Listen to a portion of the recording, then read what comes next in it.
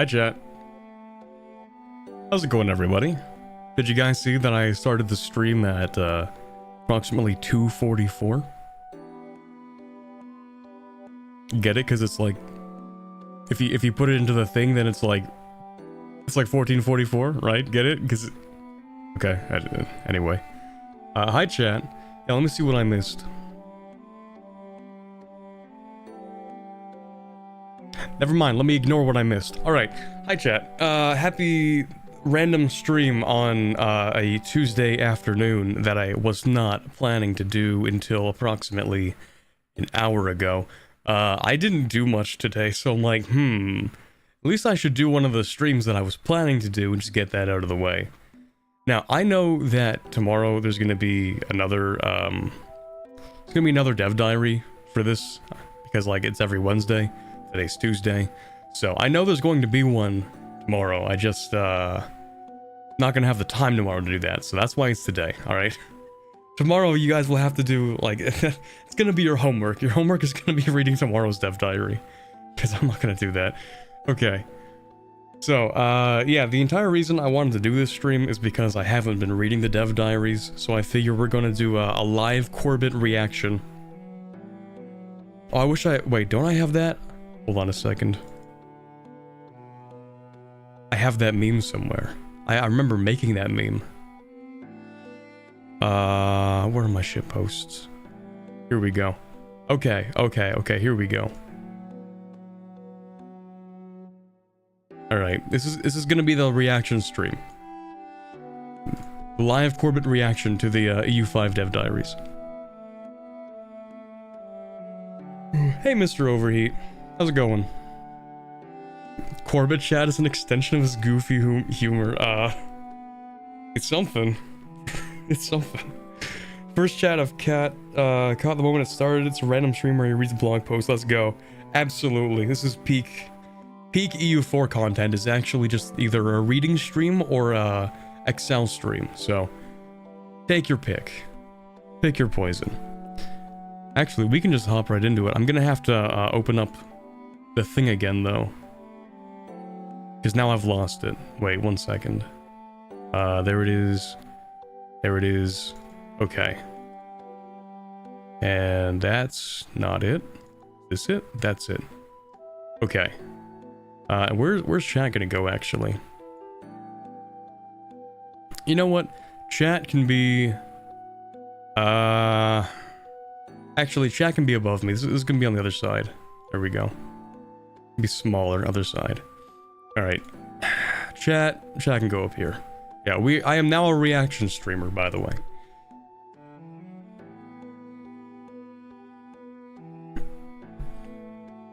Keep in mind that Johan reveals some stuff in the comment section as well.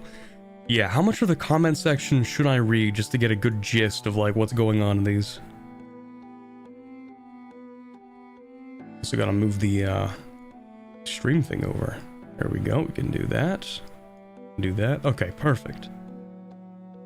Okay, so here we have the first one. Okay, I have up to the Tinto maps number 2. So we have, what is that, approximately 14 dev diaries to get to. There are Reddit posts where people summarize important Johan comments. Okay, so maybe... Oh, I see, there we go, show only dev responses. Oh, interesting, interesting. Okay, we'll go through it like this then.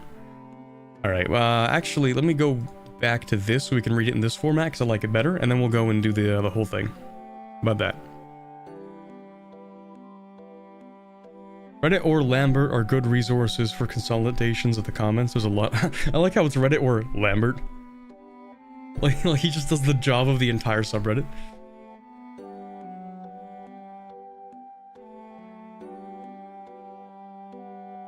Alright. EU5. Technically not confirmed as EU5. If there were a Paradox Con this year, which I feel like there may or may not be. I feel like there won't be. But if there is one, I feel like this is where they're going to announce Project Caesar as actually, it's just the EU5. And we knew the entire time it was the EU5.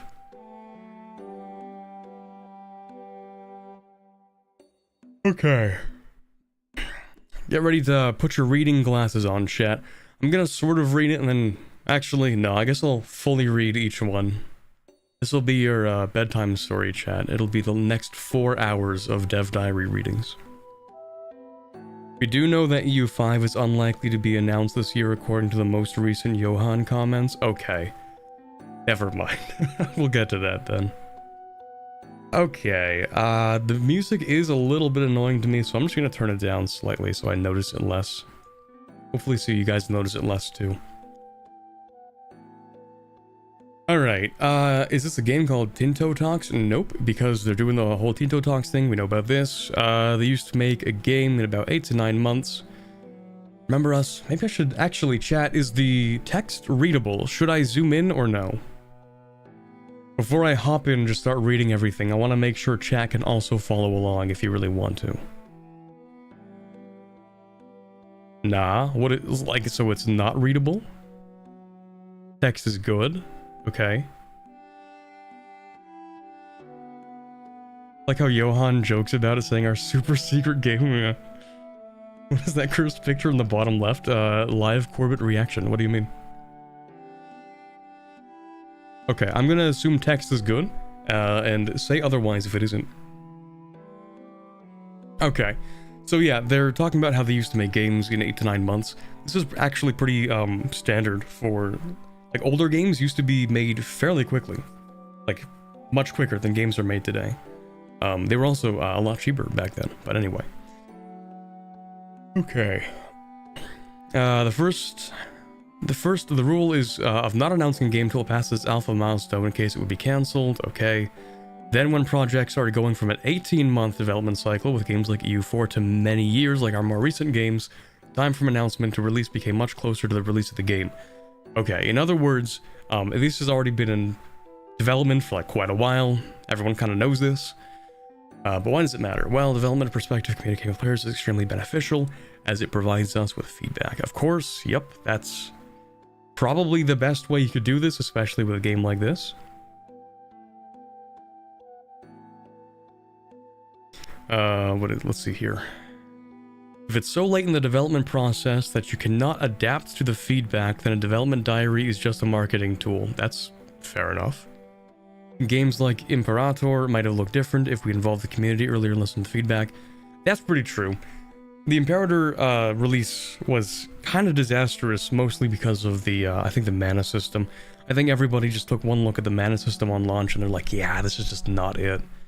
Especially just the way that it kind of interacted with pops. Like, you would have to manually convert pops and use like religion points to do that.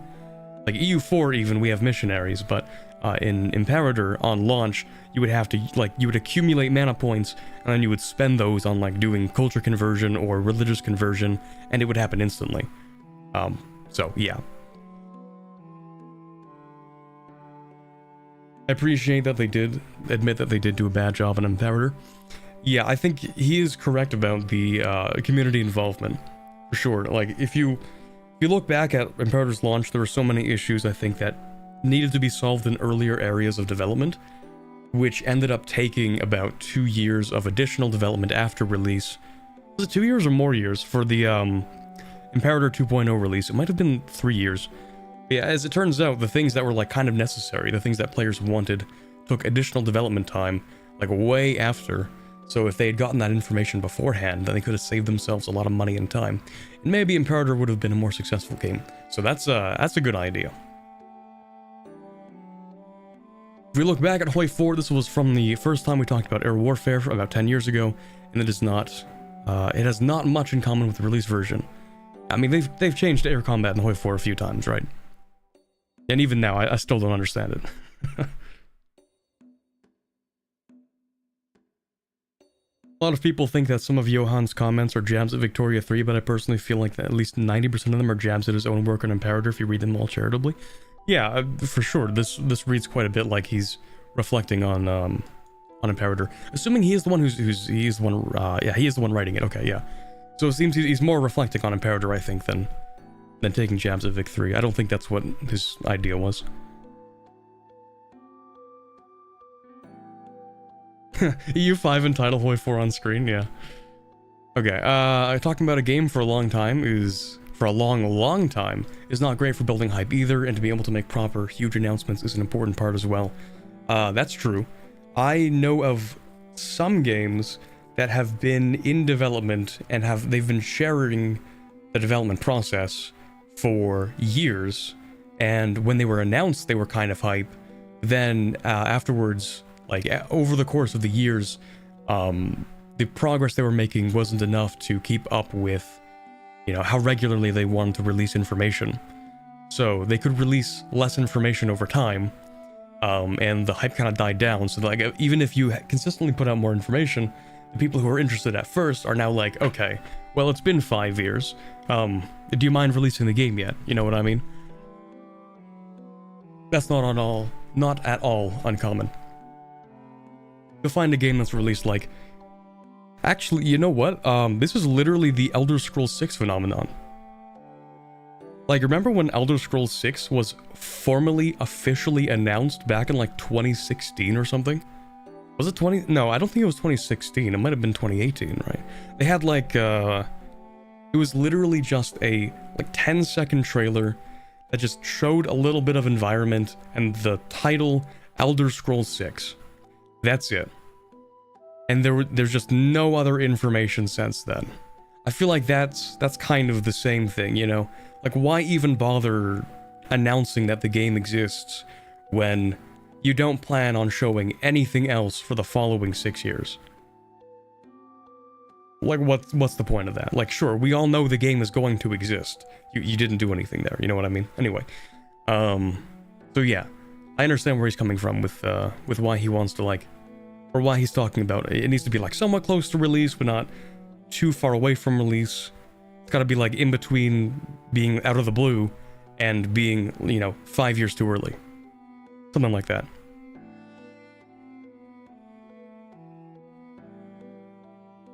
Is it weird that I'm more excited about EU5 and Benar than EU5 itself? Not that weird. and Benar is a great mod. I think they'll be able to do a lot of good things with it if they decide to. Anyway. Okay, so, let's see here. We need your input. Okay, nice. To be able to shape this game into a masterpiece, I like the idea. I especially like the idea as opposed to what they did with Vic 3, which they announced Vic 3, and I remember being there for that announcement, and then they started releasing the dev diaries. But yeah, I think as he mentioned, some of this stuff is kind of applicable to Vic 3, but I don't think it was intentionally applicable to Vic 3.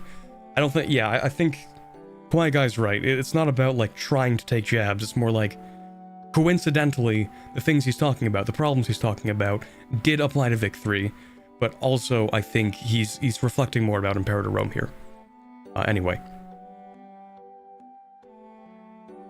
Alright, without you and your input, that will not be possible. Okay, so what about Project Caesar? Project Caesar, yes, at... I assume that's PDS? Wait, Paradox? Studios, probably. Which Tinto is a child of. We tend to use Roman Emperor leader names for the games, yes.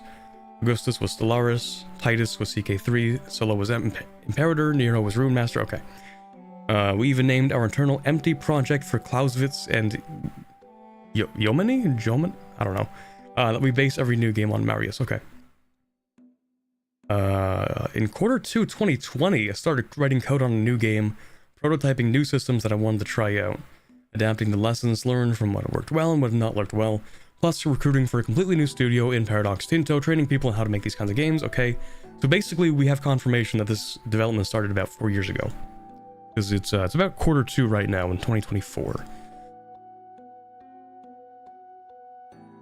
And if I remember correctly, this is in tandem with, if you remember, EU4 DLCs got offloaded to a different part of the studio, I think. So, like, all the new EU4 DLCs and updates that have been coming out are from, I think, a different team than the original EU4 team, maybe with some people, not sure. Maybe some of the same people, I mean.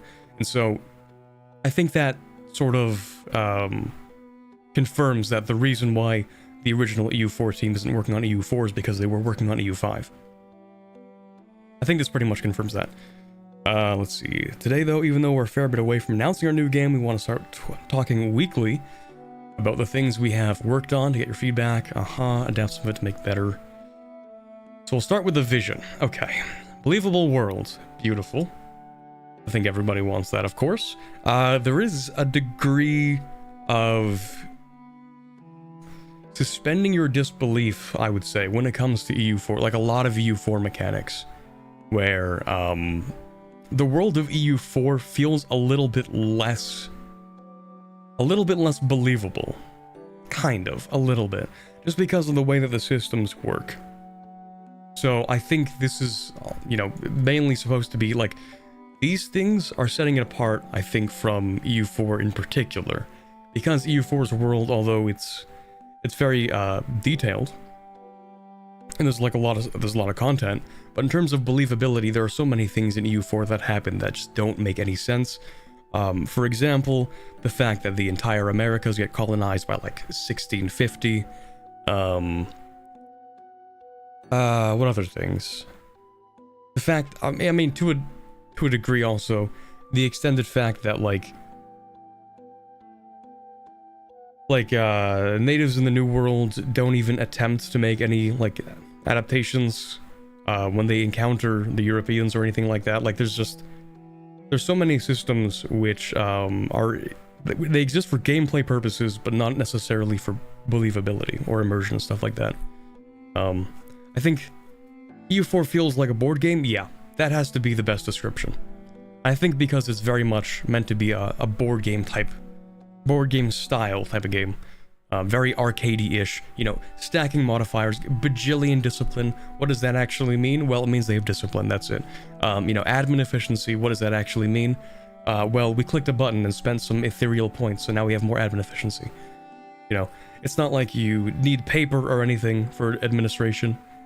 It's not like, you know, you need, it's not like you need, what am I thinking? Like work animals or anything like that to get like better farming done. You know, there's nothing really believable in that regard, you know.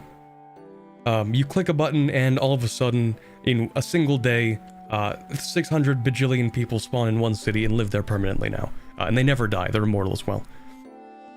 And when you siege provinces, magically nobody dies, that kind of thing, you know. Very, very board game sort of thing. So EU4, very much less of a believable world.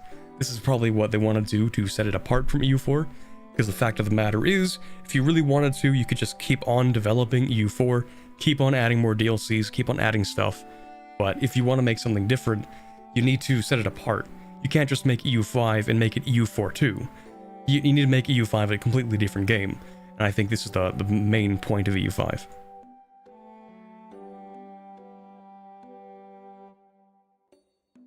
What's not believable about Mali colonizing all of Europe? Yeah, anyway. EU4 is very fun to play, not very fun to RP without severe self-restrictions. True. EU4 evokes the spirit of min-maxing in pretty much any player that encounters it, because it becomes very obvious that the game you're playing is not meant to be like a, hey, let's, you know, chill RP kind of thing. It's like, the AI is bloodthirsty and will do anything to get an edge over you in a way that is uncharacteristic of, you know, the way actual state actors might work in real life. That kind of thing. So it becomes like a competition between you and the AI, always. Pretty much no matter what.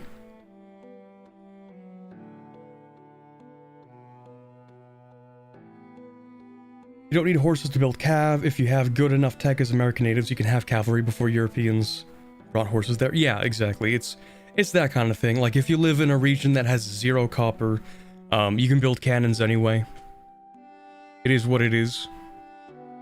It's kind of odd, but, oh well. EU4 is a great game. It doesn't have to be believable to be a great game. It's just a different game. That's the point we're getting at. Setting immersion. For games thrive... Actually, did I even read this? I don't think I did. You should be able to play the game and feel like you're in a world that makes sense. Yes. Feels rich and realistic. Beautiful. While not making the game less accessible, features should be believable and plausible, and avoid abstraction unless necessary. I like that. Setting immersion. Our games thrive on player imagination and what-if scenarios. Yup, everyone loves to have that alt history kind of thing. That's why they've started doing it more with the recent mission trees in EU4. They have a couple alt history things like the Angevin Empire for England, that whole path. Complete alt history, just for the fun of it. What other alt history paths? I mean, technically, if you want to be like the Emperor of China as Japan, that is an alt hist path. The fact, though, is that every game of EU4 you play is an alt hist path. No matter what. Like, it always is. Even if you're an observer, it's always an alt hist path. Because the game is dynamic that way. Anyway. We ensure both a high degree of faithfulness to the setting, which will give a special feel to the game. We will strive to give this game the most in-depth feeling of flavor possible. Okay, that sounds good to me. Holy Horde, true. Yeah, that's gotta be a really good example of that. Replayability. There should be many ways to play different starts and reasons to replay them. Reasons to replay them. Interesting, okay. Yeah, so we see that a little bit with some of the mission trees. Again, the two Britain paths. I don't think France has any different paths. Anything with branching mission, like Persia. Persia has that nowadays. Many of the domination countries have that. Well, not necessarily domination. There's also lines of the north, like the Teutons. You mentioned the Holy Horde. Lithuania also has two paths. There's the Livonia path. I think Lithuania actually has three. Maybe I'm wrong about that. There's the Gotland. Yeah, anyway. So, they're talking about wanting to be able to replay the same country, right? Many ways to play different starts and reasons to replay them. Reasons to replay the same country. That's interesting. Because when I think of most Paradox games on start, there's kind of less incentive, I would say, to play the same country multiple times. Like, I played, when I played Vic 3, I was just going through a couple countries I thought would be interesting, you know? My first game was South Africa for the tutorial, then I actually played Korea, then I played Canada, then I played, you know, whatever after that. But I never really went back and played another country until recently. Like, I never went back and replayed the same country until recently, and that was Canada again, just because they updated a bunch of mechanics. So, it's interesting that they're kind of focusing on replaying individual countries. Because I feel like, unless you give multiple alt-hist paths, or any sort of incentive to do alt-hist paths, people are going to end up playing a country the exact same way. Just because it's the most, you know, optimal or whatever, and thus, you have to add something yourself if you want people to replay countries. So I don't know what his plans are with the... Maybe I'm digging too much into replay countries. I don't know.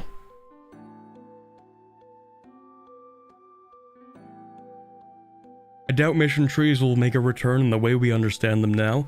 I hope some form of short-term, regional goals still exist. Or any kind of goals that compound or lead to one another, you know? If I'm playing England, you know, let me have something for the 100 Years' War, you know? And then after the 100 Years' War is over, give me something else to focus on. Even if historically, you know, I kind of know what I need to do. I remember when I first played EU4, I didn't really know that much about the history of these countries at all, you know? Very much not a history buff when I started playing EU4. So I'm like, hey, who even is this Castile guy? You know, oh, I know Spain had colonies, what do I do with that? You know, the game should have a sort of way of guiding you to certain objectives, not in a railroad fashion, but at least something which would make sense for your situation, I think. Dynamic? Maybe. Possibly something Imperator style, not sure necessarily the same thing as Imperator style.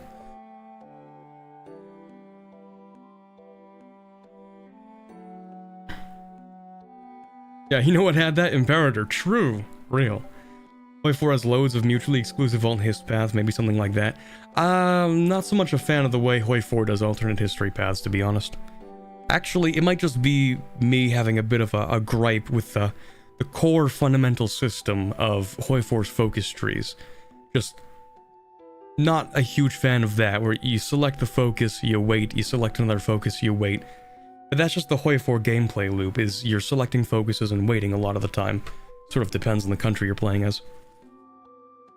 So, I don't think I would want something where you click a button and then time passes and then the thing happens. I think it's more like give the player an incentive to work towards something and then reward them. That's all I would really ask for, I think.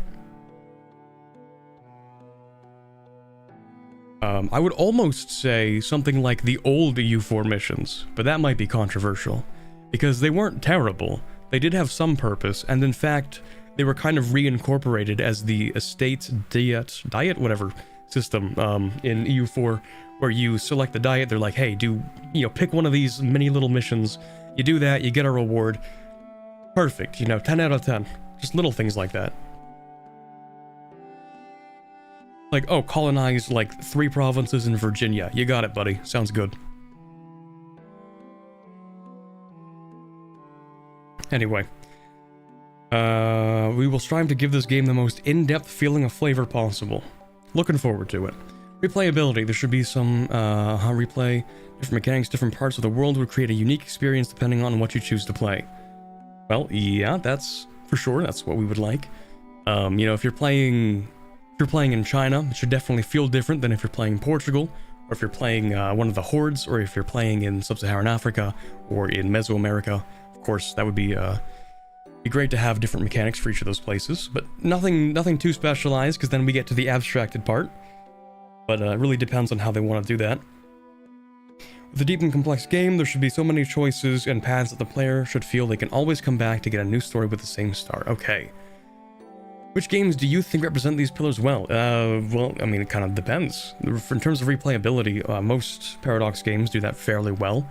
I would say maybe a little less for Vic 3. Doesn't feel quite as great with the replayability there. Imperator Rome is a mixed bag because most of the flavor development in Imperator is done through the modding team. So, kind of depends a little bit. If you want to go by like what Imperator is, like vanilla without Invictus, then it's kind of fails in the replayability department as well. A little bit. You might find some things are different, but maybe that's just part of the quirks of Imperator Rome itself.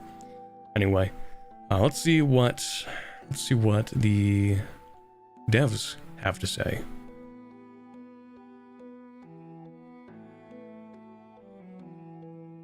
Not that one. Down here. Okay. Every week we'll have more details. Nice. Here we go. Regarding replayability, do you interpret this as playing the game again, or also playing the same nation/ruler again? That's a good clarification. That's a good question. In my opinion, it's not only the former, but also the latter. Yeah, that's what I was talking about. When you play the same country, it's kind of hard to make it feel like you're playing a different game. Especially if you don't have any kind of incentive to branch off in different alt-his situations. Like, if I'm playing England in EU5, am I always going to want to colonize Eastern America, Canada, do all the Britain things? Am I always going to want to do that? Or are there going to be some incentives for me to maybe, I don't know, take Scandinavia or something like that? Is there any reason for me to shift my focus as, say, England or any other country necessarily? Anyway. Some countries do that much better or worse than others. HOI4, for instance, does that quite well. Yes, because they have the different ideologies. HOI4 does this incredibly well, I would say. Other games offer little replayability other than min-maxing. EU4 has the mission tree thing. Okay, so he says the latter, which means it is also playing the same nation ruler again. That's nice. Alright.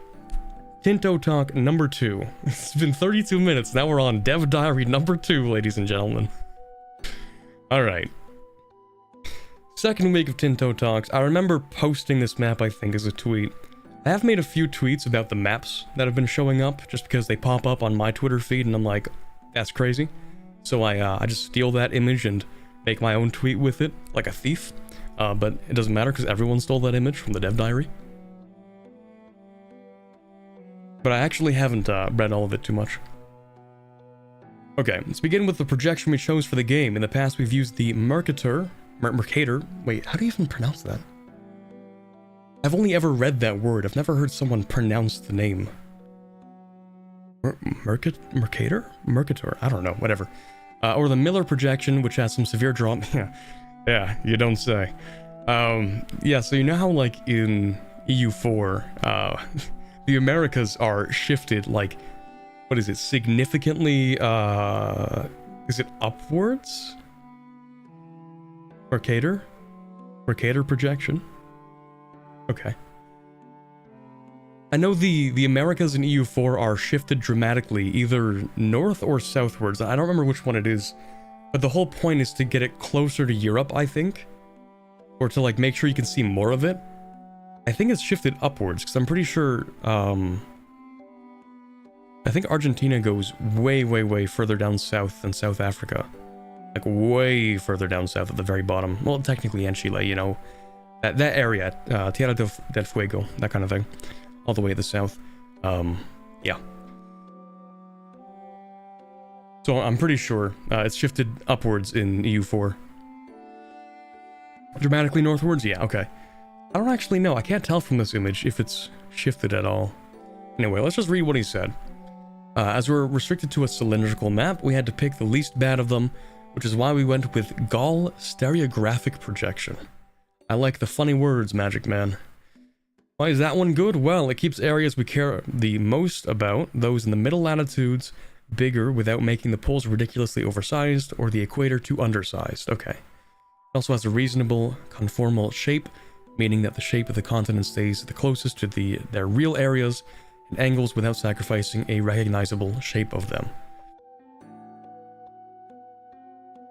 Okay. So how long until you guys think eventually we're just gonna get like a sphere for our next Paradox game? Eventually they get, day by day we get closer to the eventuality of the sphere game, the sphere map. Who cares about projections? Give me the orb. Allow me to ponder the orb in my hand while I play the game. Okay, okay, so the projection itself, you can tell it's a little bit different. It is, I think, a little bit more accurate. You can see the Americas are shifted a little more southward, which is nice compared to the way it is in EU4, which is good. Because, like, in EU4, if you wanted to get down from, let's say, like, Europe, you'd have to go down to, like, here in Africa, and then you would go across and somewhat upwards into South America, because of just the way that the map was. Which is always kind of odd, because, like, if you want to go to the Caribbean, I think, yeah, it should absolutely be fine to go from the Americas straight to the Caribbean. It's sort of like following the trade winds, the way that makes sense, rather than in EU4, because things are so shifted dramatically upwards, you know, you end up going to South America, then up to the Caribbean. Anyway. Nice map, though. Okay, nice. In most of our games set in the past, we have used the word of province for the smallest piece of clay on the map. However, with the map design we're going for with this game, it does not really thematically fit, as the game map is more granular. Yeah, you don't say. And what people associate with a real-world province would not fit. True.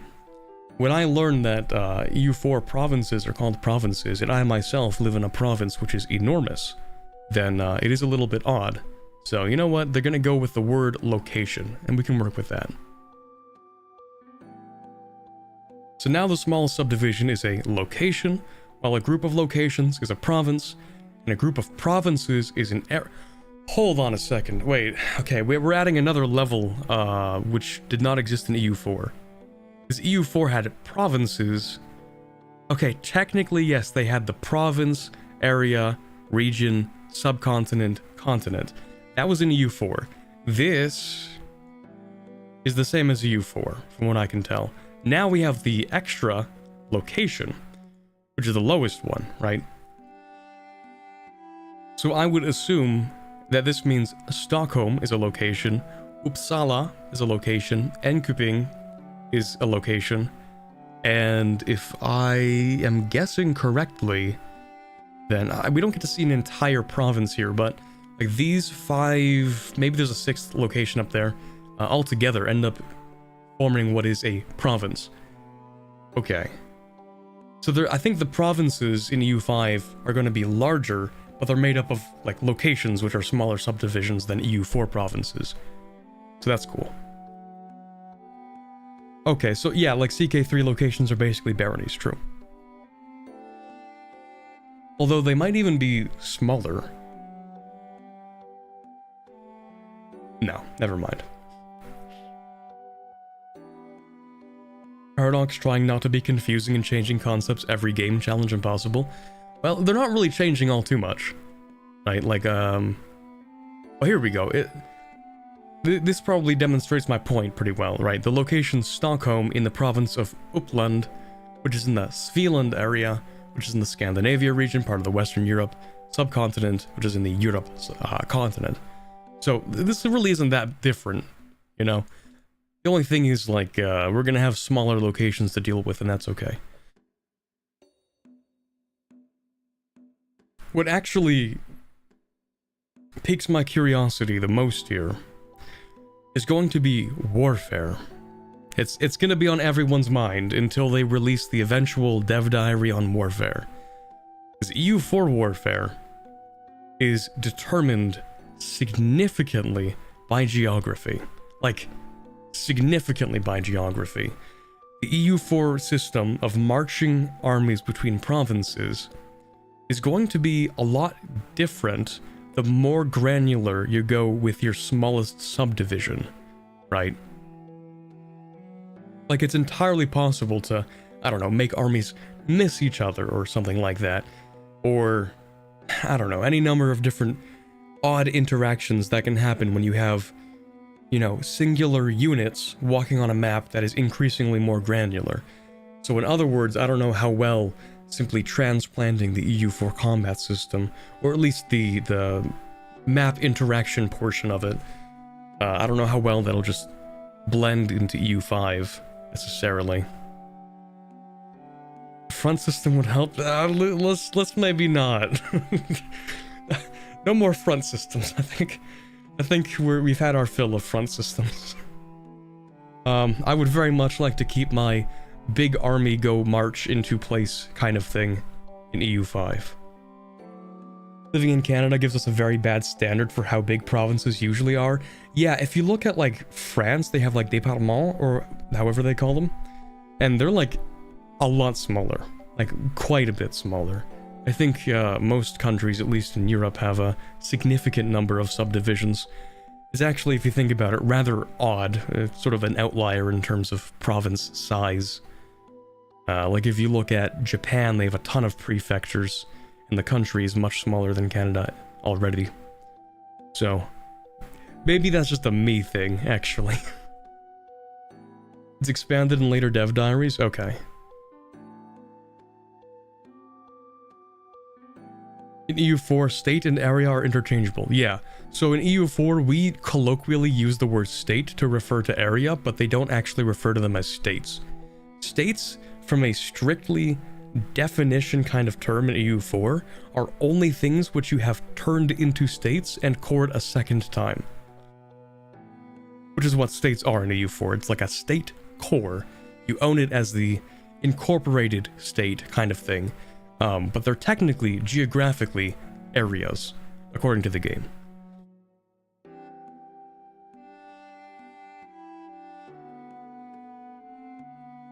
Anyway, okay, so locations, very nice. This is interesting to me. I want to know more about these sea locations. It's very interesting to me that they decided to sort of trace trade routes. So now your navies are just traveling along these really ocean currents, which makes a lot of sense. Historically, sea lanes, huge thing, you know, traveling with the wind, massive. Pretty much anybody who was trying to get somewhere quick would use the trade winds naturally. They have sails, of course. But the biggest problem, I would say, between, well, just with EU4 system, is that you can sort of go into open sea and there's like no problem. Or you can go like against the trade winds and there's like no problem. You can just do whatever you want in EU4 and there's pretty much no problem. Except for the attrition, which is massive and reasonable actually in EU4. But yeah, the sea lane idea, I'm a huge fan of that, especially if they're trying to go with like smaller scale.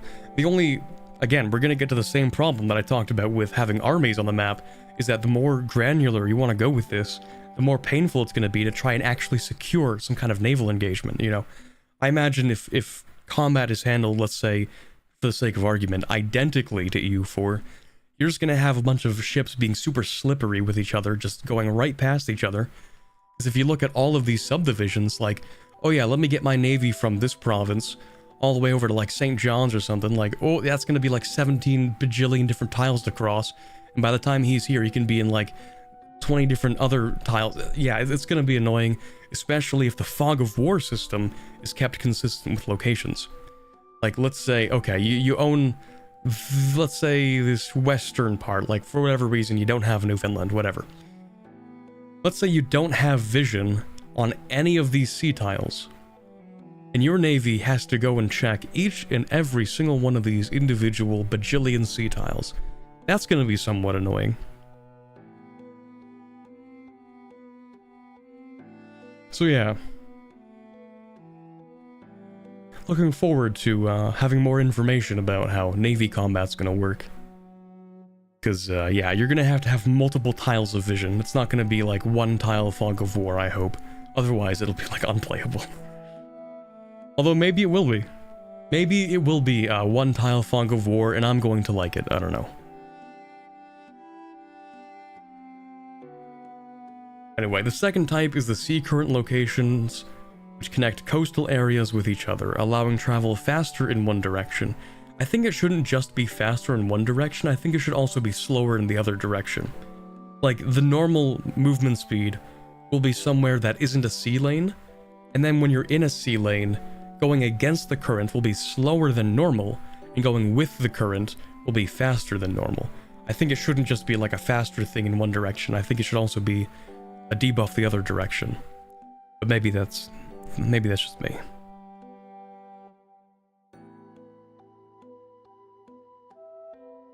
Okay, the third is what we call an impassable wasteland, which can be used to describe parts of the Sahara, Greenland, or other places where hardly any people live even today. We also use these types for the majority of the water covering the oceans. Makes sense. Finally, we have what we call passages. Okay, hold on. These are land locations that cannot be settled by anybody, but can still be traversed by an army with some insanely heavy attrition.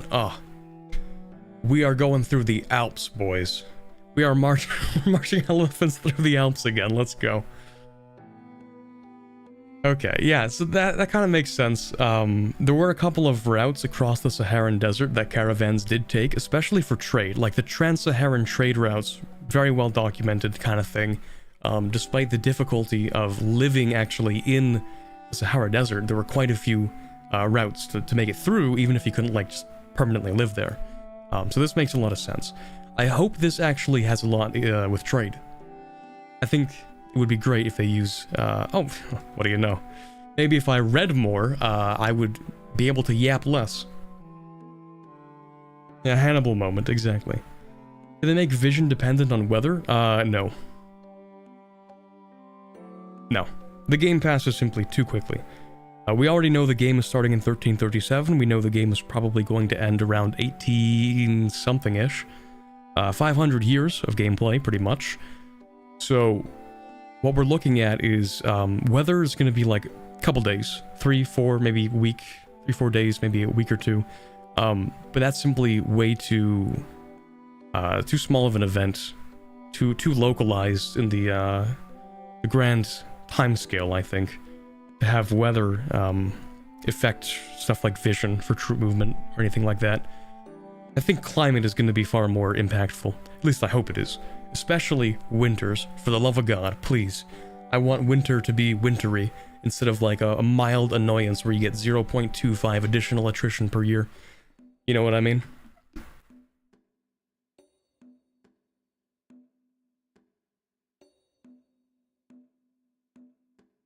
Alright. So passages across the Sahara Desert, lovely. Speaking of desert, in a lot of our games we define each province as having a single terrain value. That's true.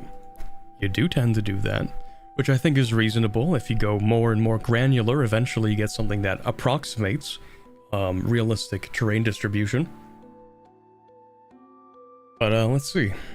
Forest, tundra, or desert, this is rather limiting because eventually you end up with a huge list of complex things like Arctic forested hill or desert mountain. Oh, I wonder where we've seen that before. It's kind of like EU4, how you have the coastal desert, or regular coastal, or regular desert, Or you have... Actually, that's the only example in EU4, isn't it? It's actually not that bad. But then, actually, because you have the modifiers, right? Because then you have some provinces that are arid. Those are kind of different. Like, there are different modifiers on provinces which aren't considered part of the terrain, but considered more of the climate. So, like, there's the Arctic climate modifier, there's the arid climate modifier, which is applied to different provinces which have different terrains. But anyway, let's see what he has to say. What we've done in Project Caesar is to take a deep look at how we did this in Vic 2, where we had split terrain into topography and vegetation and take it further. Now we have 3 different values: climate, stuff like arid, Arctic, continental, okay, topography, flatland, hills, mountains, lovely, and vegetation, forest, woods, farmlands, desert, etc. I like this. I think we could see something like more dynamic, not terrain necessarily, but whatever you would combine these 3 into. Kind of terrain? What do we even call this? Yeah, these are terrain values, okay. 3 different terrain values, kind of. So we could see, for example, like, let's say you set up a lot of logging industry in one place. Maybe a forest turns into woods, you know? Maybe there's just like... Well, that wouldn't make that much sense, because the way that lumber or logging was usually done is more like through an area. Like, you would start on the edge, and then you would log through a forest, rather than just making it randomly more sparse. So, it depends. I think it would be nice if there were a way to change stuff like vegetation. Because, like, maintenance of forests and stuff was done even back then. Shaping stuff like vegetation, like forests, is a big part of sort of human interaction with the environment for like a long, long time. So hopefully we'll be able to like change these values through some interactions. Maybe, who knows. Arid forest doesn't make a lot of sense, even though it would be theoretically possible with this system. Yeah, so theoretically possible, but if it's never like literally implemented, I don't think it's going to be a big problem. Will they make more ship types than current EU4? I don't know. We'll see. I think someone said something I was interested in, but I didn't quite get to read the whole thing. I think they said they're not a huge fan of this. Hold on.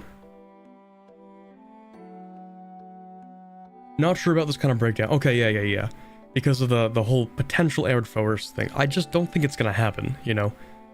Like, I don't think you're gonna find, like, Arctic desert mountains. Nope, that's definitely possible. That's glaciers. Fuck. Never mind. Tibet has entered the chat. My bad. That's like pretty much what Tibet is. Arctic mountains, desert. Never mind. Let me try a different example. Arid mountains, farmland. Yeah. That shouldn't be possible. Arid mountains, farmland. Maybe there's an even better example. How about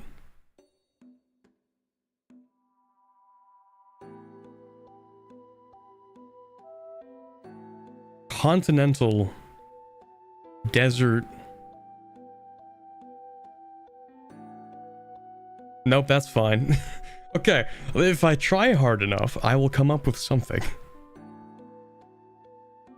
Arctic desert farmland. Well, the problem is that, like, desert and farmland are both vegetation. They're mutually exclusive, so that's not even possible. Okay, well, there are some examples that probably don't work, okay? If you think of it in your head, and it doesn't apply to a real place that exists in real life, then it's probably not going to be in the game. So I think this system is probably okay. Cactus farmers in the southwestern United States. Am I choked? There are cactus farmers? I guess there have to be cactus farmers. You can buy cacti. What a job that would be, cactus farmer. Go up to the pub and you meet a few guys and they're like, "Hey, what do you do for work?" "Yeah, I'm a cactus farmer." Sounds like a pretty prestigious job. Hey, we got a super chat for 20 pounds. Thank you very much, Melinda Louise. I appreciate that. Can't stay much longer, but I appreciated your commentary, so thank you. Well, thank you very much for showing up for the stream, and of course for the 20 pounds. 20. What do they say that in Britain? Is that pence? Or am I thinking which one is the lower? Which one is quid and which one is pence? Is pence the pounds and quid is the pennies? I'm not sure. Quid is the pounds. Oops. Okay. Well, thank you very much for the 20 quid then. Pence is penny. Oh, that makes a lot of sense actually. I should have figured that out. You should look into the Tinto maps for reference of how they're doing the terrain stuff. Yeah, we'll actually get to that ourselves. But he can go ahead and do that if he wants. Alright, what the actual gameplay impact of these is, we'll talk about that later, that makes sense. Next week we'll be back talking about something that could be rather controversial. Uh-oh. Well, first, let's look at the dev responses. What do we have? Are the water parts with no lines sea impassable wasteland? Yes, I like that. I like all the detail here. Could you explain why you're restricted to cylindrical? Because the way that map works, pretty much. Because they decided to not do a globe map, yeah. You could do globe map if you wanted to. It's probably more difficult, I imagine, to make that projection kind of work. When you get a cylinder, what you're working with is pretty much 2D. And you can like do a magic trick, and that's the formal term we use in computer science. You can do a magic trick to make it seem like it's like a constantly rotating cylinder, when in reality the thing you're interacting with is completely flat. But when it comes to a sphere, an interactable sphere for a globe map engine, we're talking about something like completely different. You know, you're not only just working on something which is 2D and using magical trickery to seem like it's a cylinder that you can rotate all the way through. Now you're like actually talking about a real 3D object. Like cylinders and spheres seem like they wouldn't be that different, but in computer science they are entirely different things to handle in terms of how you want to do that whole thing, how you want to make that appear in the game versus how it actually functions in the back end. So it seems like it'd be simple, like, oh, instead of just having the left and right wrap around, what about the up and down wrap around? Doesn't work like that. Far too complicated. You'd have to like make an actual 3D map. How can map game be globe? Globe not map. Map is map. True. That has to be the best counter argument against the globe heads. You know, as Paradox gamers know, the Earth is actually flat, and it's a map that you can interact with. Okay. Also, you can't look at the whole world if it's a globe. That's true. Yeah, that's a pretty compelling argument. That works. What about Stellaris? Fake news. Not real. Fake game, actually. Have you ever seen anyone play Stellaris? That's what I thought. Okay, let's see. Oh, hey, hold on. This is relevant, okay. With larger maps, you can face the issue of movement time for armies. That's what I was talking about. Either armies move too fast, too slow, or the time will be changed to reflect morning, day, and night. They're not doing that. they are not doing that. Yeah, maybe they will do that, but I think I'd prefer if they didn't actually, okay? My EU4 runs from start to finish are already something like 40 to 50 hours, okay? I'm not trying to put 200 hours into a single EU5 campaign. Please do not add day-night cycle into EU5. I simply do not have that much time in my life. My CPU will not be able to make things move that quickly. Anyway. So the question is sort of what we were talking about already. The reply is Project Caesar, what? Project Caesar will have a warfare system that will involve moving units in locations on the map. Okay. So, it's EU4 map movement. That's it. That's all we get. Cool. What is the average number of locations per province? If you can answer that. Depends. 4 to 8. Okay. Victoria 3 style combat. I like how the reply is just the firmest answer you could give Absolutely not. Period. I like that. What else do we have? Is there some information to be gained out of the province names shown? Sweden history. Okay, Sweden history. Why South Africa, Patagonia, and Polynesia are shown on the map? Is that intentional or is it just a cropped image? Never heard of those, yeah. r/maps without New Zealand, my favorite sub. Just the cropped image, okay. Can't show, oh, I see. It was an in-game screenshot and he couldn't show any of the UI. Reasonable. That's fine. Okay, okay. I think... Okay, there aren't too many replies, actually. I was gonna say, maybe if chat has a link to, like, all of the useful replies so far, like, all the useful information, I would definitely take that. Anyway, let's see. Impassable in the UI? Wait. I don't care much for the term wasteland. It invokes a kind of ecological disaster. It's a non-complaint. I think it's called impassable in the UI. I don't think it doesn't really matter. So the locations will be the smallest unit of land. Will borders follow them or just use provinces like in EU4 HOI4? And if borders can go along.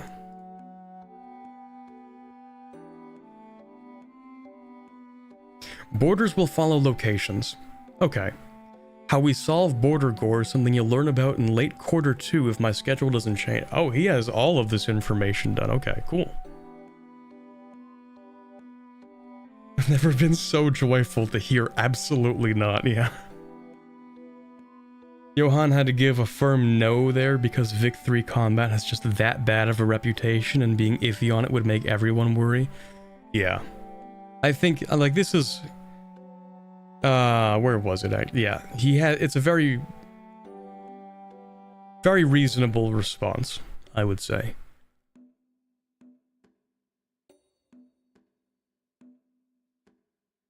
Where am I? Here we go. Okay. Borders follow locations. Okay, so it's not exactly going to be like the Vic 3 system. Vic 3 with the smaller, I don't even know what they call those, the little tiles within each state, where you can have like split states and stuff. I actually don't mind that Vic 3 system as much, only because the actual way you conquer stuff, outside of treaty ports of course, is a very reasonable, like you take the whole province, blah blah blah. I actually would prefer if it would be possible for you to create new states in Vic 3 out of... if you have like an inconclusive war that sort of settles along a certain front line and it'll cause like a split state, I actually wouldn't mind that so much if it were a thing in Vic 3, but we're getting into a discussion that's kind of less relevant. So yeah, so it's gonna follow locations, which does have higher border gore potential, but he says might solve it, so we'll see. What was the release? When was the release date in your schedule again? What do we say to the god of death? I don't get that reference. Corbin wants to reenact the Korean War. Okay, well... Okay, I see where you're coming from with that, but you know what I mean, right? It's like, oh, inconclusive war. In fact, I think... having like partial demands in Vic 3 is a big issue with it. Actually, there's so many more problems with Vic 3 and the Diplo system and the diplomatic plays that if I got into that, it would be a stun lock that'll last 3 hours. So it's probably just best to move on, to be honest.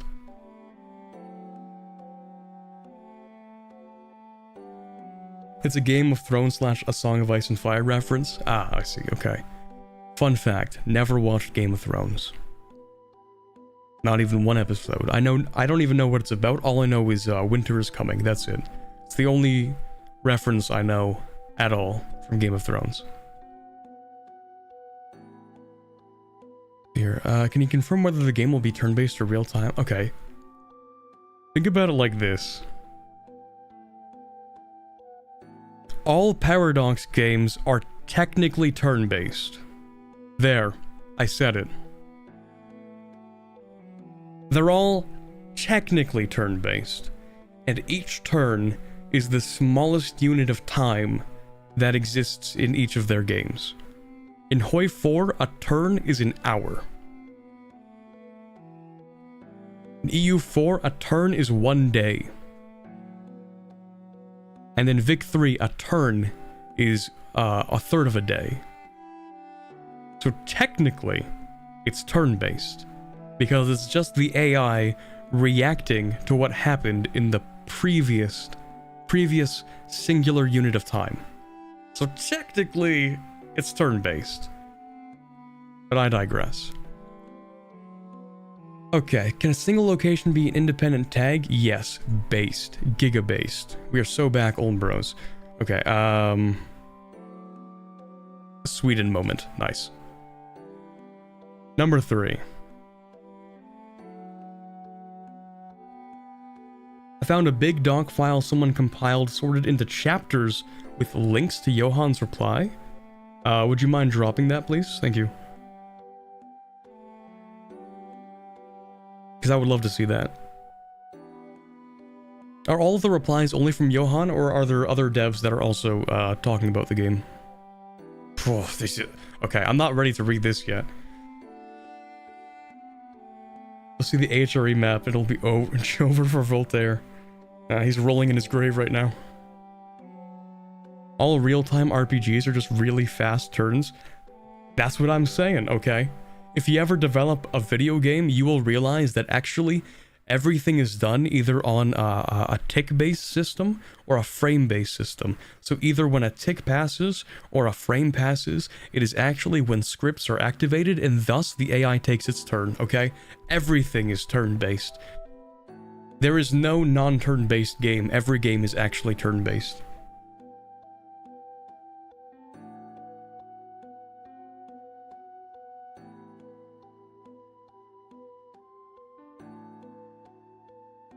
Like, I remember back when I was in game development, second year game development, and the first game I made, it actually had a frame rate based turn system, technically speaking, because every frame scripts would be run, and those scripts had AI actions in them. So technically every frame that passed, the AI would be making some kind of decision.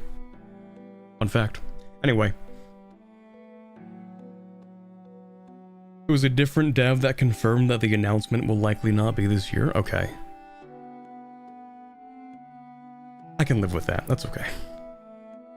What would be real time then? Nothing. Every game is technically turn-based. Do you know how fast the cars go in Mario Kart Wii is based on frames? I wouldn't be surprised. I'm pretty sure the reason Bloodborne is locked to 30 frames on PS4 is because technically the frames are the way that they're measuring things, which a lot of games do, because well, it really depends on the system. I'm not going to get into like the way you want to design how game logic works based on an internal counter of ticks versus frames, because that's a long discussion you can get into. The main point is that in EU4 it's going to be, or in EU5 it's going to be based off of a tick system, and each tick is going to be the smallest unit of time. That's it. That's like the simplest part of this. Dark Souls had the same issue. If you unlocked it to 60 FPS, you couldn't make some jumps. Yeah, like a lot of things are based on actually, like, literal frame data. Like what frame you're on, the difference between frames, as opposed to something like a tick-based system, which could technically simulate things happening while the game is still visually lagging. A lot of games want to do things based off of frames, because if your system is graphically incapable of keeping up with the game systems, or whatever's being loaded, you don't want the player to feel like, oh, they just skipped 27 frames and now they're dead, you know? If you want the game to sort of, you know, if you ever want a system that is adaptable to hardware, if you have like a garbage graphics card or whatever, that maybe isn't always rendering at 30 frames or whatever, 60 frames, then you want to have it based on frames probably, if that's relevant, if that's important, rather than like an internal tick-based system. We're getting far too into game development discussion on how you decide logic and stuff, so whatever.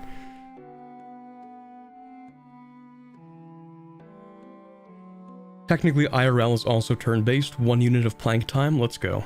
Exactly. Everything is turn-based when you think about it. That's what broke Kingdom Hearts 1.5 on the PS4 when they bumped it to 60 FPS. Hits were not registering or registering late. Yeah. I think the worst thing that happens when you have a frame-based system and then you change the frame rate is that physics break. Typically speaking, it's usually physics that go first.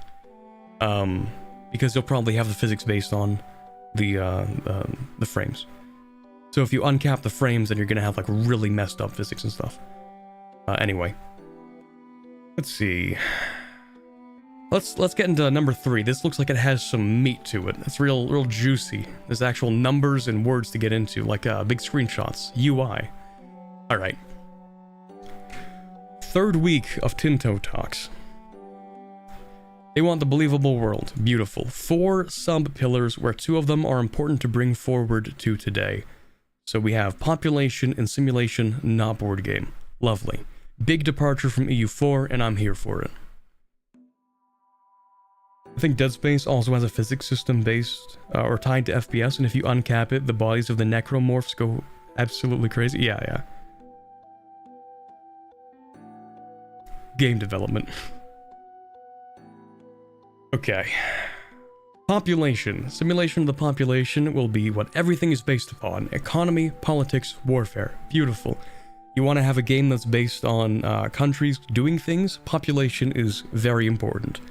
The people, they work the farms, they feed you things, they give the additional food to the lords, they do the feudalism, the lords use the money and the whatever, okay, they raise the armies, boom, that requires people, we like that. Much better than EU4's development system, in my opinion. Well, we'll have to see what it's going to be like in practice, but conceptually, I like it better already than EU4's development system. Yeah, unfortunately, you can't run your country with 0 manpower and 20 war exhaustion anymore. Tragic. This was the start of the start date conspiracies. Oh yeah, you're right, because they're like, oh, we have approximately 17 Bundelli pops intermingled with these... What does that say? With these Gond pops? Yeah, that's got to be the year 1323, by the way.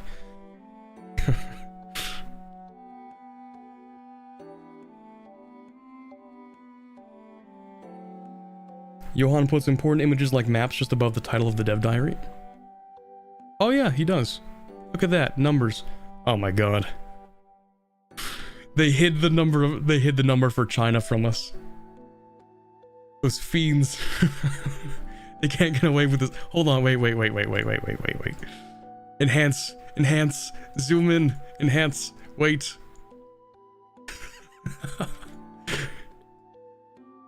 Zoom in, enhance, 88.566 million. Good lord. Oh, that's gonna be something.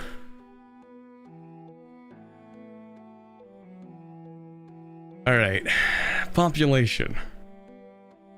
Hainan spotted. Yeah, 88 million people actually live in Hainan specifically. Yeah, just on the island. Alright. Simulation, not board game. Mechanics should feel like they fit together, so that you feel you play in a world and not abstracted away to give the impression of being a board game. We love that. I need another drink because I'm yapping.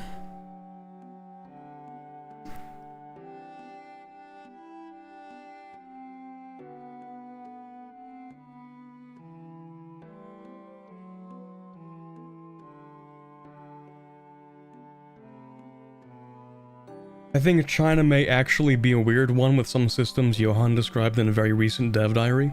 I don't think it's going to work like Ming does right now. I have no idea what they're going to do with China. Yeah, they have to put some limit on China on... Actually, do they? No, wait, seriously? Let's hold on a second. Do they? Do they actually need to put a limit on China? Consider this. I don't think that putting some kind of artificial limiter on China is going to be consistent with the simulation not board game thing. I don't think it's going to be debuffs. Consider the possibility that historically speaking, China was like the big boy, you know, like huge agricultural export and multiple other things kind of export, you know, the whole Silk Road kind of thing. Really important deal for much of history, right?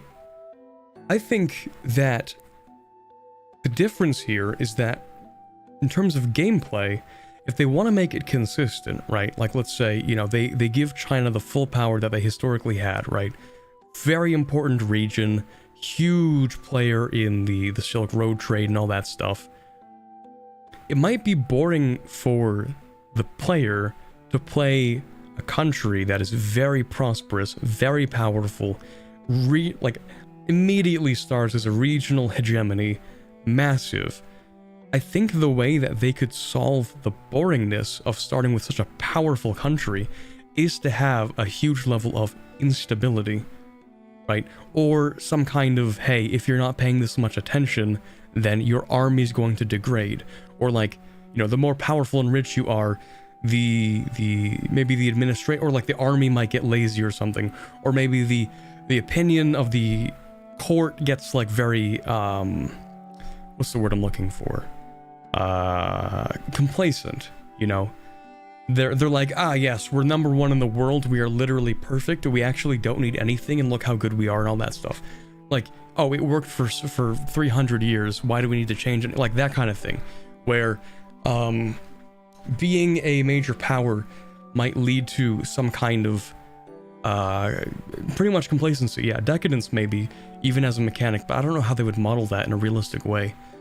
Some kind of thing where it's like, hey, because we've been so rich and powerful for so long, we're like not actually being proactive in keeping up with other things, you know, like, oh, we're so focused on ourselves being great that, you know, for whatever reason, it hampers your ability to actually expand further or whatnot. Maybe, who knows? Corruption, yeah, it could be something like that. It could definitely be something like that, or, you know, a higher tendency to civil wars, because if you have a very prosperous country, you know, maybe there are people within your country that want to have more for themselves. You end up having internal, like, rivals and factions or whatnot that start vying to secure this wealth for themselves because it's so, you know, the country's so prosperous, but some people are just, you know, greedy enough that they want more and whatnot. I think you could definitely do it without putting an artificial limiter on China the way that you would have it in, like, EU4.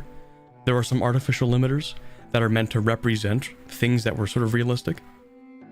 Yeah, I think they could do it in a way where you don't have to slap on some automatic or some abstracted modifiers onto China just to nerf it.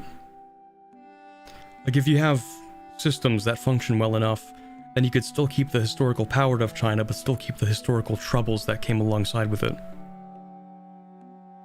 You know what I mean? The game starts in 1337, it's the last decades of Yuan, China's gonna be a mess, hardly a stable empire, the Ming's rise is only 30 years away. Exactly, right? You have the period of time where, like, okay, who was before Ming? It was the Yuan dynasty, right? So the Yuan dynasty falls, the Ming dynasty rises up, that's gonna be a crisis. You know, that's gonna be a big thing to deal with. I don't know so much about how the bubonic plague was already affecting China at this time, because I know if the game starts in 1337, it's already well on its way to Europe, right? It's only going to be a matter of like a few years before it really hits in Europe. I don't know what kind of effect that had in China, but I'm sure that probably contributed as well to the collapse of the Yuan, probably. And, you know, the rise of the Ming. So navigating that crisis, if you have to play Yuan at the start, or maybe you'll be allowed to swap to Ming and do that, and then you'll have to deal with the crises later with the other hordes and stuff, and, you know, maybe the rise of the Manchus and them trying to fight you for power to form the Qing dynasty, that kind of thing. They can definitely make it more difficult for China without abstracting the mechanics.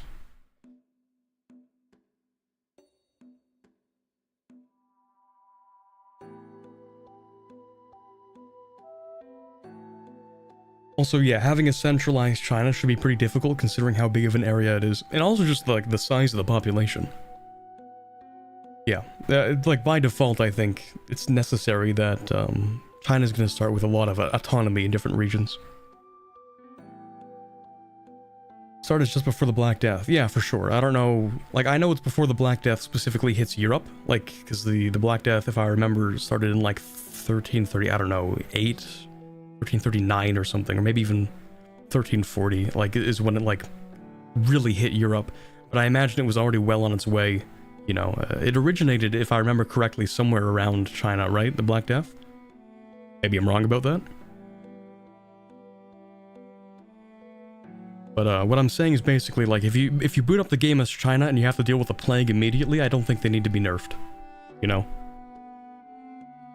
I'm sure there's... yeah, okay, anyway. Let's actually read the dev diary, because we've just been yapping about China based on one number that I found in the edge of a screenshot, so... let's actually read what they have to say. I've been doing more yapping than reading. Alright, every location that can be settled on the map can have pops, or, as we often refer to them in Project Caesar, people. Isn't that crazy? Okay, most of the locations already have people, what do you know? Today we talk about how people are represented in our game and hint at a few things that they will impact in the game. A single unit of people in a single location, I'm sorry, I'm probably still gonna call them pops. The word pop is just ingrained in my brain. I have the pop brain rot. It is what it is. Although, they aren't really pops, are they? They're not pops the way that they're done in, like, Imperator, or the way that they're done in, like, Stellaris. Stellaris pops represent millions of people, but these pops, they don't represent... They aren't units that represent a number of people. Like, it's a dynamic unit or subdivision of people. It's actually far more closer to Vic-3 pops than they are the other pop systems. Because Vic-3 pops are like actually just individualized people that make up a collection, and that collection is referred to as a pop, but it's not representing a hard set number of people. So, you know, okay, fine, maybe I'll get used to just using a unit of people. Sure. A single unit of people in a single location can be any size from 1 to 1 billion. Oh, I can't have my 10 billion pops in a single location? That's pretty cringe. As long as they share the same 3 attributes. Okay, we have an attribute system. Culture, religion, social class. Fairly reasonable. This unit of people we tend to refer to as a... What happened to referring to them as people?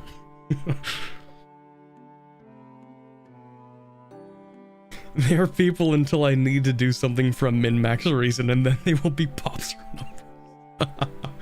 They're people until we need them for something specific, and then they're resources. Okay, anyway. Right, so, unit of people we refer to as pops. Okay, so culture, Catalan, Andalusi, Swedish, etc. Self-explanatory. Religion, also self-explanatory. Lutheran spotted. Minority religions spotted. The word Protestant is not being used, which implies that we have more than just Lutheran in Protestantism. Which means we're probably going to have Lutherans, Calvinists, Anglicans, Catholics, Copts, although I don't even think that's the word you would use. Because the way that Coptic is represented in EU4, there's, for some reason they refer to Ethiopian Coptics. Is that even the word that you would use? I don't know. But the, like, Armenian Coptics and the Ethiopian Coptics are considered the same religion in EU4, which has always been a gripe of mine, the fact that, like, these two rather separated places are considered the same religion, but I don't know enough to actually substantiate that that complaint. But I feel like it's always been kind of odd, you know? Not to mention in different places, the interpretations of different religions allow people to do different things. So we might refer to something like, you know, what's even a good example? Like, I don't know, you would have 2 different groups of people in 2 completely different places that both consider themselves Catholic, but, like, in practice, have some maybe substantially different opinions on very specific things. I don't know. Maybe that's not going to be relevant enough to model in this game. Maybe religion actually won't be very relevant to model in this game outside of just being a pop attribute. But I doubt that, actually. We'll see.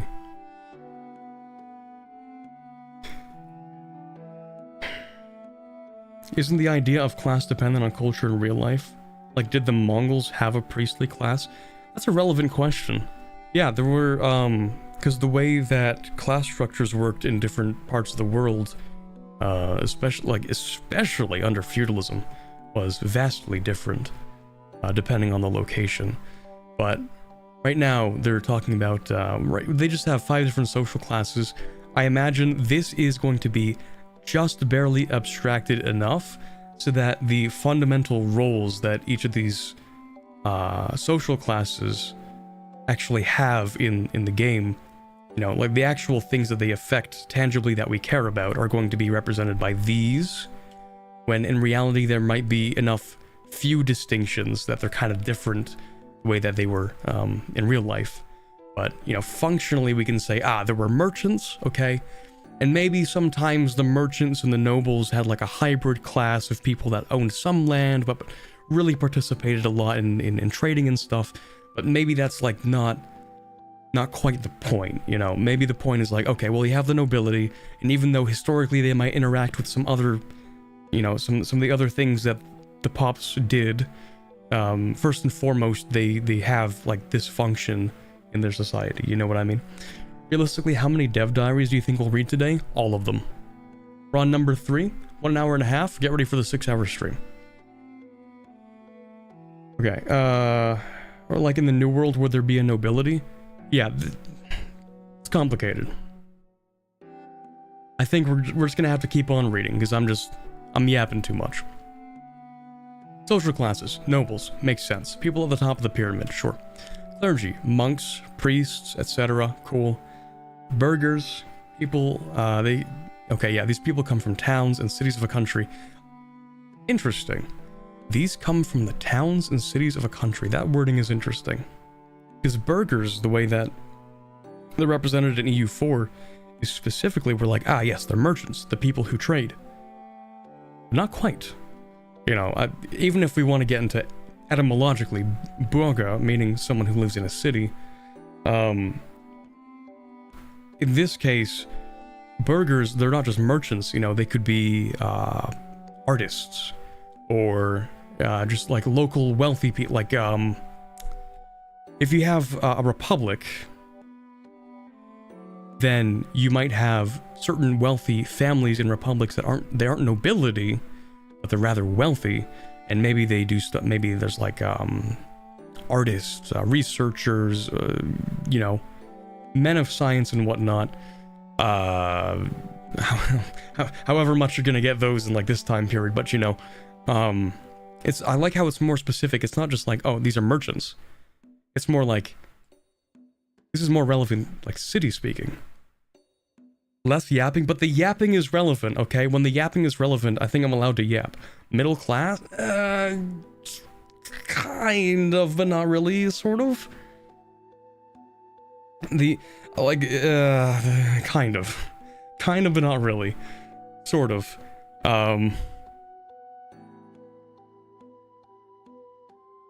Kind of, yeah. We'll leave it at kind of. Peasants, the bulk of the people. True. Slaves, only present in countries where it is legal. I like this system because in EU4, there is no system to allow or outlaw slavery in EU4. Simply, like, the slaves exist. EU4, the way that EU4 represents slaves is also just, like, kind of wacky, but also in the time period, like, somewhat reasonable, the way that they were actually treated, you know, literally not as people, right? But in EU4, there's no system where you can, like, outlaw slavery early. I mean, there is later in the game, like, way later, you can outlaw slavery through a decision, but, like, why do we have to wait that long? You know? Yeah, there's a decision in an era that nobody plays, literally. I like that in like in EU5, like let's say, oh yeah, we're gonna have a law where we outlaw slavery, which did happen in multiple places throughout history. Like we're talking like even back in like BC era, there were some places that formally outlawed slavery in maybe a few areas. It didn't last, of course, but you know, having that option I think is reasonable, because it's not like the idea of abolition was a new one. You know, there were many societies in history that outlawed slavery, historically all throughout history, in sort of localized regions and stuff like that.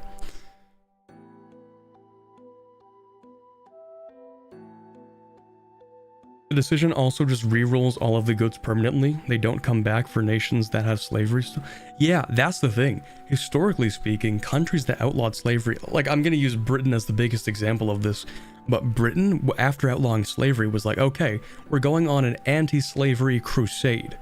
You know, Britain after outlawing slavery is like, okay, now that I'm done with it, you guys are also done with it, and I'm gonna make you done with it. But of course, that's like a bit of a later thing. It's like just before Victoria III's start date. Literally 1833, if I remember correctly, is when Britain formally abolished slavery across the entire empire. So that's like the difference, is that like we might not see historically, like realistically, a lot of societies doing that in EU5's time frame, but it is realistic enough that it could have happened in EU5's time frame, and hopefully even a little bit earlier if we get that opportunity. You know what I mean? There were Roman abolitionists. Yeah, like it was always a thing that in various different societies there were the people in favor of it and the people against it, and so it did see some localized abolition. If I remember correctly, I think there was a particular shogun in Japan. It might have been 16th or 17th century or something, where slavery was at least temporarily banned in Japan. I don't remember. Yeah, something. Not Korea though. I remember that one clip. I don't remember who it is. Where there's this one guy who said like, oh yeah, in Korea there wasn't slavery, and then someone's like, are you sure about that? And they pull it up, and it's the Google text definition reads like as follows. It's like, Korea had the longest unbroken series of slavery in all countries in human history, which is crazy.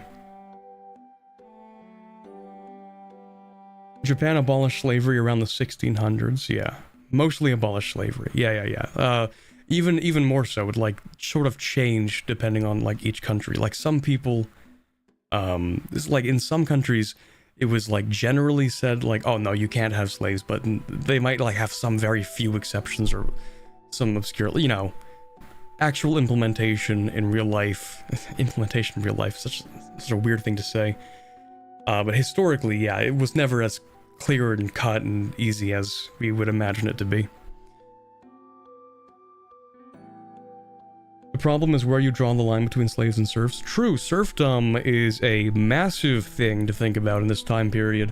If you think about Russia, I think further entrenching the institution of serfdom at the same time where in Western Europe, I remember this because it was kind of relevant to a paper I wrote where the Black Death created such a labor shortage in Western Europe that like serfdom became less formalized. Like in a lot of places it was starting to go out of fashion for like a number of different reasons, like a big one being like a third of the population dying and whatnot. But simultaneously in Eastern Europe it got even further entrenched, which means it wasn't just the population decrease. A lot of different things factored into that, but you know, yeah, I'm not really sure how they're gonna do that, because serfs occupy that sort of middle position between peasant and slave. You know, you work for the lord, you're not literally their property, but you're not allowed to leave. So it's very, very, very hybrid between the two. Like you're sort of de facto property of your lord, but not de jure. You know what I mean? There are also some interesting histories with abolition, like nations that technically existed for a short period of time, placing no slavery in their constitutions, but it not staying that way for long. Yeah, like all of the European revolutions, for example. Yeah. It's very, yeah, see. Watch your guide for trade. It was amazing. Thanks, man. Love you. Hey, thank you very much for watching the video. I'm glad I was able to help. What about indentured servitude? I don't even know enough about that subject to really know. Nah, that's kind of it. I just don't know a lot about the history of indentured servitude, so I don't know if I could say much about that. Serfdom is a really complicated issue. In some places, it essentially disappeared in the time period, like France. In others, it grew, Denmark or Russia. Yeah, that's what I was thinking. Over in Russia, serfdom got like really firmly entrenched over the following centuries. So much so, I mean, in Vic 3's start, you can see serfdom is still enabled in Russia when you play Russia. So, yeah. Indentured servitude is even more complicated because, like loans, the terms and conditions vary contract to contract. Yeah, it was also, if I remember correctly, somewhat common that formerly freed slaves immediately fell into indentured servitude contracts, which were almost as bad as the slavery itself. But that varied region to region as well. Anyway, I'm doing more yapping again. We went through the social classes, and I'm like, yep, cool, yep, cool. Oh, that's neat, yep, cool. And then we have like a 17-hour debate.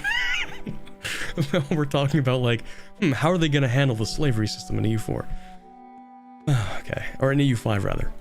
Anyway, we do have information. So we have people in Tarragona, peasants, burghers, clerics, nobles. Okay, cool. We have different cultures: Catalan, for the most part, Andalusi, Sephardi, and, well, again, Sephardi, yeah. Then we have the religions.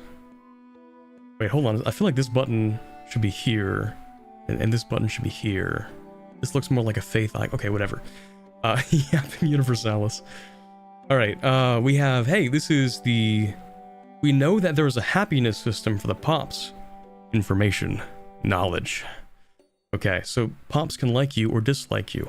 Wow, in the province or in the location of Tarragona, you're telling me that there are a lot of Sunni Andalusians that are not happy with the rule? Isn't that crazy? Wow, that's wacky. It's almost like I wrote an entire paper on this. Yeah, I'm interested to see how they're going to handle the Moriscos in Spain and Portugal to a degree as well.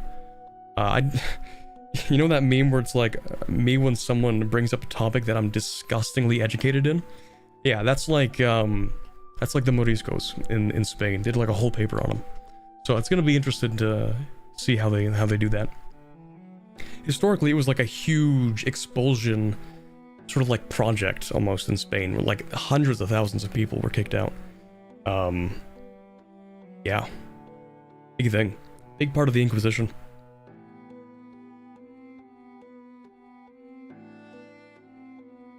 Alright, a few other statistics related to a pop, where we first have their literacy, which impacts the technological advancement of the country they belong to. Oh, interesting.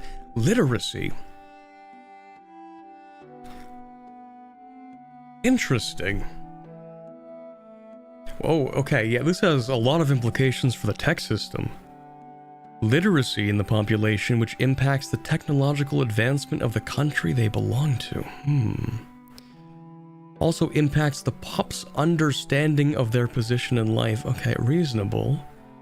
Literacy is one of those things that, like, you know, when you play Vic 3 and you're like, ah, that makes sense. This was one of those times where, like, the big reading campaigns, you know, you got a lot of people, you know, a big push to increase literacy in countries, because that's a big part of also becoming like a factory worker and all that stuff. So Vic 3, it makes a lot of sense. We're talking about the early modern period with literacy, though. That's far different. You know, you can expect very, very low numbers of literacy during the EU5 time frame, generally speaking.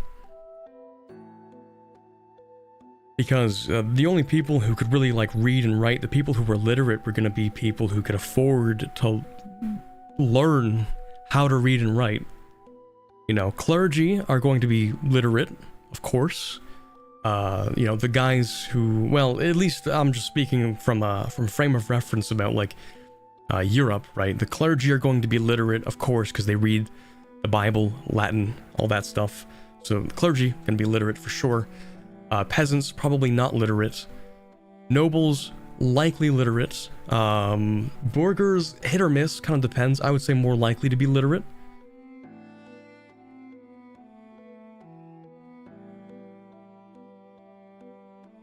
Everything related to the Spanish Empire is going to hit different than EU5. Colonization, the Jewish population, the Moors, the different crowns that made up the country, all of it gets interesting with pop. Yeah, seriously. Spain becomes like a completely different country to play when you move from the EU4 dev system to the EU5 pop system. But then it also, you know, we talk about like what's the player agency, what's the player allowed to do? You know, can the player continue on the historical path of what the king and the Inquisition and all of the religious institutions in Spain at the time, not all of them, but a good deal of them, you know, were getting more dissatisfied with the uprisings in the Moors and stuff. You know, all the things that eventually led to the decision to expel the Moors in Spain. You know, what kind of gameplay implications does that have? Is that something a player would ever take? Is there a point to having it in the game? Stuff like that. It's gonna be interesting to see what they decide to do with that.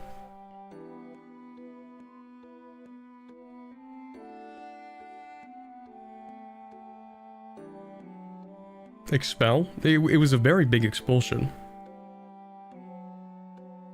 Like, rather large expulsion. A good number actually ended up back in Iberia, oddly enough. But I think the vast majority ended up going to North Africa.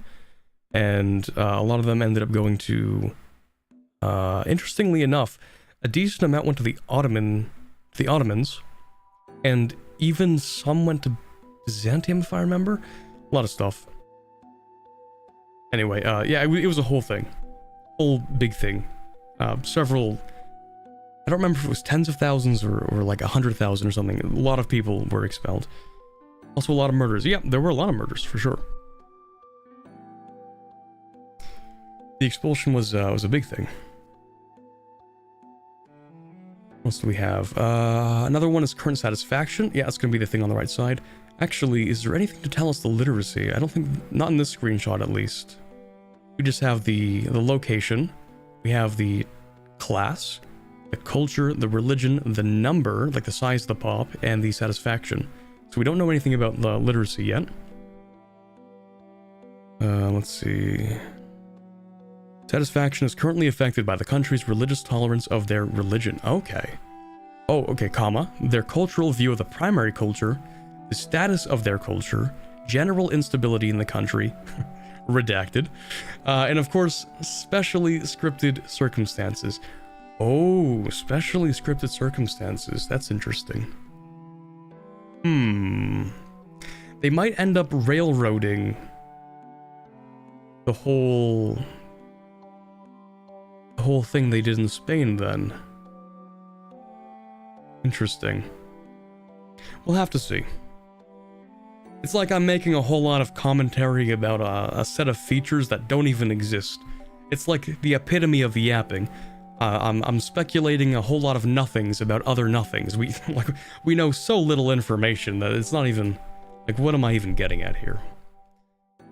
Okay. There are also indirect values and impacts from a pop on the military, economical, and political part of the game as well, which makes sense. We'll get to that eventually. Populations can grow or decline over time, assimilate to other cultures, convert to religions, or even migrate. Good. I like the fact that there will be a migration system, particularly because it means we're not going to get that wacky EU4 colonizing, like you put down a settlement and 1,000 people magically appear. You know, that system, never been a fan of that system, because to me it just doesn't make any sense.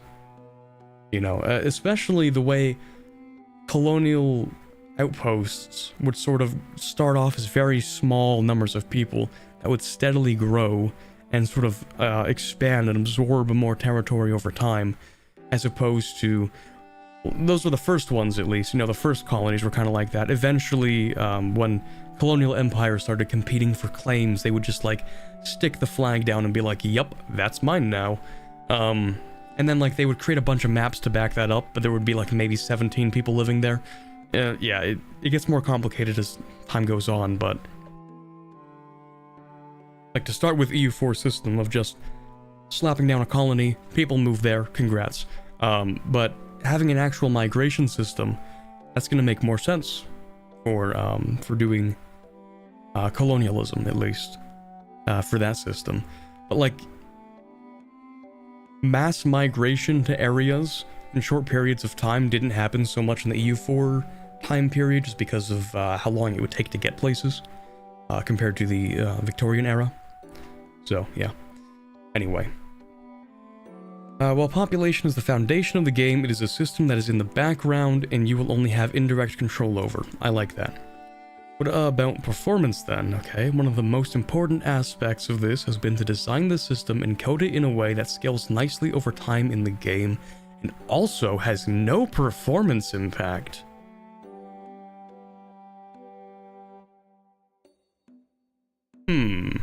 Okay. Of course, now that we talked about how detailed our map is, with currently 27,518 unique locations on the map, and many of them having pops, you may get worried. Yes, of course. Well, not just worried because of the idea itself, but also the way that Vic 3, sort of into the late game, it would get like really slow. It would start chugging your system because you would have such granular pop distribution in a billion different territories, and calculating all of them would be really, yeah. It got really bad. Now, they started improving it for Vic 3, which is really nice, but I don't see how the fundamental problem is any different. So I don't know what they mean when they say no performance impact, but we'll see. If they claim it has almost no performance impact, well, I'll believe them for now until we see it. Anyway, 14 years ago, we released a game called Victoria 2 and had a 10th of the number of locations. We also had far more social classes. That's true. Yeah, Victoria 2 had the officers, it had the soldiers, the capitalists, the machinists, the peasants, the slaves, the bureaucrats, and you know whatever. That's true. Far more class types. I guess the class type is also more relevant, isn't it? Maybe.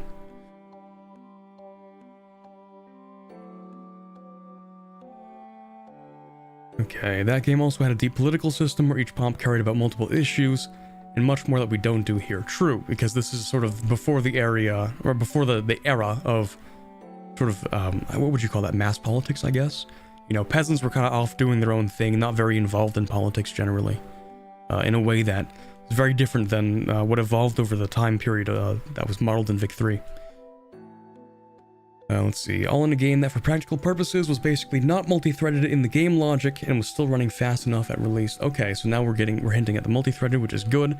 EU4 I think is multi-threaded in some ways, but not in all of them, which is why the game tends to sort of slow down towards the late game.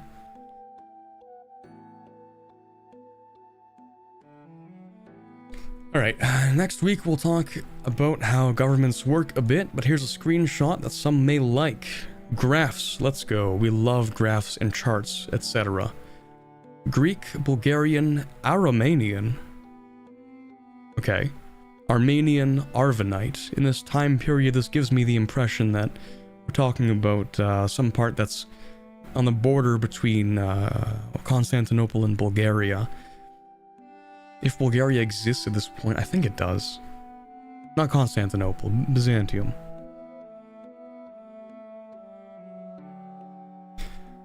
What would be interesting would be seeing technology innovations changing culture in some ways, like maybe more or less tolerance for cultures similar to your own with language change / standardization. True. Yeah. Looks like Istanbul / Constantinople. Most Canadian of what I've ever heard from Corbett. Okay, anyway. Yeah, this all seems to make a lot of bogomalism. Sorry, I was gonna say, oh, this makes a lot of sense, and then I got hit with the bogomalism. Miaphysitism. Okay, you know what? They're just making up new religions. Ever heard of a Miaphysite? That's what I thought. Not real. I'm joking. I don't know if Miaphysite is like an actual, like, if people still practice Miaphysitism.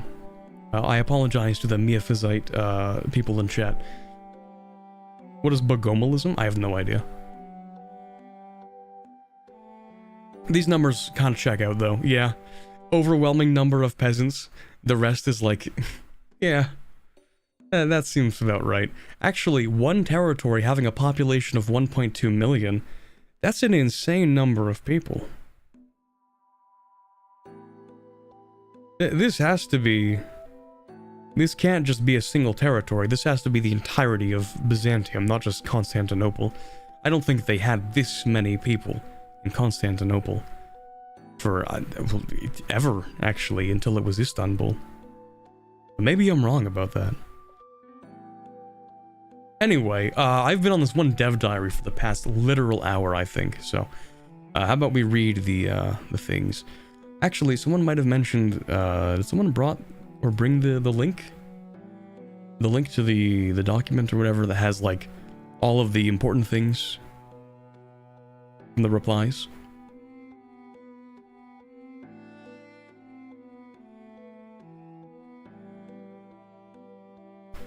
And let's see. Locations are for pomps. Nice.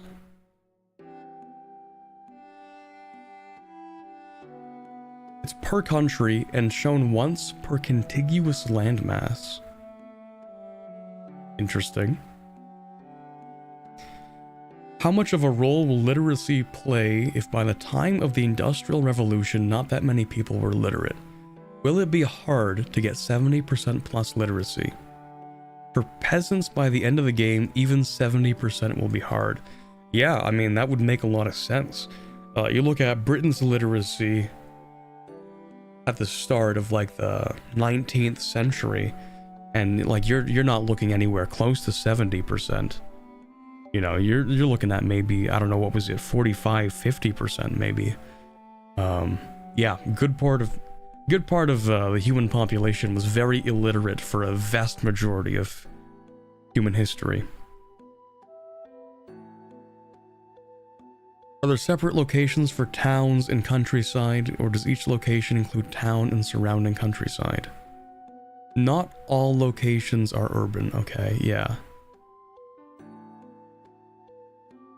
That brings up an important extra point. He talked about the 3 things that each territory has in the last dev diary. Talked about the climate, talked about the terrain, and the vegetation. But there's also the distinction between towns. A town, okay, but locations are going to be larger than towns, right? Like, you're not going to have a location which is majority city, are you? The cities simply weren't that large. The vast majority of the territory is still going to be rural. In fact, probably the majority is going to be peasants that are farming enough to have, you know, to give the lord their due for, you know, the whole feudalism system.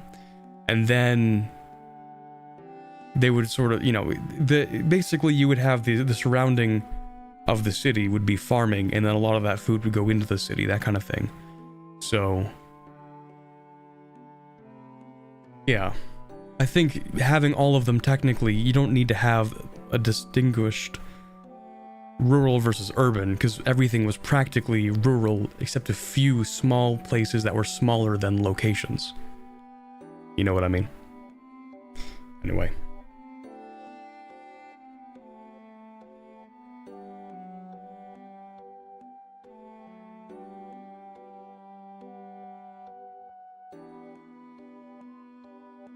Oh, how will serfs be handled? Will it be slaves or peasants? Peasants with X and Y. Thanks, Johan. Okay, we only need population pyramids?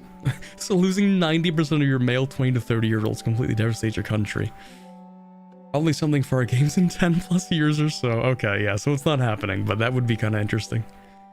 You know, too many of the young men in your country die, population is slow to recover, that kind of thing. Who knows? Maybe they can model that with modifiers rather than actual population pyramids. A lot of provinces. Okay, yeah, no. Don't worry about that. The terrain won't be visible. Okay, not in the political map mode. Okay, nice. So kind of like EU4-ish. Yeah, new pop type, X and Y, epic. I think the UK had a pretty safe 50% for ages and only breached into the high 60s once the end of the 1800s approached. Maybe, I don't know. I have no numbers on UK literacy rates. Is there anything that was learned from Vic 3? Okay, this is a weird question. We'll talk more. Okay, what is this? How will colonial pops be handled? Will they... this is going to be interesting. Yeah, will they remain their original culture? The answer is going to be no. And I know it's going to be no, but I'm interested to see how they change that. We'll talk more about how these things work in the future. Yeah, we know for sure there are going to be colonial cultures. A feature in EU4 that absolutely cannot be ignored for EU5, especially with this pop system, or the people system. It has to be, right? A group, a population of people that for a period of time is so disconnected from the mainland population by pure distance and how long it takes to travel back to the homeland, pretty much, that they just end up diverging with cultures. Like, it happens. So obviously it's going to be in the game. I just wonder to what capacity. Also, I would like it if they sort of end up creating new cultures dynamically. Like, you know how in the EU4 system, England colonizes provinces. Every now and then, one of those provinces is American culture. Like, okay. That's... alright, I guess. It's, not quite riveting. Not quite that interesting. Because, like, if you're England and you colonize provinces in, like, Brazil, you're gonna end up with American culture. It's weird. Dynamic colonial cultures would be neat. I think they would be neat. Yeah. Pretty much. Would be interesting how the Greek people in the Ottoman Empire start becoming Turkish. Yeah, they did mention assimilation, conversion, etc. Is it missing the Genoese or North Italian population unless it was too small to include? What are they referring to? Only the 5 biggest cultures. Oh, only the 5 biggest cultures are shown.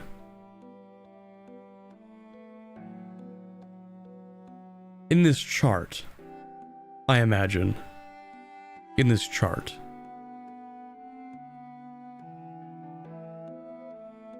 Probably. What am I missing? Oh, I missed there's so many replies. I'm never gonna get through all of these. Let's see.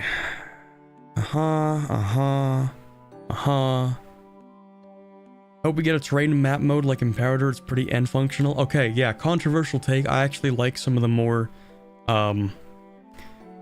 terrain-like map modes in Imperator. Even the one that like mixes the terrain plus the political. I actually like that. That's my controversial take. Anyway, here we go.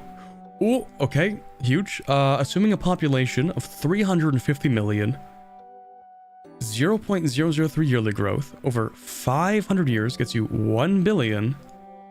Okay. Numbers, statistics. Any small variation from the normal have massive impacts late game because the population works like compounding interests. True. You know, people who have kids, their kids have kids, and those kids have kids. So you end up exponentially increasing the population growth. Or the population, rather, not the growth itself. Although that increases as well. Let's see. But yeah, because wars, other stuff, famine, war, and disease help a lot here. Famine, hold on. Keyword added to the dictionary. Famine, food system. Now we're talking. Imperator food system, perhaps? Where certain goods will give you food that sort of builds up in a meter in a province. Province, not territory, specifically province. Or sorry, not... location, that's what they're called. Not location, province, hopefully, so you don't have to manage each individual little thing. Famine, food, that's a thing. Food universalis confirmed. War, disease, war makes sense. Disease also makes sense. Game starts just before the Black Death. That's going to be a big thing. To complete my endeavor, blah, blah, blah, blah.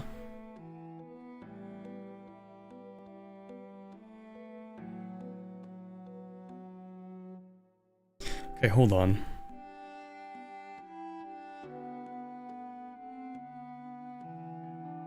Development was originally designed to be reworked into the Imperator Rome style pop system in 2017, but it was deemed as too much work to change now, so let's do it. Interesting. So we could have had a very different EU4 system if in 2017 they decided to change that. That would have been a very different EU4 system. Interesting. He didn't work on V3, coded on to V2, okay. Yeah, okay. Easily modded, nice. Oh, actually, this person brings up a good point. Tribal and nomadic pops don't work like anything that we were referring to. Rename live reaction to live yapping. Okay, but I'm adding context. It's called transformative content, thank you. Anyway, actually, tribal and nomadic pops are kind of really relevant because they're not quite peasants. They actually don't fall into any of the categories. They're not nobles. They're not clergy. They're not peasants. They're not slaves. And they're not burghers. They're completely different. Which calls into, or brings up a couple of questions for how New World natives are going to be. Right? Because they don't really fit any of the categories. So I guess that'll be interesting. Actually, assuming that they're even considered tags, we don't know if the populations in the Americas are going to be considered tags or not. We'll figure that out. Oh, they'll figure that out eventually. We'll find out what they figured out eventually.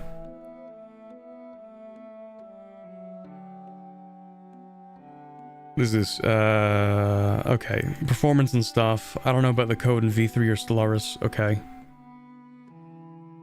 Okay, so basically there's complete disconnect between this pop system and the other pop systems. Okay. I assume the literacy might be easier to achieve for small playing tall nations as an attempt to help balance them out for larger nations. Also, can one cheat the literacy score by having certain pops, such as slaves, not count? Okay, so slaves don't count in the literacy metrics, I suppose, which makes sense because of the way that slaves were treated historically. I assume they'll make them tags. They probably will make them tags. I'm just curious about how the pop system will be handled for those migratory tribes, because it is far different than any of the current pops that they've mentioned. Anyway, you can have multiple cultures be in the same culture group and be of different colors that can be manually set for each one. I'm pretty sure yes. Okay, cool. What do the striped lines mean? Yeah, it's the cultural minority thing. It's pretty standard in. Okay, there's a page 2. I'm not going to go to the page 2, am I? How long is this? Okay, it's only 4, fine, okay, whatever. Rapid fire these. Insanely unlikely to add other pop types, and we have removed some that we had earlier in development. Differentiations not only about pop type, but also about a lot of other statistics. Okay, this person does bring up a good point. Slaves don't accurately describe the Mamluks or the eunuchs, and tribesmen is pretty distinct from nobles or pet. Okay, yeah. So he's bringing up the same thing that we talked about. And he's saying like they're unlikely to add other pop types, but it doesn't mean that we've seen all the pop types. Maybe. Hold on. Let me fact check that real quick. What did he say? In Project Caesar, we have 5 different. Never mind. Ignore me. Who knows? I don't know what they're cooking yet, so we'll see. Here we go.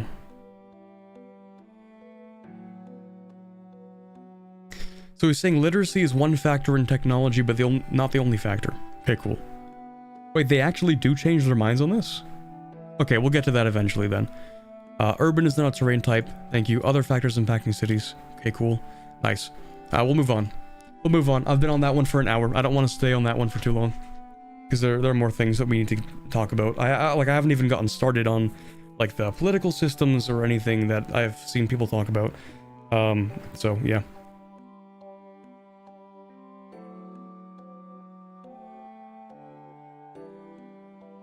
Enjoy the rest of the yapping. I will. Thank you very much, Quiet Guy, for participating in the yapping. We have... we're on the 4th Dev Diary chat. Yap Central. Okay. Gonna have to translate this out of Japanese for the VOD watchers. Alright. Government types. 5 different government types in the game. Monarchy, Republic, Theocracy, Steppe Horde, Tribe. This is basically the same as EU4, nothing new. Monarchy uses legitimacy, Republic uses Republican tradition, Theocracy uses devotion. Is that even what it's called in EU4? I think it is. Steppe Hordes use Horde unity, Tribes use tribal cohesion, which is new because there was never a thing for tribes. It just doesn't exist. Remember to check the map at the top. You're right. You're right. Zoom, enhance.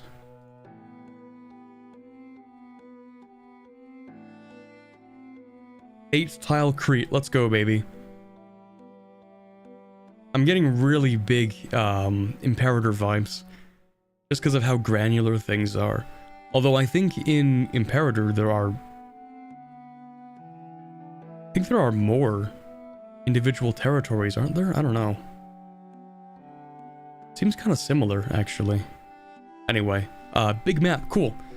People used this to figure out that it's 1337. You can just barely see the countries, yeah.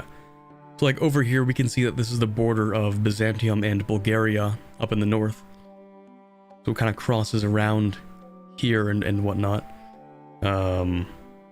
Other entities, I imagine this is like the vassal of Athens or something. I don't know. I know considerably less about 1337 than I do the 1444 start date. Here we go.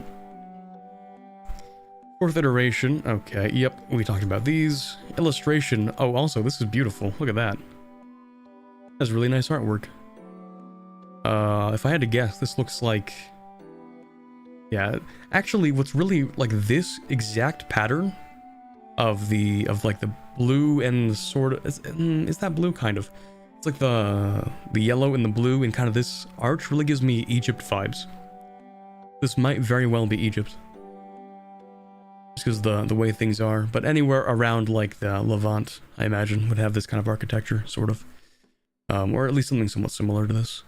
The big open sort of area with the arches and the way things are done here. Yeah.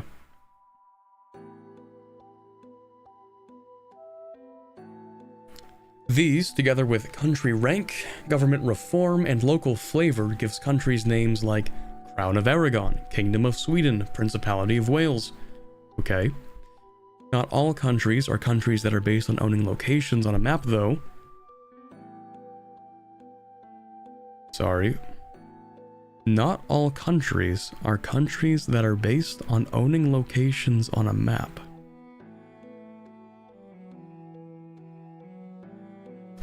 What do they mean by that? Like the title HRE?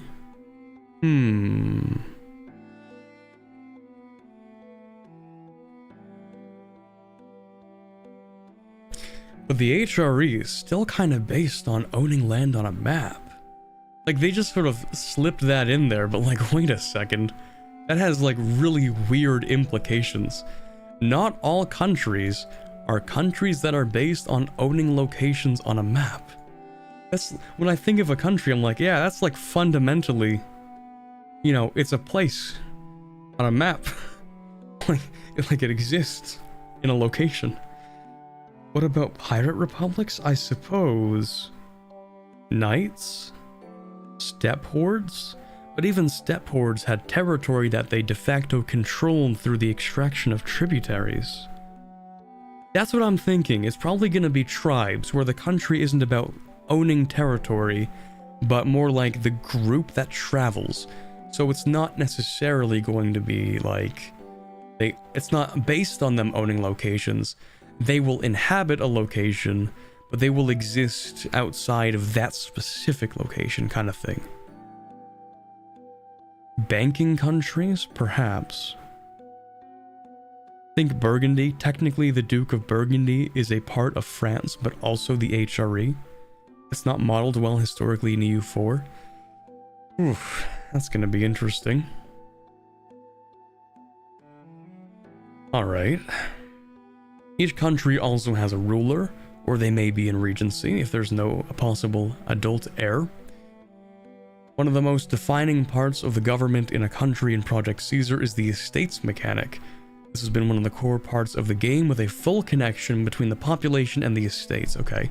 So keeping the estates satisfied while keeping their powers low is an important part of the gameplay loop. So it's not quite like in EU4, the early game, you want to empower the estates, but I'm guessing estates are going to be limiting factors in EU5, where they're going to be interest groups that want things that you don't want. They want more wealth for themselves, which means less wealth for you.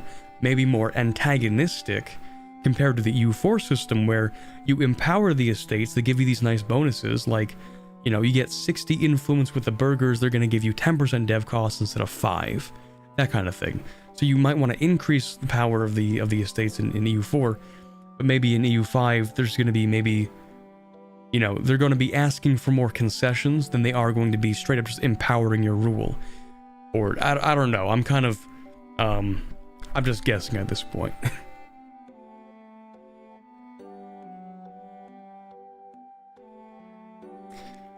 Okay, oh, here we go, yeah, so keeping the estates satisfied while keeping their powers low is an important part of the gameplay loop. In this game, the estates are also active entities and will do things on their own if they get enough power. That's a big difference in comparison to EU4, where the estates are very benign, they're very passive. If you don't interact with the estates generally don't interact with you that much. You know, you can give them the privileges, you take the crown land, you sell the titles, all those interactions, but if you don't do that, they just kind of sit there and don't do much. You get the occasional event and that's sort of it. But they're not going to actively try to, like, enforce a monopoly, you know? They typically won't come to you with a trade deal where they speculate on the price of armor and ask for a monopoly on selling it or anything like that. It's kind of different, I suppose.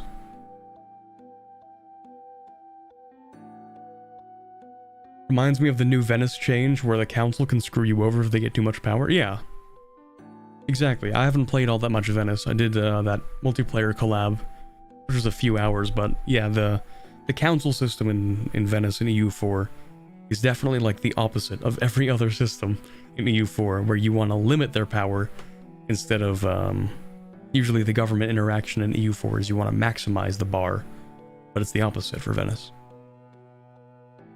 Okay, so we see two things here. Pashas increases noble power by 100%, so it doubles it, minus 10% on rest. I'm assuming that's going to be a global thing. Also, I don't know if it's just me, but these cards, little government attribute cards, that's what they look like at least. They remind me a lot of, you know, the Civ 6 attributes you can have for countries. Where, like, you swap out the little cards and stuff when you're reforming your country. What do they call them? Attributes? Tenants? Whatever. So they have, like, anyway. So, monthly progress to aristocracy. Progress to aristocracy, interesting. One culture specific, that's the Pashas for the Ottomans. One government specific, which is autocracy for monarchy. As time, well...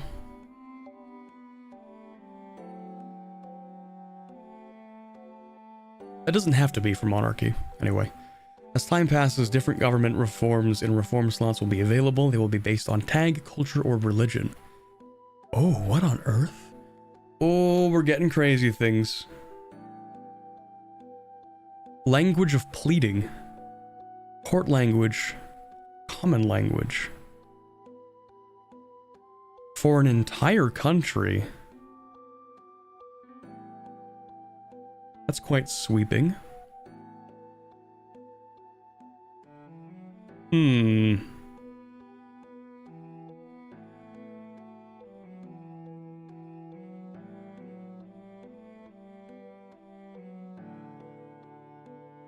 what if the court language is very consistent with the common language? Oh, maybe... But what do they mean by language? Okay, whatever. I'm thinking too much about this. I should just read. I should read more, yap less. Alright, something that is different from a reform is what I call a law. A law can have several different policies you can pick from, and several laws have unique policies only available to certain tags, religions, and cultures, and government types, and other factors. There are some drawbacks to adding new reforms or policies, though, as it takes a few years for them to have full effect, depending on your country's administrative efficiency. The real kind of administrative efficiency.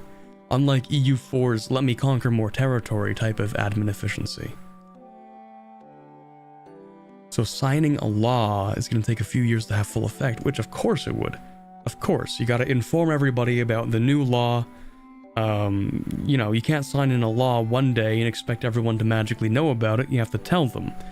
So that's going to take time. You have to disseminate the information throughout the entire country, you know. Let everyone know, hey, this is the new law, things are going to change around here, and, you know, it's going to take some time, so I like that. Regularly, if your country or your government allows it, you can call in a parliament. If you don't do it often enough, the estates will start to get irritated, but each parliament has issues that need to be resolved, and the estates will have agendas they want done for their support. Okay, that makes sense.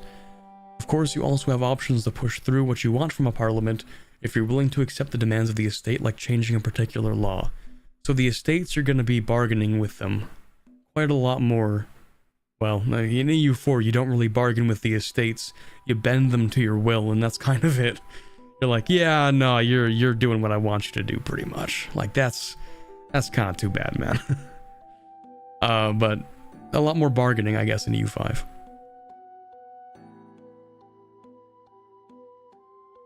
There's also the cabinet, okay, which grows in size as you become more advanced. The cabinet?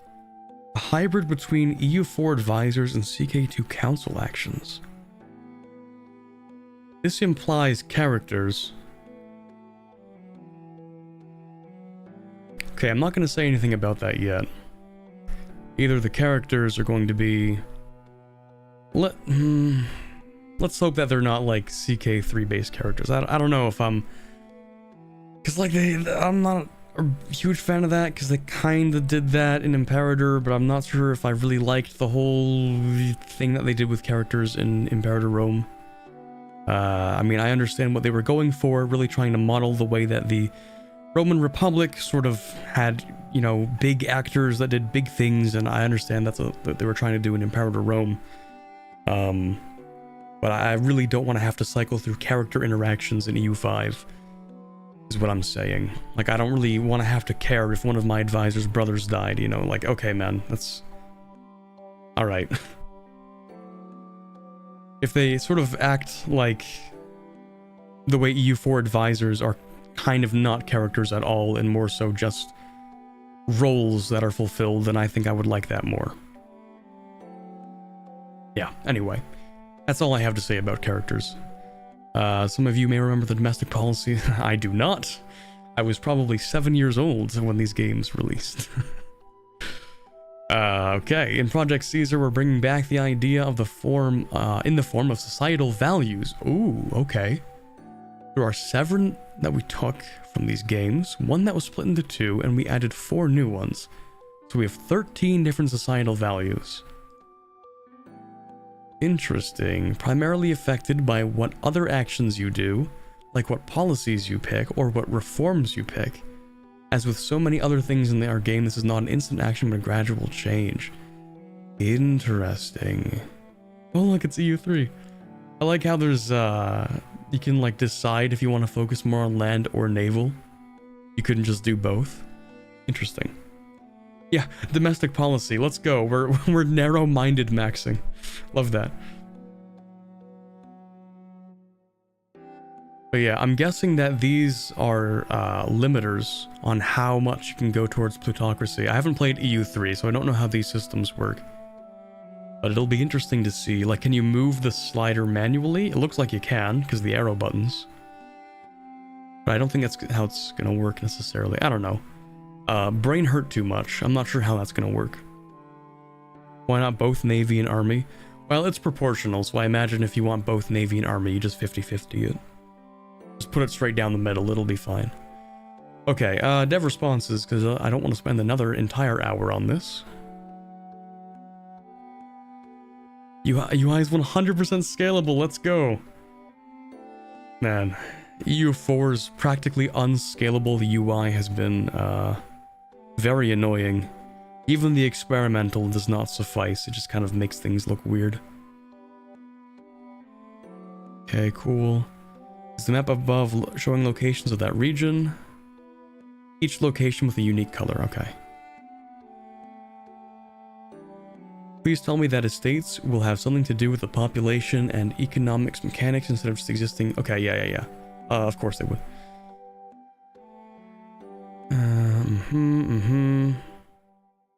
How customizable are government types? Very much. Okay. Are interregnums a thing? Yes. When you refer to countries that aren't based on owning locations on a map, do these have government types that aren't enumerated in this dev diary, or are they specific countries? Something completely different. Ah, okay. Interesting. Well, now they've piqued my interest. Will UI be changed during development? Yeah, UI is like the last thing that they make for games. Don't worry about UI yet. Currently 2-year cool. Okay, hold on.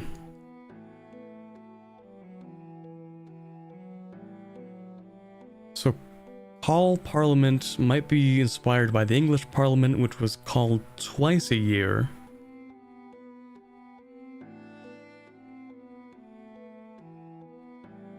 So he's asking if there's an auto call, maybe?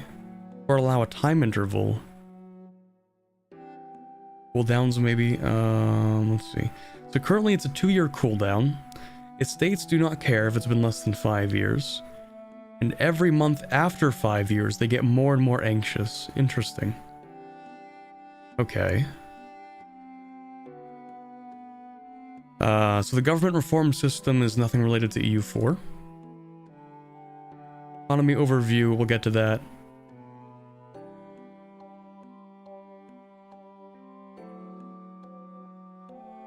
Oh, here we go. So cores, okay, so they're saying that EU4 cores have lost all meaning. So you can, because in EU4 you take territory, you core, it becomes core. The word core doesn't really mean much. It just means like now it's part of your country and you can do reconquest for that stuff, but it just means like you extract all the resources when it's a core. That's kind of it, and it reduces overextension in EU4.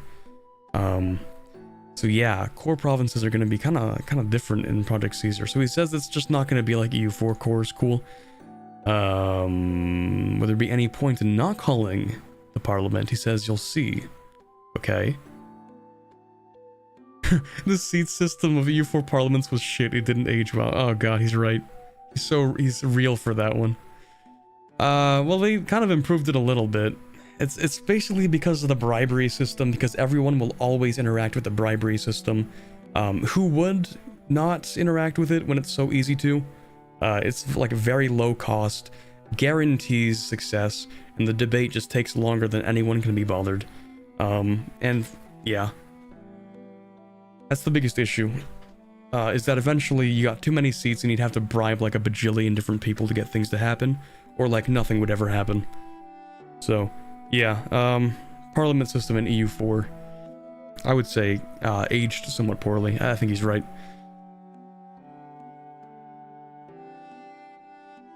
Parliaments are meant to represent every kind of assembly of estates, okay. We're just saying this. Yeah, he is right. However, I would say it is quite possible in some countries that some estates would simply not be allowed to join whatever you would call it, the General Assembly or whatever. Like some certain estates historically have been kicked out or removed or not invited to certain assemblies for a variety of reasons. I'm wondering if you can do the same thing. You know, what if you want to call a parliament but you're not interested in what the peasants have to talk about, so you're just like, yeah, no, we're not going to invite the fourth, or what's it called, the third or fourth estate, the one with like the common people. like historically in France, you had the estates that were, I think you had like the nobility, you had the clergy, and I don't remember if the third estate was a mix of the merchant class and the common person, or if there was a third and a fourth estate. I think the third estate was made up of the merchant class as well as the common person, like peasants, maybe, but it was mostly the merchants. And those guys would sometimes just not be invited to things for whatever reason. First estate nobility, second estate clergy, third estate everyone else. Yeah, so sometimes the third estate just would not be invited. You know, just like, we don't care about those guys. So I'm wondering if they're gonna do something like that. Just like, yeah, we don't care about the common peasant folk.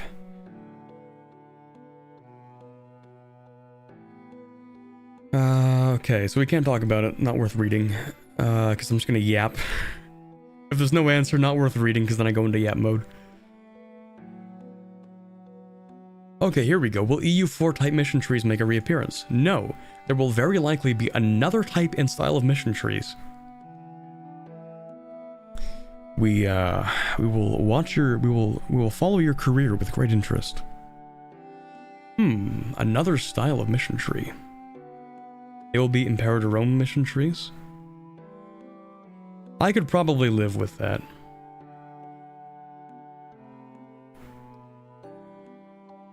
Dude, what? The more I hear about Project Caesar, the more I'm disappointed. This dude said it on the 4th dev diary. Man, shut up. This the 4th dev diary. Like, oh, the more I hear, the more I'm disappointed. Relax. You've gotten a morsel of information so far. Anyway, he said no to EU4 style mission trees, nothing else. Yeah, that's the thing. Okay, anyway. I assume they'll be replaced. Yeah, he mentioned that. Okay, cool. One day for the Central Europe map. Yes, individual locations can be taken. No mana based, giga based, in fact. I think most people would like to move on from the mana system. Oh god, I've just been reminded about the mana system debate we had in the Discord. What counts as mana and what doesn't count as mana? The answer is nobody knows. The answer is nobody knows what mana is or isn't, and everyone disagrees, and ultimately somebody's gonna be upset over the definition and whatever they decide to... Yeah. We're not reigniting the mana debate. Mana is mana, okay? It's self-referential. It is a circular definition, and it can be whatever you want it to be. Who cares? Let's move on. But yeah, let's just say, like... I like the EU4 mana system because it's probably the best example of a very successful and intuitive mana system that works, but I'm ready for something different, okay? We can just move on with our lives. Pops are mana, yeah, real. Anyway. Okay, yeah, they started talking about the design at the same time, so I see. Oh. Not reading all that. That's written in Japanese. Okay. All of our menus are in sidebars. Nice, except for the ledger and some unit reorganization windows. Okay, cool. We used to use much more full screen in older games like... Okay, I didn't even know that. But that's true. I actually prefer having fewer full screen menus. They feel like they take me out of the game a little bit when I see full screen menus.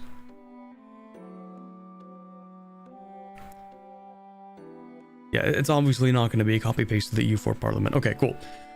Number 5. No, I want to debate and ban people that disagree. Well, that's too bad. Here only I get to ban the people I disagree with, so it's unfortunate.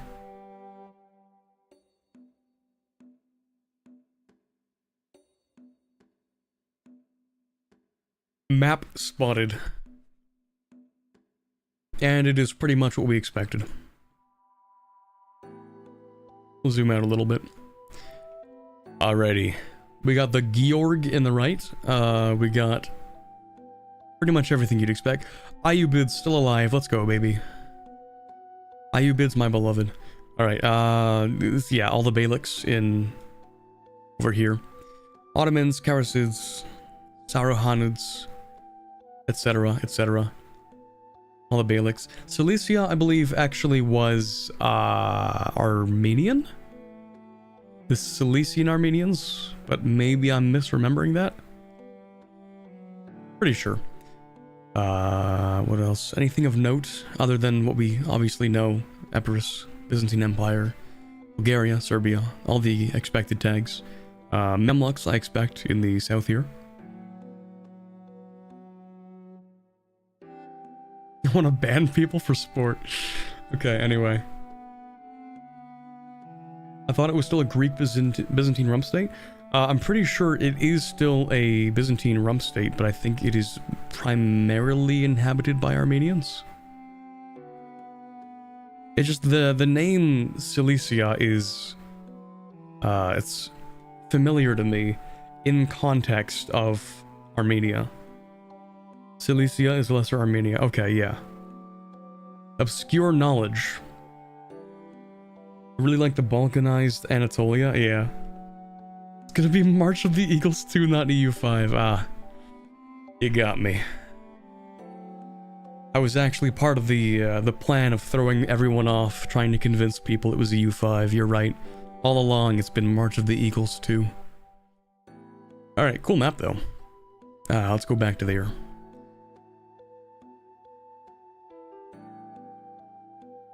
And welcome to the 5th Tinto Talks, where we talk about the design for our upcoming top secret game with the code name Project Caesar. Yeah, it's totally not EU4 or EU5, guys. Totally not. Nice artwork. Cool. That's King... Ooh, hold on, I got this one. Louis the 14th. I don't know if that's true. I know there are a lot of King Louis guys, and this is one of them, I'm pretty sure. This guy looks pretty French to me. Also, I'm pretty sure that's the Palace of Versailles. Correct? Let's go, baby. Is that Versailles as well? I don't think I've ever seen a picture of Versailles, but I imagine what Versailles would look like. It's got American soldiers. I don't think they are. That is Versailles, and this is King Louis the 14th. Dude, I'm on a roll. It's almost like I actually, learn things about history. That's crazy. You're telling me I remembered that stuff from history class? Wild. Anyway, what else do we have here? Right, we have the entire... What is this about? Social classes and interactions. Beautiful. So, each estate gains power based on the amount of population belonging to these...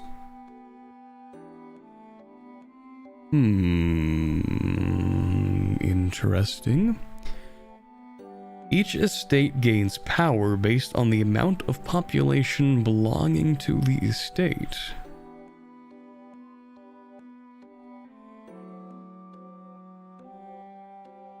Okay.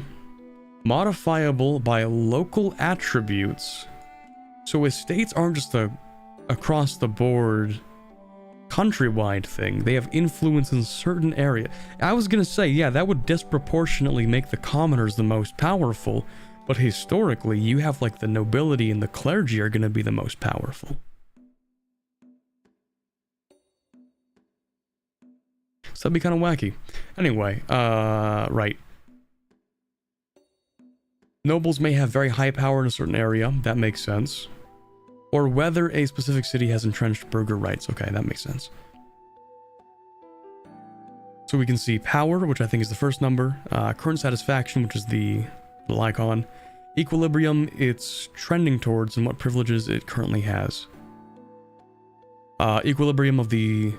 Oh, okay, yeah, the little icon. So the equal means that they're at equilibrium. The increase means they're increasing their happiness. Okay, and then we have power, which is the top number. And... what's the bottom number?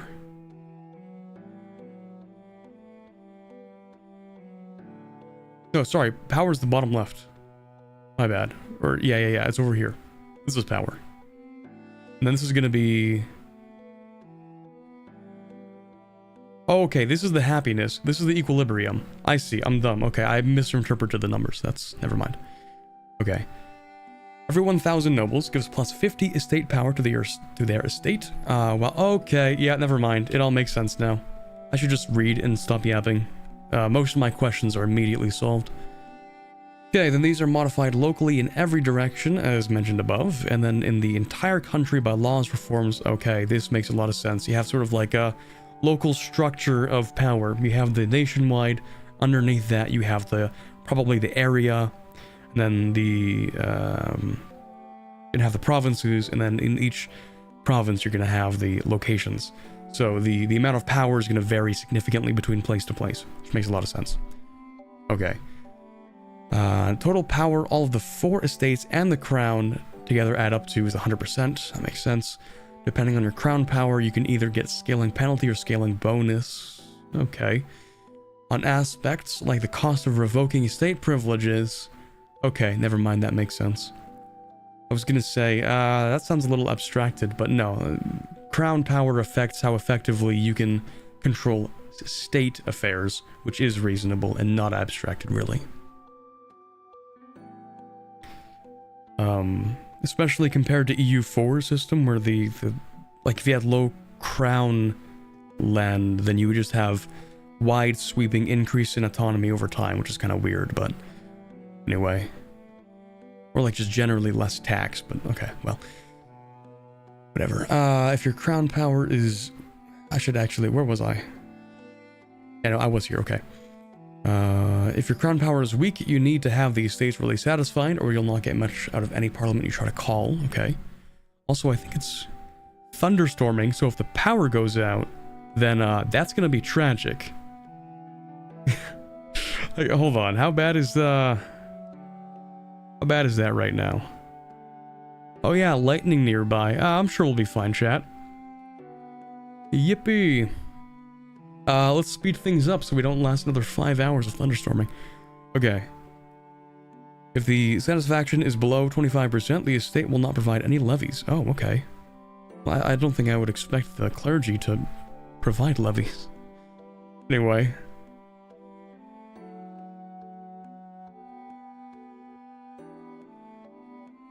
So each estate has 2 factors per type of estate, which their satisfaction impacts the entire country. For satisfaction, above 50% gives scaling, and below a scaling penalty. Okay, so bonus versus penalty. If the satisfaction is below 25%, provides no levies.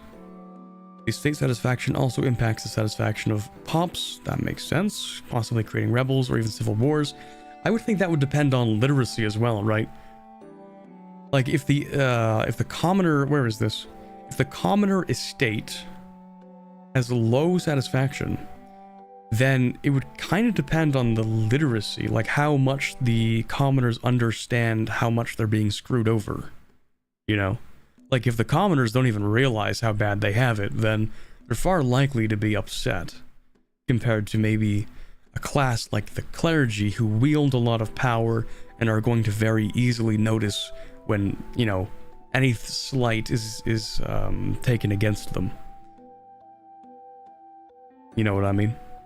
Monasteries have their own serfs and peasants in their areas. I guess it would vary region to region. But yes, you're right. Okay. Nobility impacts your prestige gain and your counter-espionage. I like that. That makes sense. Clergy impacts your research speed and your diplomatic reputation. I would imagine it would make... no, okay, this makes sense. This can be reasonable. This also makes some sense, even if it might be colloquially counterintuitive that the clergy, you know, shouldn't really affect your research speed, or in fact, just clergy being very influential would reduce research speed. Wait a second. No, hold on a second. If the clergy are upset that they impact your research speed, maybe? I mean, okay, yeah, we'll work with that, I guess. Sure. Burghers impact your merchant power and the production efficiency. Makes sense. Commoners impact your food production and your stability costs.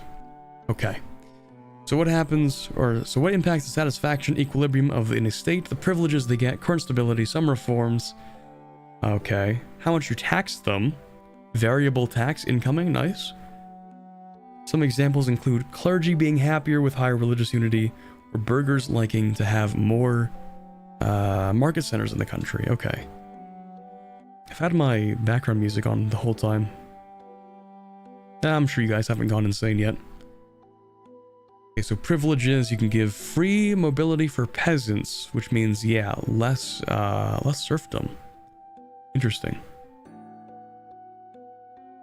Part of being good at research is being able to read, so it kind of does track. Yeah, that's true. It does kind of track in that regard. Yeah, okay, like a decent amount of research, I guess, in some matters, especially like philosophical matters, where a lot of that had to do with the church and religion and stuff like that, you know? Like back when they were doing like science in, let's say, like the Middle Ages or whenever this time period starts, it might have a heavy influence from the church, not necessarily just because you know, the way religion interacts with science, but also how where was I even going with that? Like centers of like institutions for learning and stuff are also typically very controlled by like clergy and stuff. So yeah, like they would consider like, oh, you're doing science, yeah, you're just studying the natural world, and which has to do with like religion and stuff. So like yeah, they were totally fine with like doing the whole religion thing. And I imagine if the clergy don't like you, yeah, they might hamper a bit of the technological process or progress. Sorry. Clergy did the most science in medieval Europe before the Renaissance. Yeah, that's what I was thinking, exactly. The clergy were the ones to fix the calendar, so it works. Yeah, there were a lot of things that clergy were responsible for in terms of scientific progress in the early modern period, and before that as well. Not only just because they preserved a lot of texts, like a lot of old scriptures and text manuals, stuff like that, were held in monasteries and churches and stuff like that. So you'd have a lot of clergy members actually going through older, classical era texts that were preserved by church institutions. Actually, a lot of that has to do with Renaissance as well. Yeah. Brain scattered. I actually didn't write a paper on that, but I do remember that from a class. 132 people watching the yapping games. Let's go. Okay, fine. I'll stop yapping about the clergy and research institutions in medieval Europe. Okay, let's see. We read all this. State privileges. You may feel forced to grant privileges to estates to be able to tax them more. Oh. Yeah, that's reasonable. Sort of like a concession. Like, oh, we need more money, but they're not going to be happy, so we can give them whatever token little thing that they want. Okay, cool. All privileges impact the power of their estate, and many also increase their satisfaction, equilibrium, also impact on gameplay. That makes a lot of sense. I kind of like this, you know. I think I'm going to like this system. You know, it increases their power, but it makes them happier, but also changes some policies. So, for example, free mobility for peasants, less serfdom. I'm not actually sure what free subjects versus serfdom, like what the balance between that is, but I imagine historically speaking, it's going to be in your interest to not have serfdom if you want to have your country in an early industrialization phase. You know, if you want an early industrial revolution, it kind of necessitates getting rid of serfdom eventually. You know, if you want a more agriculturally based economy, maybe focus on serfdom. Depends, you know what I mean? Anyway, what else? Many different privileges. We mentioned taxes before. It's important to mention that the estates of a country have wealth that is increased by the amount of money that you have not taken from them in taxes. Beautiful. Oh, I've always been upset over how the autonomy system in EU4 works, where you always want to decrease autonomy in EU4, but autonomy is literally just what amount of money that already exists are you going to tax? It's not like you're conjuring money up out of thin air, right? It's like either these people are going to keep their money or you're going to tax their money. The amount of money, increase, decrease, doesn't happen like that, you know? It's literally just the proportion that you're taking. And what you don't take, they're going to spend on stuff. And that's economic stimulation. Taxes. I love economy. Okay, anyway.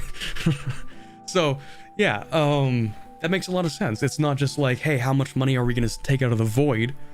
You know, it's going to be like, you know, it's actual money that you're taking from your population. They're going to use that for things. It's like Vic 3. In Vic 3, when you extract a lot of taxes, people have less taxes to spend on things. It reduces their standard of living. Makes a lot of sense. So yeah, and also you can decide, hey, which estates are we going to tax? You know, do you want to tax the nobility because they have a lot of money? Well, no, that might upset them, and you need the nobility for other things. So okay, we'll tax the commoners. But if you tax the commoners too much, well, now we have peasant revolts. You know, because these things, the amount of money you take from them matters more than just you having money. It's also their money, which they spend on things like economic development. So as they mention, let me see here. Rich estates will use their wealth on many things, primarily to invest into things that benefit them, but also build things that benefit the country. So that's an important thing. You know, it's not just we're taking money out of nothing. They might very well create things for you, and you don't have to worry about that. In fact, having estates build things for you is probably going to be a huge part of reducing the micromanagement when we have this many locations to deal with. When you have so many different places that you can build a bunch of different buildings in, and figuring out which is the best, you know, that's huge, really boring micro when you have this much to worry about. So, for larger countries, more autonomy might be more beneficial for the long-term economic growth, or really just your sanity while playing the game. Who knows?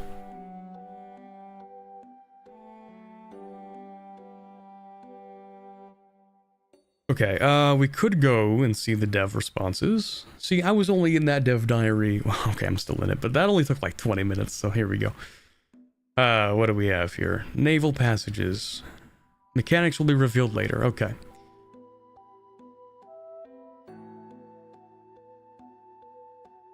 That's from another reply.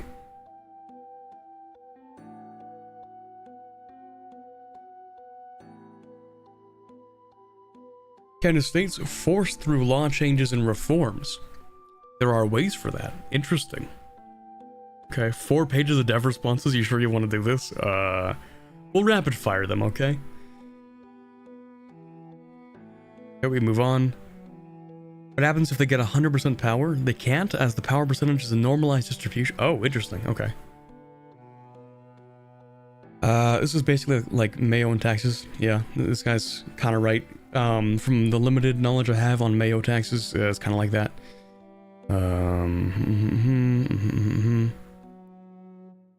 If it's my decision alone, achievements should always require Iron Man.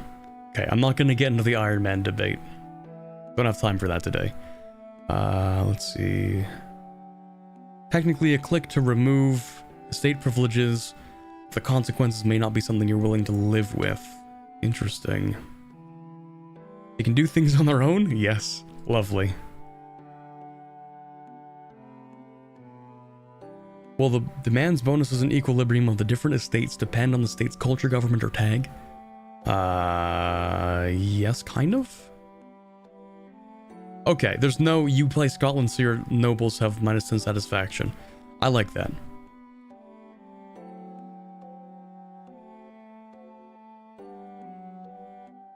Any chance of crown privileges affecting administrative corruption? Chance, okay. Well, countries with the set privileges, we'll start with historical privileges, lovely. Can be set up in a way to not have a brewing civil war at the start. Interesting. Will a ruler's skill still factor into things? Ruler's skill will impact other things we'll talk about. Oh, right, because EU4 is very, very much based on your ruler. Like, everything in EU4 is like, okay, the difference between having a 666 ruler and a 000 is like everything in EU4. So I don't know how that'll be different in EU5. Okay, that's whatever. Okay.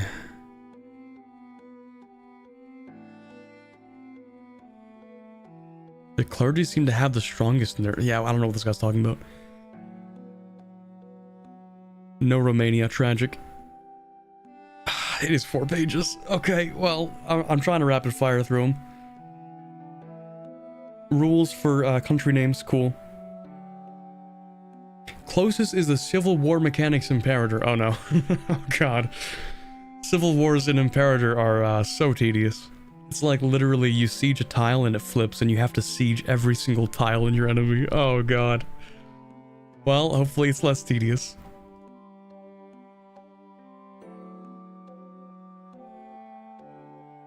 Does it make sense to have a state power based on population?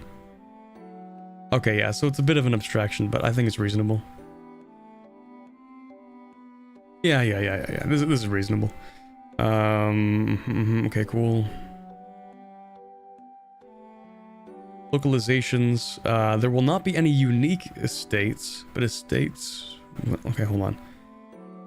Can you have an estate totally absent, okay, due to having literally no pops or other things? An estate with no pops will have no power or impact. Okay, so the state exists, just has no impact. Okay, cool. Food production is mentioned sometime after summer. Aw, we only learned about food production after the summer? Wait. Oh, this pretty much confirms we're not going to get an announcement then. If we're going to learn about food production after summer, so what are we talking? September? October? Yeah, but this game is not getting announced. This is like too, I think, fundamental of a concept to like wait until after announcement. You know what I mean? Maybe you don't know what I mean, doesn't matter. You know, yeah, it's just... We're definitely not getting an announcement this year. Is this Fog of War? Okay, hold on. Yeah, that's... They're complaining about how the map looks. Let me go back and look at it, actually. Because maybe they're right. You know what? Yeah, I'm actually not going through all 4 pages. Let me scroll up. Did someone paste the link to the document that has all the important things? It might have been so far up that I can't even scroll to it anymore.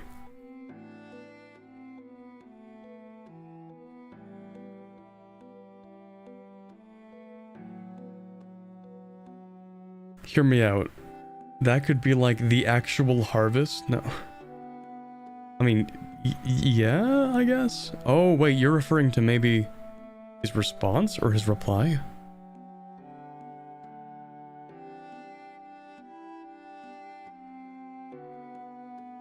Andorra confirmed. Let's go, baby. Okay, no, he's asking when will we learn more about that, so sometime after summer.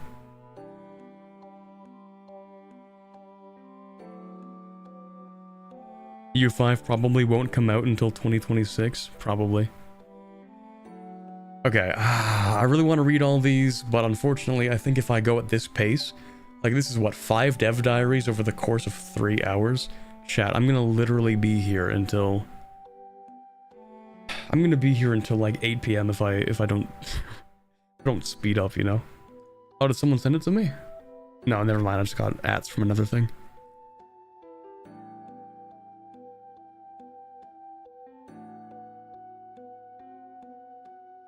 Reading all that, seriously. Rapid fire. Boring. Fog of war. Okay, revolts. Levies. Oh, levies. True. That means standing armies aren't in the game until mid to late game. Yes. ... He knows something. Get him, boys. He'll be here until the next dev diary. That's almost unironically possible because it comes out tomorrow. But no, I'll go to bed before midnight, I promise. So, CK3 levy system until eventually you reform and get a professional standing army? Okay.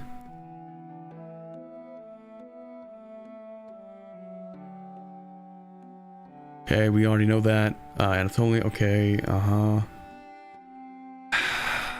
Even I don't have this much yap in me. We're moving on to the next one. Oh, hey, look, it's another estate. That's crazy. What do you know?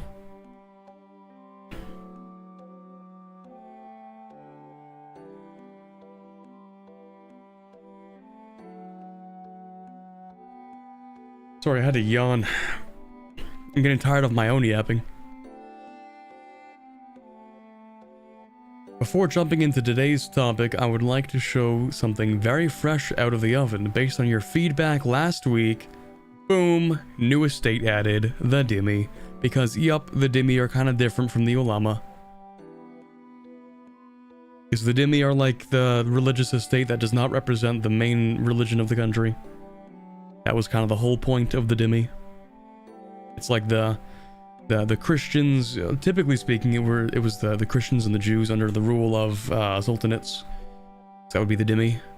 I don't know if the Dhimmi were also technically the Hindus in the Indian sultanates, but no, I don't think that was what they were called. They weren't called Dhimmi. I don't remember what they were called. But yeah, anyway. Yeah, they had their own estates, exactly. Okay, let's see. I'm gonna talk about locations. I didn't look at the map. Oh, this isn't the map, it's just oh, that's nice though. Nice artwork. Very cool. Fishing boat. I think these are lobster traps, actually. Now that I look at them, they look more like lobster traps than fishing boats. These over here. Maybe I'm wrong. Shouldn't there be religious estates for other minorities in other contexts, not just the Dhimmi? Yeah, you know what? I think that's true. I think you're right about that. There should be... I think every country should probably have the majority religious estate, and then one that represents the minority religions, but it might have to depend, you know? Like, I don't think you would have an estate specific for Protestants within a Christian country. But if you, like, let's say you're playing Spain, you know, a good part of Spain's population at the start date is going to be Muslim. So maybe having another estate for the Muslims under Spanish rule, you know, they're going to be different from the Catholic Church, obviously. But then we also ask, like, okay, so do you decide to add them as an estate, or do they automatically get added as an estate? Like, do you have to grant them legal recognition as a different state? Or can you do... I don't know. What about Cossacks? That's also true. Cossacks having their own estate. What about tribal pops in a country like the Roma people in Europe? Yeah, I think... They're definitely gonna need to have more estates than just the 4 plus the crown, yeah. You know, I like that they added the Dhimmi, and I think that they're going to add more, because I think you're right, it's pretty necessary to have different things like that. Anyway. Let's talk about locations a bit more. Not every location on the map is the same, of course, especially not in a game of such scope as Project Caesar. I mean EU5, I mean Project Caesar. By default, every ownable land location is a rural settlement, that's what I was speculating earlier. But there are 2 upgrades. First, you can found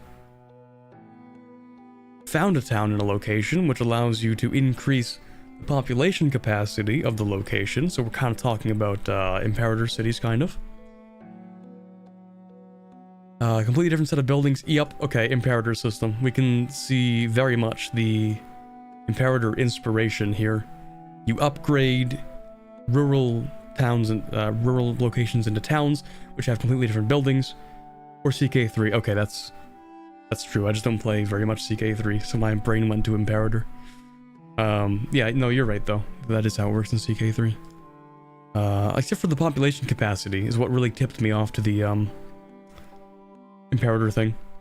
Population capacity, when you turn something into a city away from territory, it increases in Imperator, so that's what I was thinking. Anyway, then you grant city rights, which allows for more advantages. And why not turn everything into cities?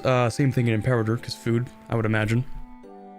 Yeah, drawbacks to food production. Adding more nobles, clergy, lots of burgers. Essentially, you have more people who are not farming, so the less food production. More susceptible to famines. That's really it. Control. Every location... Ooh. So is this like autonomy? This is like autonomy, it seems.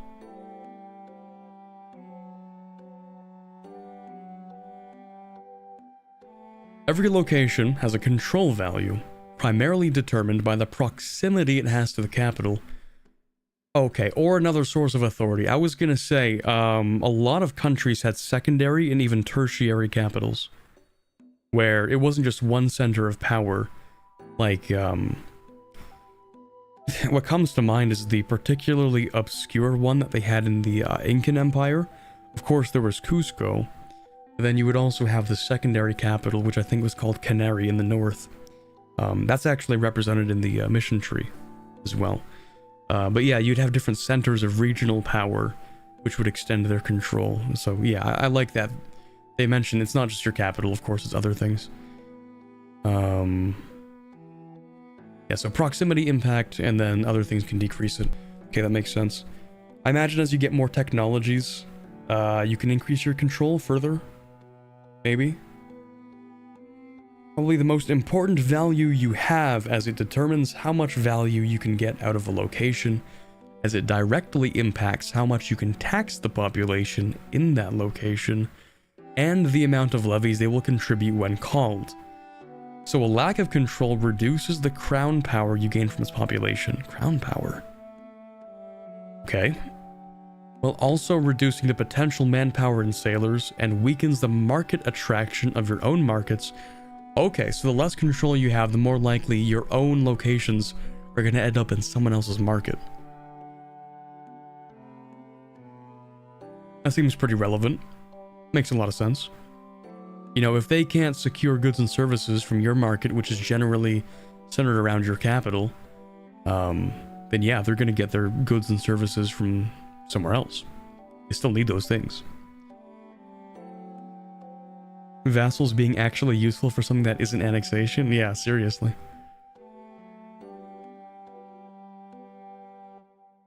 Okay, so the effective control on Kalmar is 56%. Goes up to 58%. This reduces the crown power. Okay, so crown power is what? Is it a value you get per location? I don't know if they mentioned what crown power is.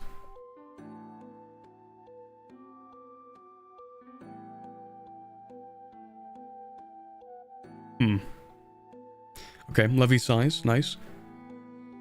Market protection.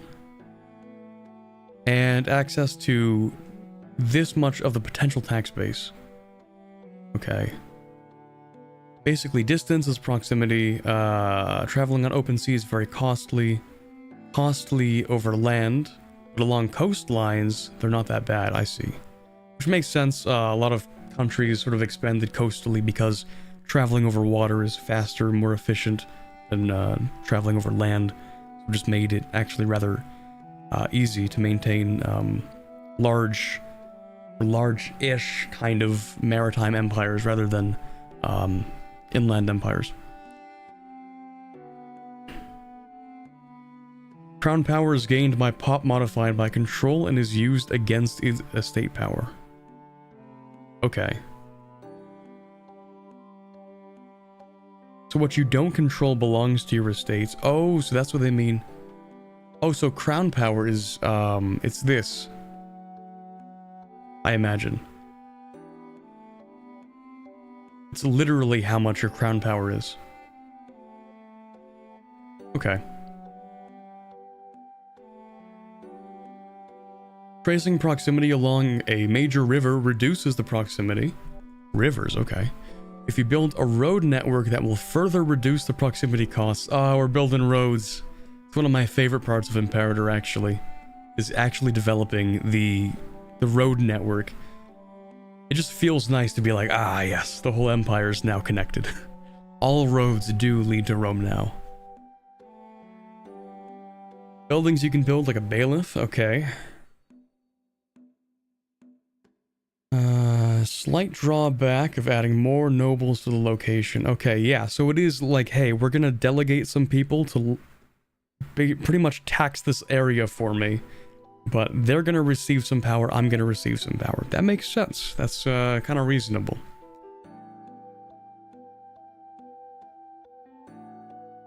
In every coastal location, or your around your locations, or where you have special buildings, you have a maritime presence. Oh, wow. Okay, so each maritime presence. Okay, interesting. Placing a navy in the location helps improve it quicker. Blockades and... Okay, this makes blockades so much more impactful than the EU4 ones. If blockades reduce your maritime presence, then that is going to have the provinces, like the markets that they belong to, is going to change. In other words, if your colonies got blockaded, you literally cannot access the goods from colonies.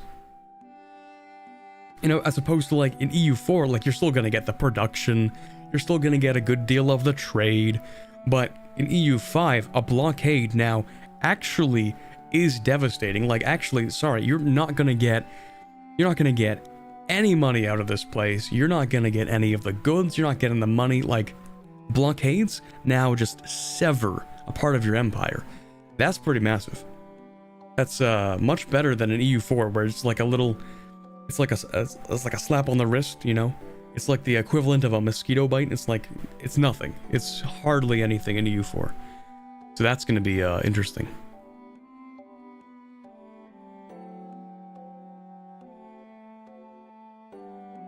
Okay, next week, overview of the economy. Oh, let's go. Anything interesting in the dev responses? I'm just going to go through the first page because I don't want to read 3 pages. Let's see what we have. Can we keep the demi-eye? Nice. Does control have a minimum value? It can reach 0. Cool. Yeah, of course that would make sense if it's far enough away. Especially with blockades, you would imagine control just plummets with blockades.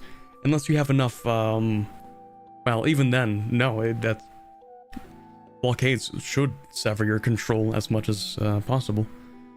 Especially in early game... Sorry, what is this? Increases the value of having subjects who will have their own capitals, especially in the early game.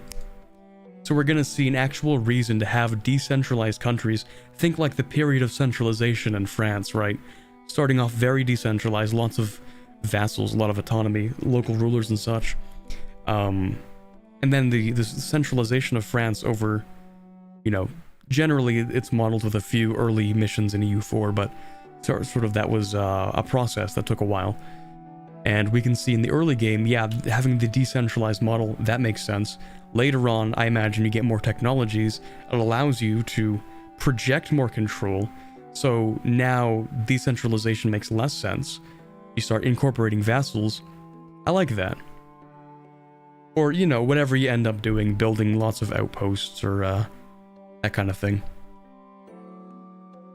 Okay, cool. Can control behave like EU4 autonomy, where you can consciously reduce your control for less unrest? No, they're different mechanics. Okay.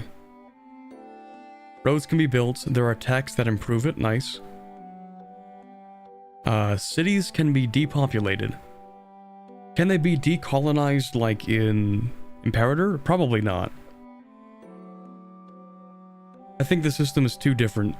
Like, even if there's no one living there, there will still be a formal claim held by somebody over that territory, and thus it will never end up decolonized. It just will be depopulated, and that's the difference.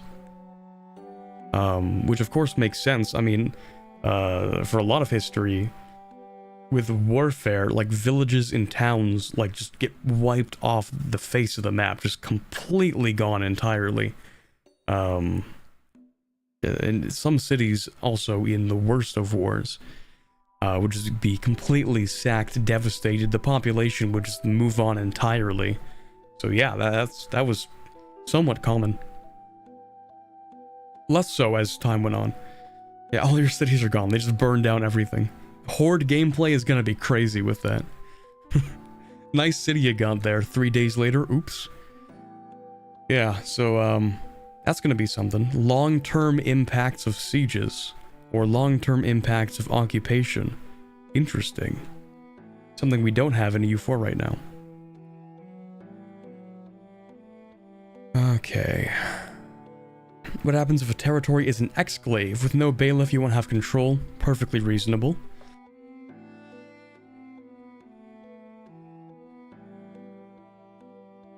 I wonder if fires would be able to depopulate cities like the fire of 1917 in Thessaloniki. I think it's gonna be a lot of things. It could be fires, it could be natural disasters like earthquakes, Huge storm, maybe not storms, kind of depends. Well, no, monsoons can get particularly bad. Earthquakes definitely are a big one for sure. I'm thinking more disease though. Plague is gonna be enormous. Like early game plague, Europe just before the Black Death sweeps in, kills a third of the population. That's gonna be massive. So yeah, I don't think it'll be the ability to depopulate cities precisely. It's going to be locations that are just going to have a large amount of population reduction from certain different things.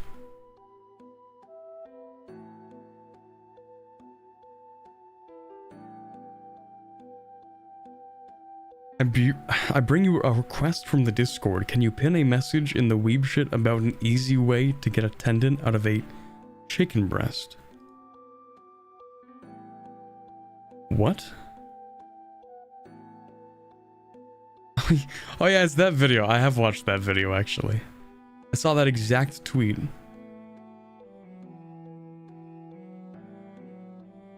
You know, yeah, sure, whatever. It's pinned now. Congrats. Okay, sailors weren't removed. They work differently than in EU4. Okay, cool. High control is always good. Nice. More estates are on the table. Beautiful. Yeah, wealth that's not taxed goes to the estates, which can be helpful. Oh, hold on. Hold on. Now that we finally see some of the North, will Norse mythology exist? Oh, baby. Ooh, we're doing the Norse run. Hold on. This is still the first page. Show me the Norse. This is all we get to see. Okay, I imagine up in the more northern regions. Time to Norse max. We're going for the Norse one faith, one culture once again.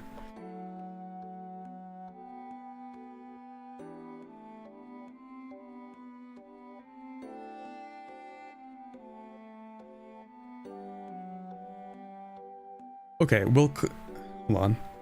Colonial nations will be something that you actively want to set up even if you're not forced to. Good, I liked that.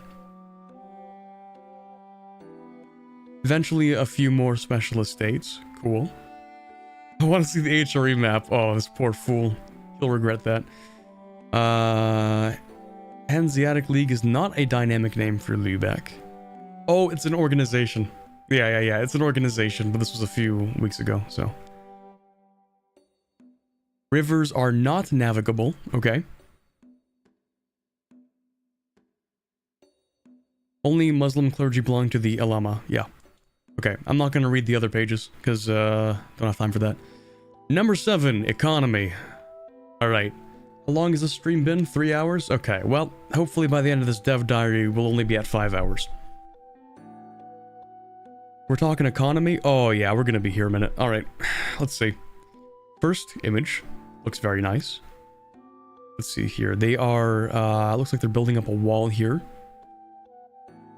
This, in my opinion, is a colony in the Americas set up by the Spanish. That's what it looks like to me, given the climate, given the ship. It's kind of all I'm going off of. This gives me pretty big, Oh, Portuguese. Ah, you're right. It could be Portuguese. This symbol, obviously it's a cross, but what am I thinking of? Like the shape of it, the red on white. I'm thinking Jesuits? Is that what I'm thinking? Hold on. No, that's a different symbol entirely. Wait, no, they do have it is the Red Cross. Well, not, you know, the Red Cross, but like the cross, which is red and, you know, has that kind of shape. That's the... Maybe I'm looking way too much into this. I don't know. Could be English. It's true. Yeah, okay. I'm looking kind of at the trees here. And so this gives me very sort of tropical vibes, or semi-tropical.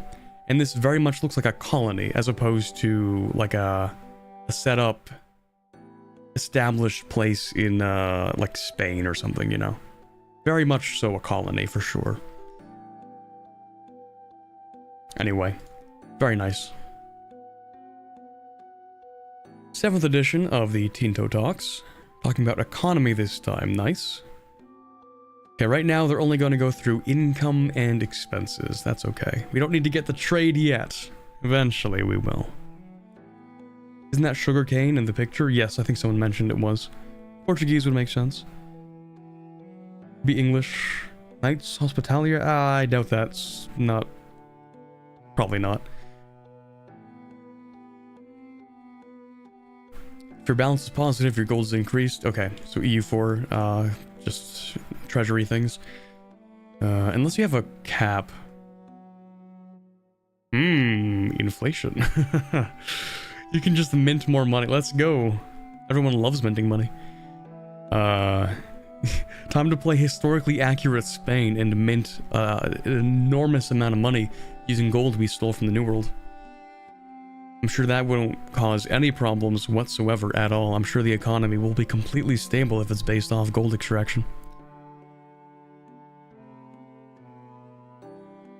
Also, yeah, I like the individual estate taxes, but let's read stuff.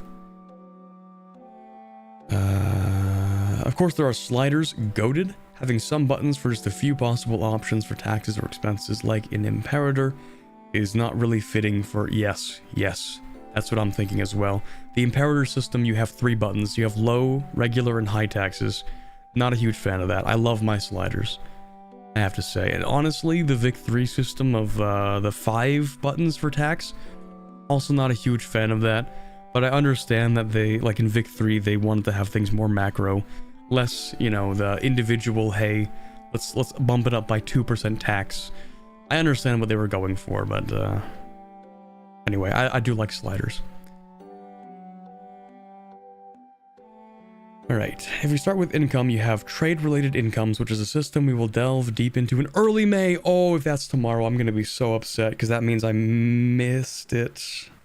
Means I missed the trade. But who knows, maybe it'll be another Tinto map. If I knew tomorrow was gonna be the trade... Wait. Did they tell us tomorrow would be trade? Next week we're traveling to France. Okay. At least I'm not missing out on the trade discussion by being off by 1 day. Okay, EU5 trade guide when? 2028. Alright. You have trade-related incomes, which is a system we will delve deep into in early May, as well as diplomatically related income. You can gain gold from provinces, not locations, that sell surplus food, which makes sense. I imagine food is dealt with on a provincial system rather than a location system. At least I hope so. So they sell surplus food that they can't store in their local market. Okay. Neither of these you directly control with any slider, though, I see. The bulk of most countries' income will come from taxes. And taxes in Project Caesar, I mean EU5, I mean Project Caesar, are really different than before. First of all, every estate has a possible tax base. Okay. They get into that next week, okay. This you can attempt to tax from them. But every estate has a maximum tax that you can take from them, which depends on your laws and your privileges. This is reminiscent of, I think, Vic 2 had this, where you can only tax certain classes a certain amount based on your laws, if I remember correctly, from the maybe 5 hours I played Vic 2. So that's an interesting system. There's a cap on how much you can tax, alright? The higher the tax you take from them, the lower their satisfaction, okay? Some examples of tax affecting things include the Catholic religion, which limits the taxes on clergy. So religion actually having an effect, it's coming into play. And also, the auxilium et consilium, estate privilege for the nobles, which reduces the tax that they pay. Okay. Finally, for something that has existed in some older of our games, we have minting. Let's go. I love minting money. What is inflation? Now, what is that, you may ask? Minting is the possibility to get more money by printing more coins. A slight drawback of increasing your inflation.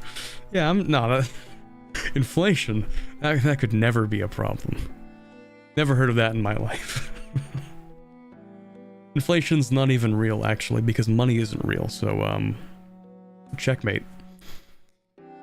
Here we have the possibility to tax the commoners and let's tax the poor more. Let's go. Okay, so the amount that you can tax is the darker version of the blue here. I don't know if that's easily visible. So you can have it up to the edge of the blue. The black background is that, or is it just really, really dark blue maybe? Dark teal, I don't know. Anyway, so the background is, you can't tax that much. The darker blue, you can tax up to that, and then the light blue is how much you're taxing, so. Interesting. So the clergy are actually, what is that, exempt from tax?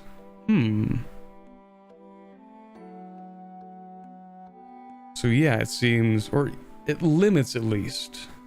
So the Catholic religion limits the amount that you tax clergy. In fact, I think you don't tax clergy at all. Would be my guess. In fact, the clergy tend to do quite a bit of taxing themselves. Especially like in Catholicism and stuff. Okay. Expenses. We all do love gaining gold, true, but sadly we have to spend it. Well, you can spend it on getting more gold, so it's not that sad.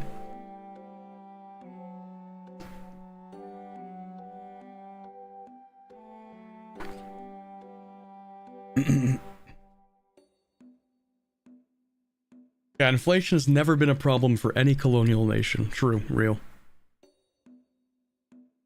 So firstly, we have the cost of the court. Directly correlated to the economic base of your country, and if you spend less gold than expected, your legitimacy, or, you know, equivalent thing will wait, what? If you spend less gold... Okay, never mind. No, that's reasonable. It's a really interesting dynamic, though. The game is like, hey, don't hoard money, spend it, or else the estates are going to be upset. Or rather, your legitimacy, or whatever function, is going to decrease because spending money is seen as a legitimizing factor. That makes a lot of sense, actually. You know, if you have a ruler that just hoards all of the money and doesn't spend it, then, like, what's the point of giving them the money, you know? People, yeah, it's gonna be, for sure, this is gonna be like, yeah, what's the point of us giving you money if you don't spend it? Yeah, okay. Reasonable. Until you get to a divine right or something, I don't know. Yeah, my Scrooge McDuck money pit. You're telling me I have to spend money or people will think that I'm a bum? That's crazy. Alright, clearly the peasantry have not heard of the concept of acting broke to stay rich. Anyway. Let's see. So there are advances, laws, and other things that can impact how much you need to spend. It's almost like the court... what's it called? In CK3, that court thing where you had to spend money or else people think you're a bum.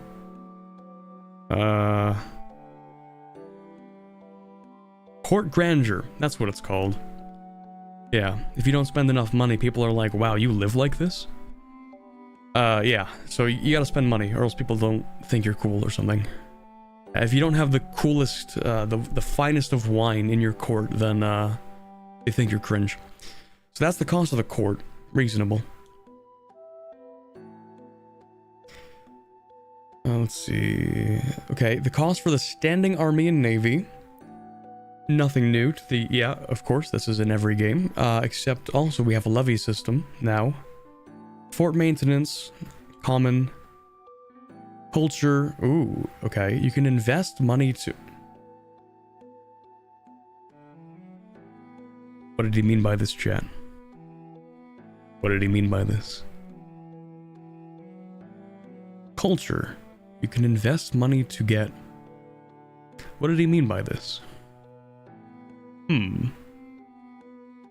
do what to the cultures exactly? What are we doing to the cultures with money? Anyway. You can decide how much you wish to spend on your colonial charters. Let's go. That's huge. I kind of want a system which allows you to dynamically invest as much money as you want to into colonies. I understand why they might want to add a cap so that players don't just like accidentally spend every dime they have on the colonies, because that's probably not going to be profitable. But like having a maximum amount that you can spend on colonies is kind of... Well, we don't know what the colonial system is. You know what? It's not even worth getting into. It's pointless yapping at this point. Okay. Last thing is investment in stability. Oh, that's different. It's no longer going to be EU4's -3 to +3. Now it's 100 to -100, decays towards 0. So, what other system has this? It's kind of like Imperator, but Imperator's is 0 to 100, with 50 being the equilibrium. And I imagine there's probably different things you can spend to change the equilibrium. Okay. There are 2 other ways to impact your stability gain besides investing gold. One of them is to the cabinet system. Another is a long-term impact from how your country's built up. It's based on how many clergy pops you have of your state religion. Okay, so religion has a direct influence on your stability through the clergy pops. Okay. So clergy serve a function, stability. That's useful to know. Other expenses, provinces that lack food will try to buy it from the local market. That makes sense. But why are you paying for that? Hold on. Why are you paying for people buying food?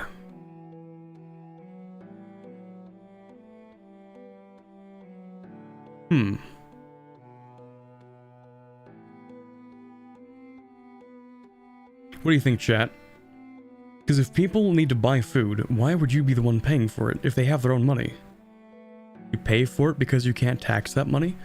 Okay, that shouldn't be an expense, that should be a reduction of income. Subsidy? Maybe.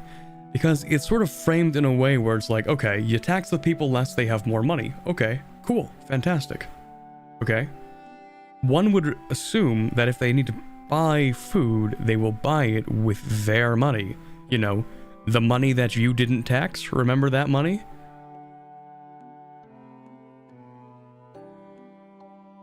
Tariffs by other nations? Yeah, but again, because like think about it, right? We're talking about a system where the pops, or the people system, they have their own money. They pay the tariffs. They buy the food. They sell the food. So why do we have to spend money?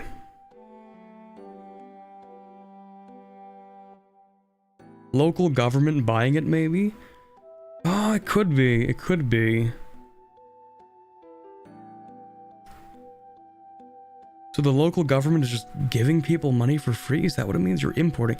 Okay, but if you're importing, what we're talking about with imports is, you know, you bring food from one location to another, import tariffs, right? Merchants themselves are paying the import tax, you know? You're a merchant, you have goods with you, you go into a different country, okay? You're like, hey, I have this and this and this and this with me. You arrive at the port, they're like, okay, you want to bring this into the country, you're gonna have to pay this much in tariffs. That's trade. That's the merchant. The merchant's paying the tariffs. The crown's not paying the tariffs. In fact, the crown is the one collecting the tariffs, right? You know, you want to export something? Oh, you want to leave this port with such and such? Okay, you're gonna pay some tariffs on exporting that stuff out of the country. I know, keep reading. I know, I'm sorry. Me when I over-speculate about literally one thing in the expense menu. Okay, whatever. Yeah, grain doles, let's go. Free food. Alright, so if you spend nothing on stability, you lose stability. Makes sense. Cost of colonies. Culture, still really confused. Spending money on culture. I guess what they mean by culture is not individual cultures like, you know, Byzantine or Castilian or French or whatnot. What they mean is culture as an abstract, right? Artwork, music, architecture, which is also kind of artwork in a way, monuments, that kind of thing. That is what they mean by culture, I imagine. So that's why it has to do with prestige. Okay. Sounds good.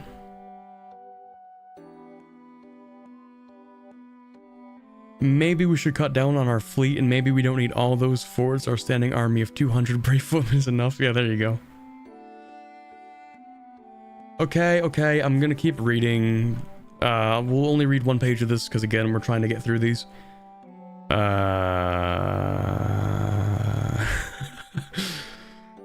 Hello, Johan. I'm seriously sick, and according to my doctor, the only thing that can save me is seeing the map of Carpathia on Project Caesar. Caesar, thank you for your consideration.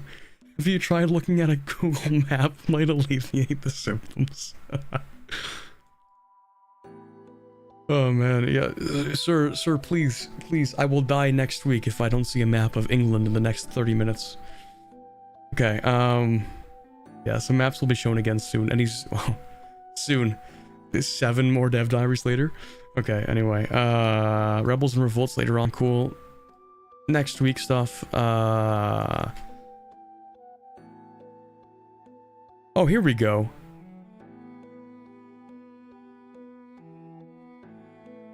Wait. Pardon?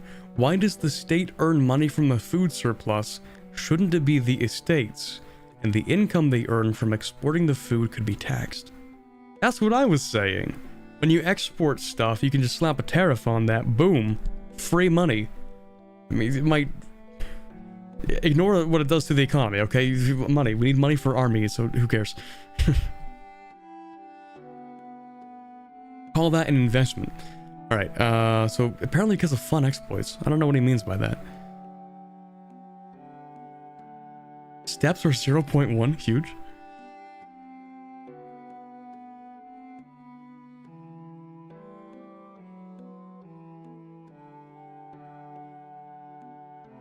Me when I get severe thunderstorm warning? No, it's probably fine.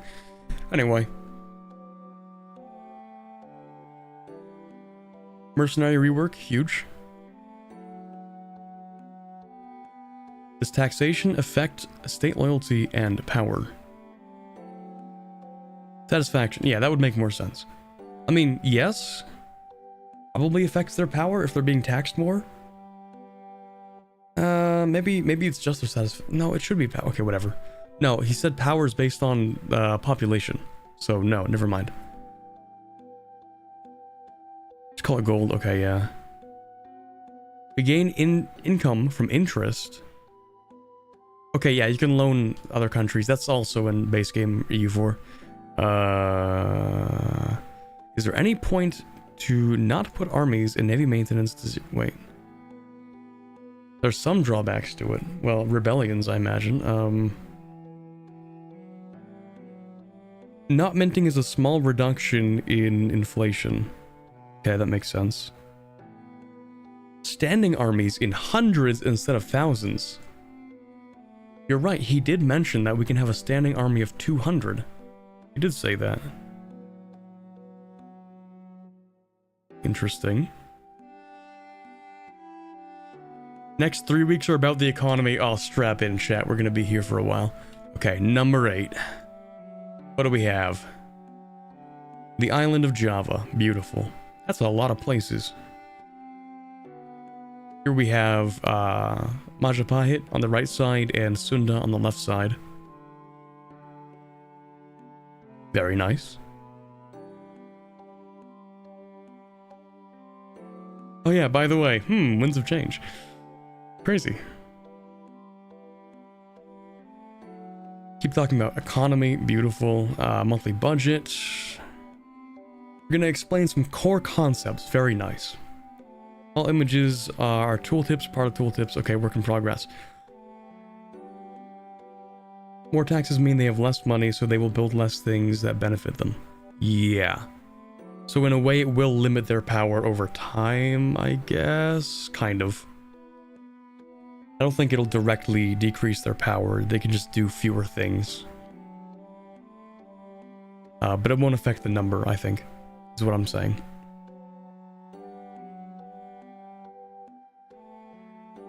At first glance, loans are similar to previous games, where you can take a loan, you get money, and you pay interest on it for a set period of time.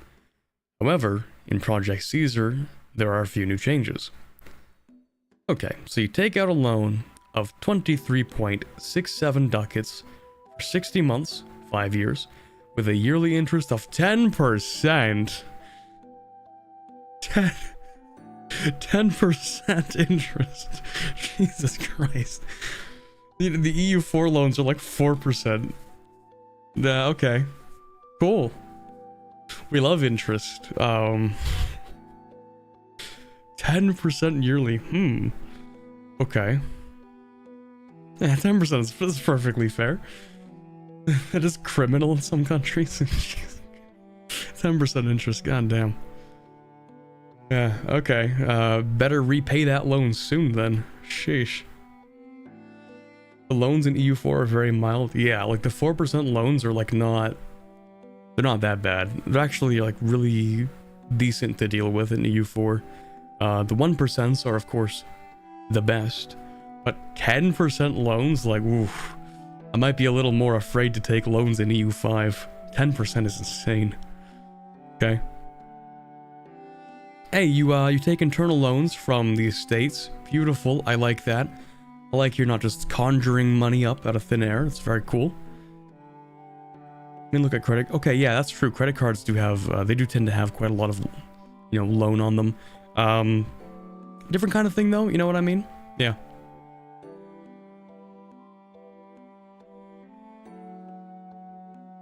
Did I say quite a lot of loan on them instead of quite a lot of interest? Anyway, second sentence. The estates invest money they have not only in immediate gains for their own power or other ways that benefit the country or other redacted, but they also... Does it mean or other countries? Wait a minute. Okay, well, we don't know what that is. No point in speculating. They also invest in having money available for the country where they will benefit from the interests. There is a set amount you can loan, yeah. The estates have made... nice. 696.46 ducats available for us to loan from them. I see. 10% loans are still crazy, though. Okay, anyway. Alright. So they will set aside money for you to loan from them. Or, yeah. Okay. Interesting. If there is no money to borrow from the estates available and you have no ducats left, you'll go bankrupt. Which is a little bit more severe than an EU4. Bankruptcy is like really bad in EU4. It's manageable. It certainly is manageable if you, for instance, you want to do like a planned bankruptcy just to, jumpstart your economy after a particularly bad set of, wars or whatever.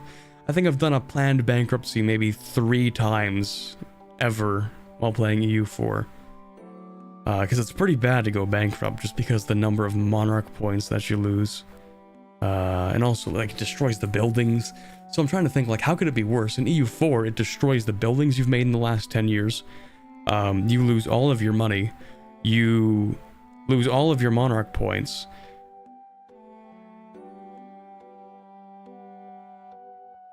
Your army doesn't work anymore.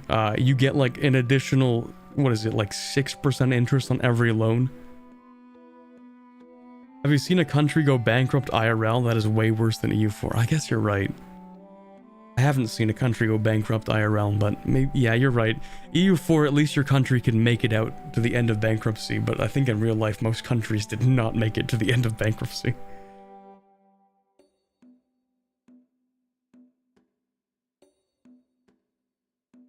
Trade centers downgraded. Look up the Iceland bankruptcy. Okay, no. We're not going on a stun lock today. Okay, focus. We must stay focused, brothers. We read the information. The stun lock can be on our own time. We're on company hours right now, and by company I mean right now, and it's like 6 o'clock, and I want to eat dinner. So, let's keep going. There's also another way to get gold. You can send a diplomat to one of the banking countries like Peruzzi and Bardi. The banking countries? Okay, if there's one that you know of within diplomatic range to request a loan, Make sure you don't forget to pay them on time or default on the loans, or you may never be able to loan from them again. I was gonna say, what are they gonna do if I don't pay the loan back? They don't have an army. Weak New World people, it's midnight here. Yeah, and you will stay here until 3 in the morning. Okay. I will be... I say I'll be quick, but we have like 4 more to go through, so whatever. Let's see... So, pay the loans back, cool. 4 concepts. Taking a look at the tooltip for a location, we can quickly have a reference to some important aspects in the rest of this dev diary. What do we have? Population. Okay, cool. The town of Kalmar is in the province of Östra Småland. I don't know if that's correct. And owned by Sweden. Okay, population. 8.4 thousand. Raw materials, stone. Welcome back, EU4 goods. You were dearly missed. Anyway. Except it says, hold on, raw material. What do they mean by that? So you're telling me you can produce things other than raw materials? Okay, dominant religion. Okay, makes sense, makes sense. Tax base, we talked about that earlier. Market. Riga, I think that's this one? Yeah, that's this one. Okay.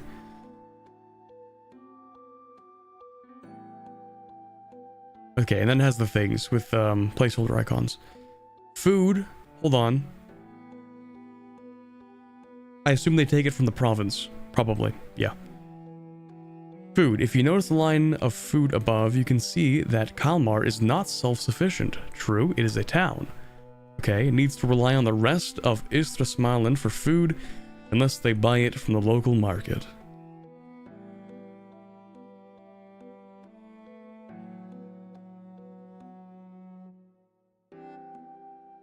If you don't pay the loan back, I assume all banking countries will blacklist you. Okay, then I will invade the banking country and take out a permanent loan that I will never repay, and they will be dead. Easy. Okay, anyway. Right. So it produces food, which has different modifiers. So continental increases, river flowing through increases, coastal increases, town decreases, traditional economy. Oh, oh, okay. Serfdom, traditional economy, peasants' estate satisfaction increases food. Interesting. Feudal administration increases food. Even the small town of Kalmar needs food from nearby locations. Well, it says the town of Kalmar has 8.4 thousand people in it. That is a considerable number of people. The peasants are consuming the most food, of course. What else do we have? If the granaries are close to full, we would sell their surplus to the local market in Riga, but only get about 56% of the profit, as we only have 56% of the control in Kalmar. I think the brain rot is setting in. My ability to read is falling off. Okay, if the entire province lacks food, we would have to buy food at 100% of the current price in that market. Okay. Price for food is different. Each market depends entirely on how much food is sold to that market. Okay, we'll get into trade, I think, later. Taxes. Tax base. Tax base of an estate is based on the total of all of their tax base and all the locations they're present in. So let's see. Tax base. Gained from taxing the profit buildings and resource gathering operations. The amount you can tax depends on the control of the location. So... I see. So the more economic activity, the more there is as a base to tax, and the amount of control you have allows you to take a certain amount of tax. I think that's how it works. What's the error in this tooltip? Well, that would be this estate, right? Tax base is 0.02, this is 0.00 tax?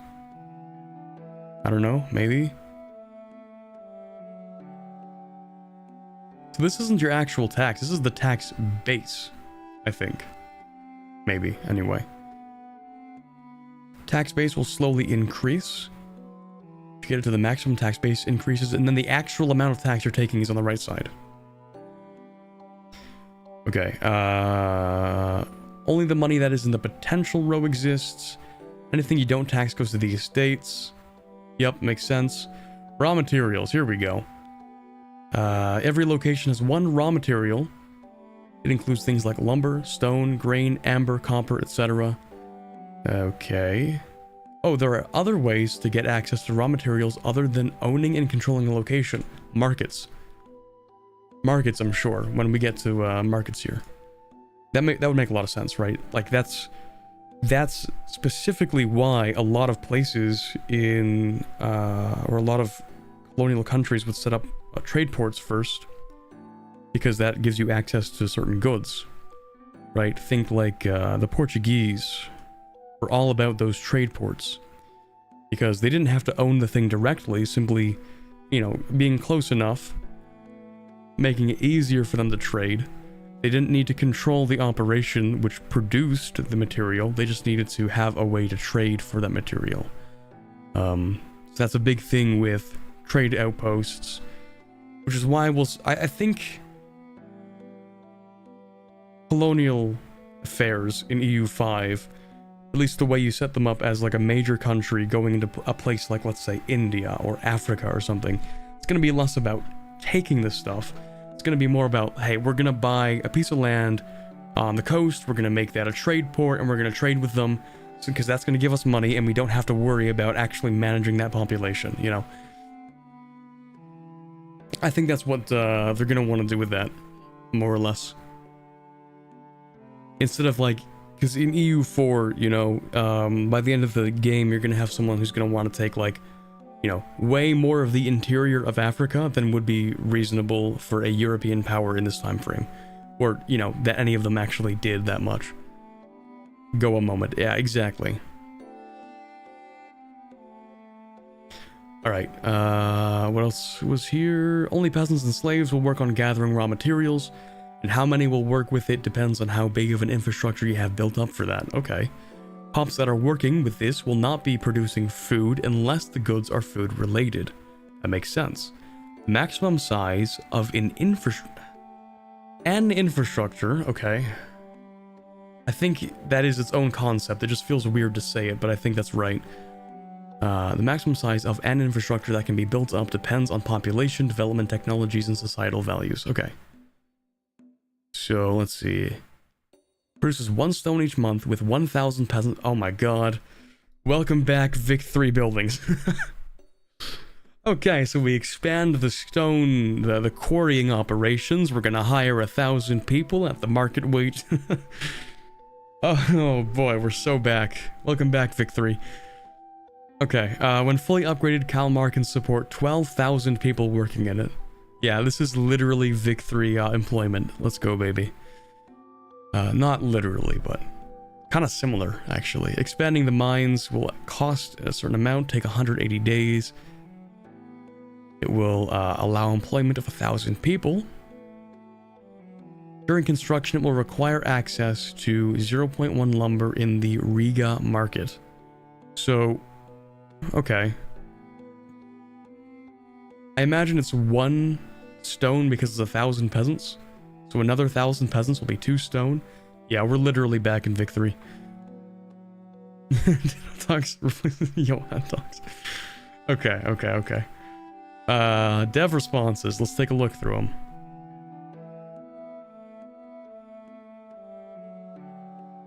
I hope it will not be based on static trade directions. Yeah, well, we know with hindsight now that it won't be.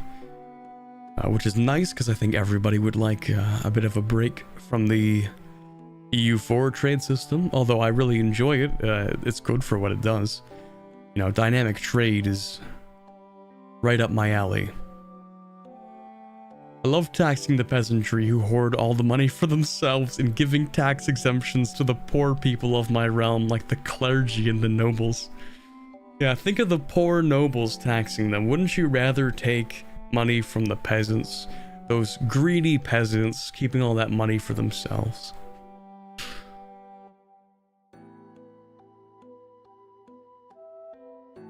Supply and demand economy. Welcome back, Vic3. Banking countries are landless countries. Okay, cool.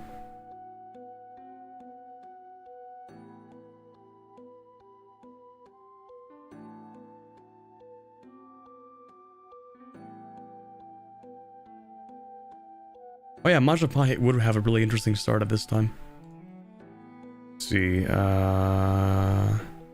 so the point of him, or I think the point of distinguishing raw resources is that there are also processed resources that cities are going to create. Genuinely can't imagine an AI good enough to manage these systems. It is going to be a challenge, for sure. But they managed to get Vic3 to function with these similar systems. They're not the same, but they are somewhat similar to a degree. So they are managing to, like, I know it's a different team completely, and it's a different system. They have some similarities, and it seems they've been at least marginally, I would say, successful in Vic3, having the AI interact with those systems. As always, an AI can have improvements at the cost of performance. So that's really going to be, I think, the limiting factor. Hey, do we want better AI or do we want better performance? Because the more if statements, just, you know, we're saying as an oversimplification, but the more you have the AI check for certain conditions and make more intelligent decisions, the more each entity which uses that AI has to process all the information. So the more the performance tanks.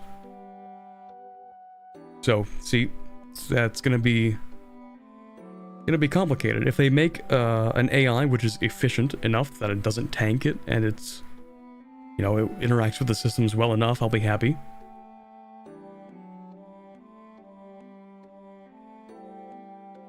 They claim to be making an automated system to handle these things for both the AI and the player.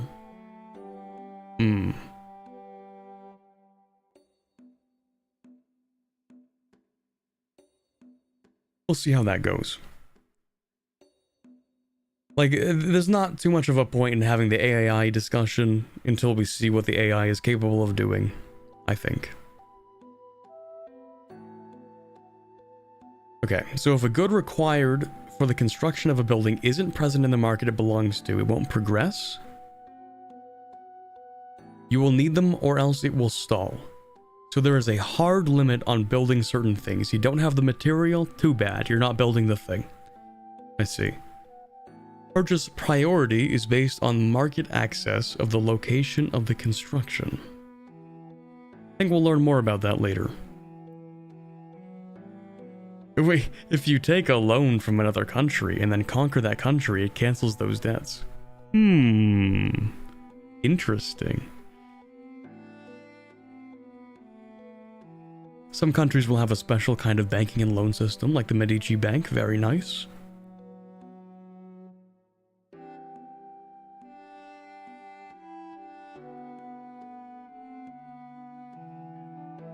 How will areas with historically large quantities of materials work?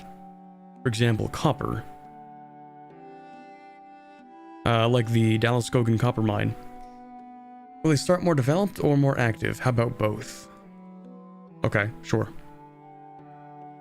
Oh no, sorry. Will there be a modifier or will they start more developed? Both? Okay, that makes sense. Right. Okay.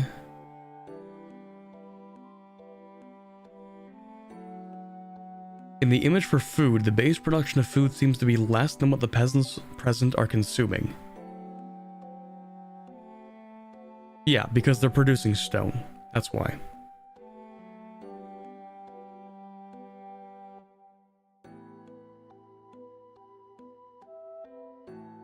Okay, we're only going to go through one page for each of these. Number 9. Give it up for number 9. Don't worry, chat. We only have 3 more actual dev diaries after number 9, and then the 2 maps, which we're just going to briefly touch on.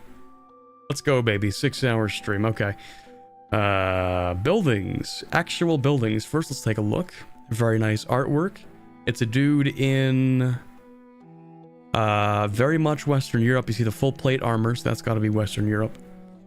Or, oh, I would say Italy, actually. This hat gives me Italian vibes. Or Mediterranean, at least. Venice. See, there you go. The church is Italian. See, I am the #1 Italy expert, actually. That's why I knew. I knew exactly. Alright, anyway. Florence. Florence or Venice, take your pick.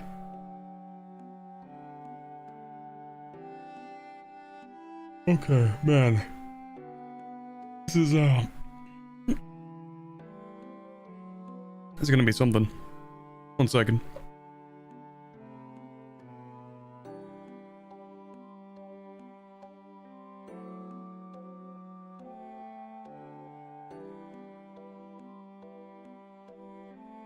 Actually, I'm still a little bit sick from the past few days, so bear with me. Doing a lot of coughing. Okay, hundreds of different types of buildings. Okay, I'm done. Pack it up, everybody. I'm not dealing with all that. Hundreds? Like, more than 100, like hundreds, like plural, like meaning at least 200, right? No, that can't be right. Over 200 different kinds of buildings. Okay. All right.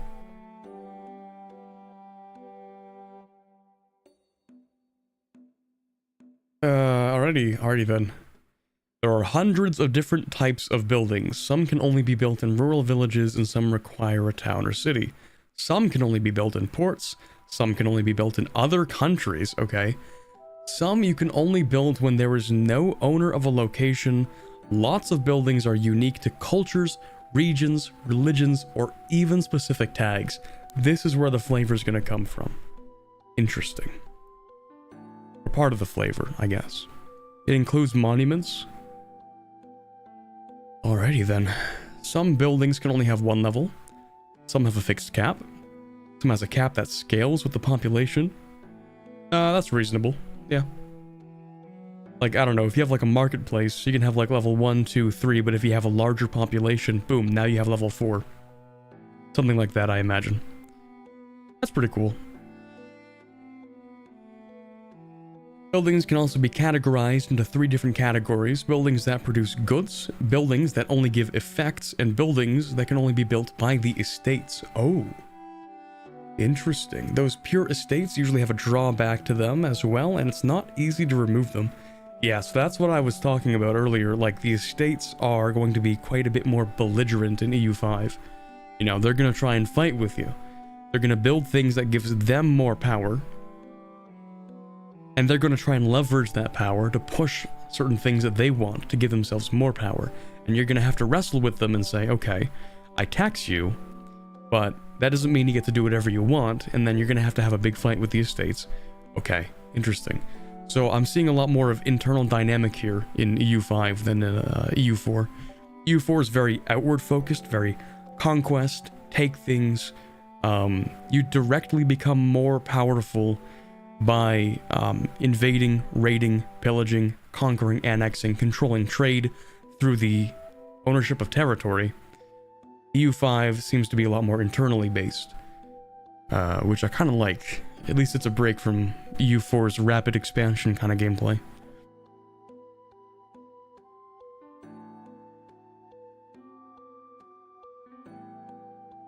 Okay. Project Caesar has a large amount of different goods. We currently have 70 different ones, which have different needs. Some are needed for the military, some are needed solely for pops, some are needed for buildings, so on, okay. Producing buildings in towns and cities go from guilds and workshops to manufactories and mills at the end of the game. These include everything from paper maker guilds to foundries. A producing building outputs one or more types of goods. Ooh, brain hurt. Okay. Finally, we have buildings that are purely giving an effect. These include granaries that increase how much food you can store, libraries that increase literacy, different types of forts. Okay, so coastal forts, inland forts. I imagine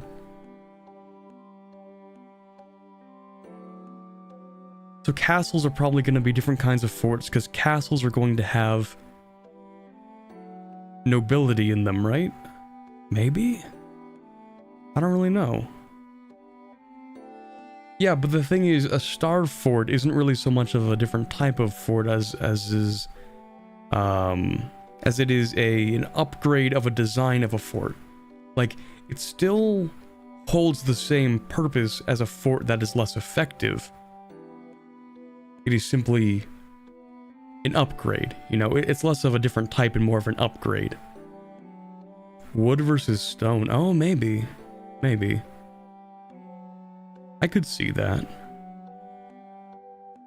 Okay, anyway. Fort buildings help with shipbuilding. Okay, buildings that train manpower. Increased garrison size allows zone of control. Yippee, more zone of control mechanics. I'm sure they will be... I'm sure everyone in the community will understand zone of control by then, right guys?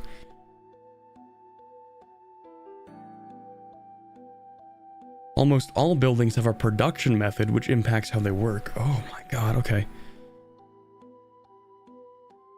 Many different methods in... Okay, all buildings have at least one production method slot with one production method, but many have different methods in each slot, and there are plenty of buildings with multiple production method slots. Oh. Oh, okay. Alright. Hundreds of buildings, they said. Hundreds. And they have different production methods.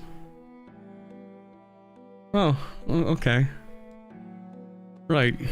Well, as long as I don't have to manage all that. This gives me factorial vibes. I'm about to say, like, yo, hold on. What factorial mod is this? Dude. Yeah, I'm sure min-maxing the different kinds of production methods for each province in hundreds of locations with hundreds of buildings, I'm sure that'll be lots of fun. No, I'm sure this is gonna have some kind of automated system, and if it doesn't, then bad. We give them a small slap on the wrist, because that's a lot of micromanagement. Yeah, we're not gonna have to do this much micro, right? Right? Question mark, please. Anyway, I could just read. I'm gonna stop yapping. Maybe they answer my questions. Production method is a list of goods that are required for a building to function. There are two categories of production methods: those that produce something and those that do not. A castle does not produce any goods, but still requires stone, metalworks, weaponry, and tar to function. And if it does not get those goods, then the castle will not function properly. The effectiveness of a building is based on the lowest available percentage of goods present, and it will only purchase and use required materials in that percentage required. If the market cannot supply enough resources, then it will not work. Okay, that's reasonable. This is getting kind of weird though. There are a few options, but only the wood pulp would be profitable, probably because of a greater supply of lumber in the market. Okay, fair. You can automate... Oh, hold on, here we go. I should just read and stop yapping, because it's so easy to do this. You can automate the production method selection, which will adapt it on a monthly basis based on what resources are available and what would be profitable. Thank you very much, that's cool. If they just select for whatever's most profitable, it's probably just going to fix itself, so that's good. What else do we have here? Every building requires employed pops to function. Welcome back, Victory. No. Oh, and those that require upper class pops also increase the potential for them in the location, making pops slowly promoted. You know, when you think about it, it's not like it's less like Welcome Back Vic 3 and more like Welcome Back In-Depth Economic Simulator. It just coincidentally shares a lot of things in common with Vic 3. Okay. This can be slightly awkward as powerful nobles or clergy construct more buildings that make them more numerous and powerful. Yeah, so they kind of just compound on themselves, you know. Producing buildings that are not profitable will be closed. Oh, that's good. That itself is already an improvement over Vic 3.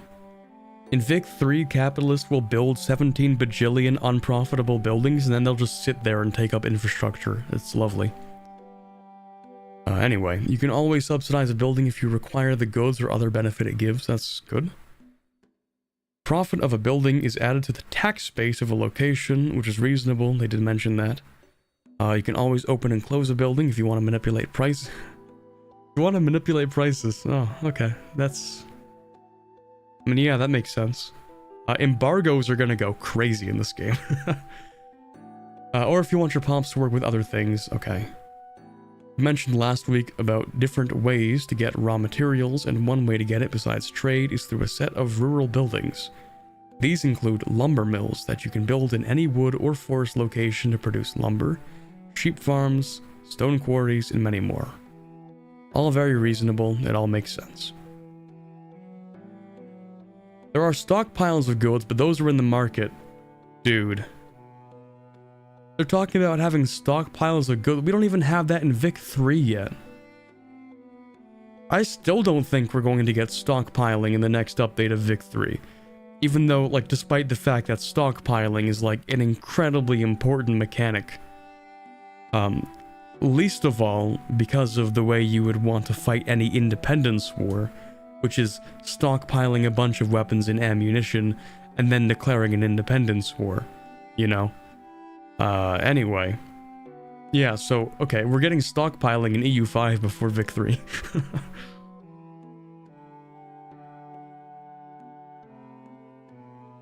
Okay, do we do a little bit of dev response? Go with the top few, because, yeah, I really am taking too long to get through this.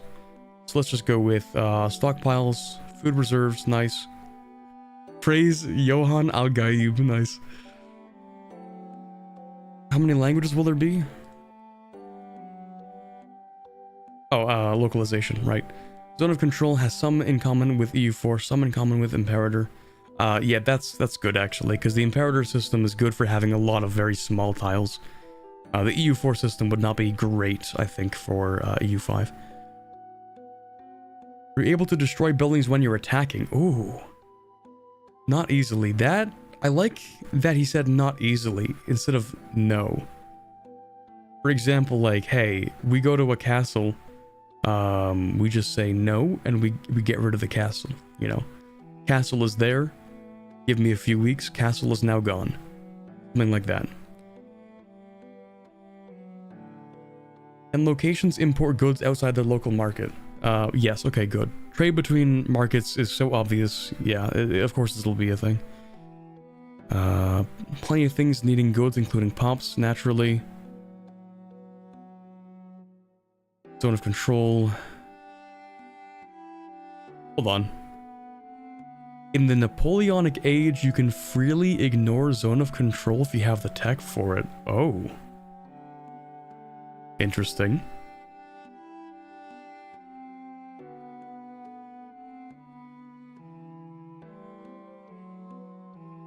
Yeah, there are gonna be a lot of peacetime mechanics in this game.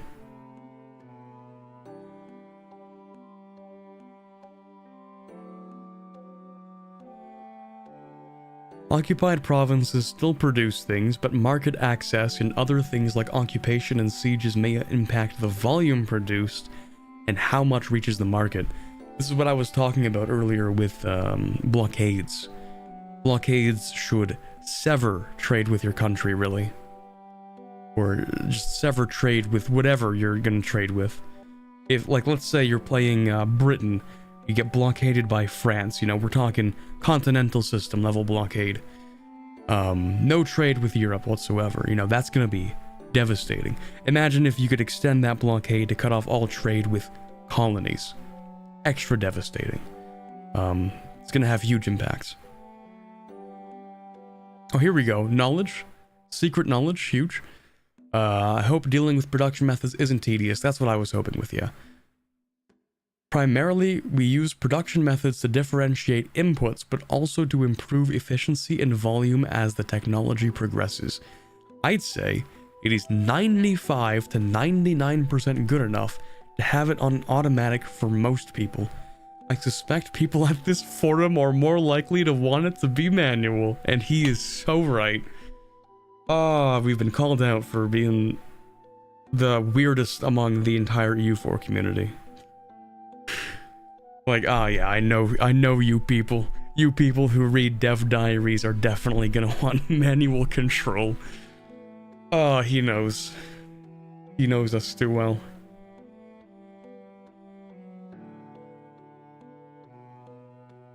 Alright. We also have macro changing PMs. I don't know what that is. Using filters on which buildings are affected, including filters like this. Oh, okay.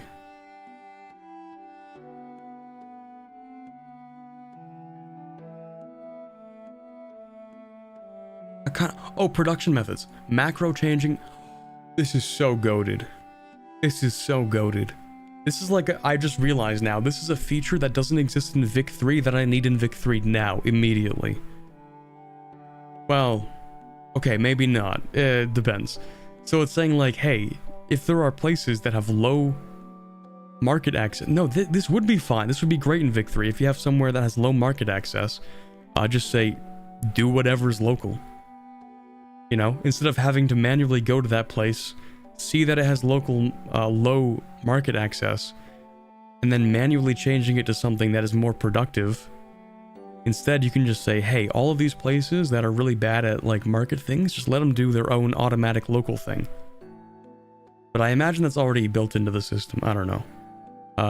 It's really good for, like, you have low control, not very good for the market. Hey, instead of building, let's say, I don't know, you have the option between a stone church or a wooden church or something, you know, just picking it out of the blue. If you're in a place that is low control but has lumber, just build it out of wood. Just use the wood. If you don't have the stone, just do the thing. There you go. So you can specify that to different locations. Can estates build their own buildings to have production methods? Yes. Okay, cool. Okay, they're using this is just technical stuff. No money overflow. I'm assuming is what they mean. Or at least it'll be so impossible to do.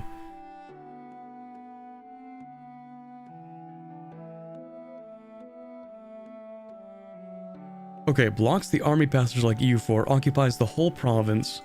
So kind of like Imperator, nice. Click the automation button and it's fine enough. I sure hope so. I believe him. And then we'll have to see it and see if I still believe him. But now we talk about trade and markets. I was kind of joking about we'll be here until 8 p.m. Now I don't think it's a joke because it is almost 7 p.m. I think the joke is no longer a joke.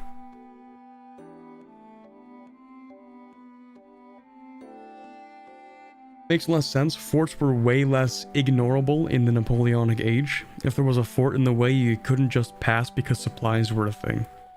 Yeah, because forts actually weren't just like sitting bastions where people would sit there and wait to die. They would have like raids and stuff. They would like send people out to disrupt like supply lines or do other things. So yeah, forts kind of important to take. But I don't know, we'll see how it functions. Alright, I need another drink.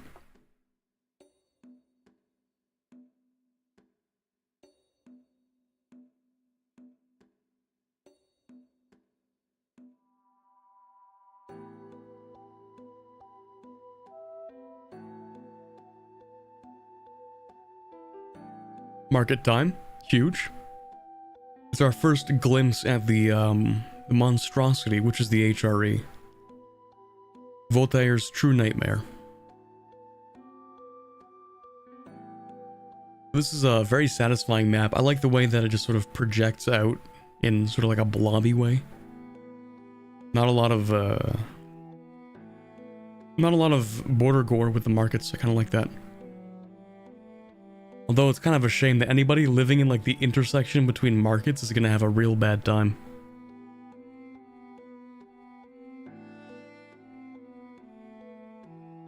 Like imagine being a dude who lives like right here. Gotta suck. Anyway. Anyway.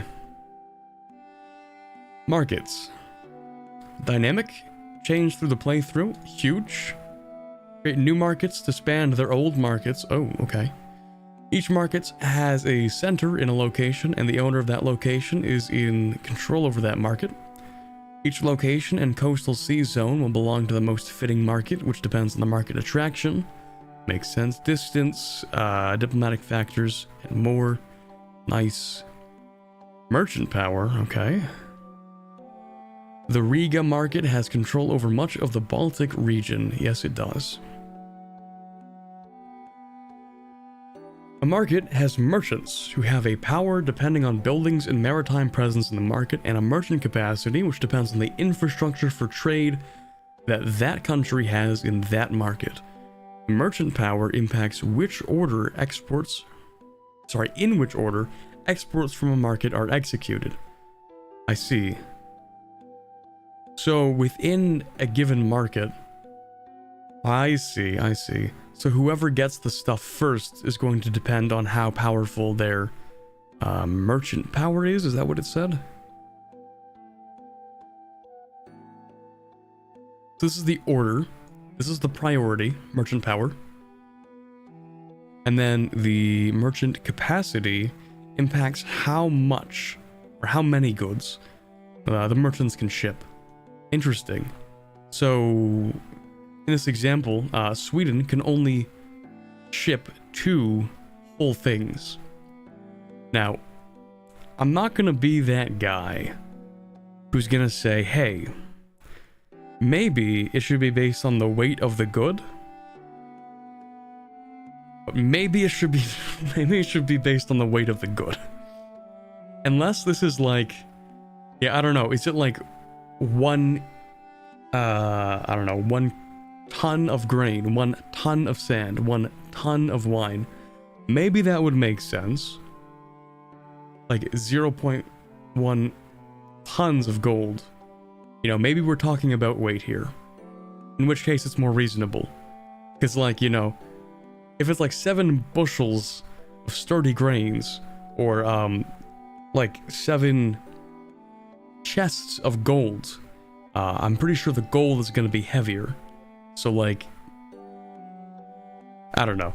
This is how they do things in Vic 3, by the way. Like, it's much easier to import grain because grain is light, so it uses fewer convoys. So, like, that system in Vic 3 I kind of like, because it incentivizes you to, like, import or export different things depending on your ability to import or export because of how heavy things are. So, like, you might not want to export coal over, like, across the ocean. Maybe you want to export, I don't know, guns or something, because they're lighter and they're manufactured and whatnot. That's kind of what I mean. But anyway, let's see.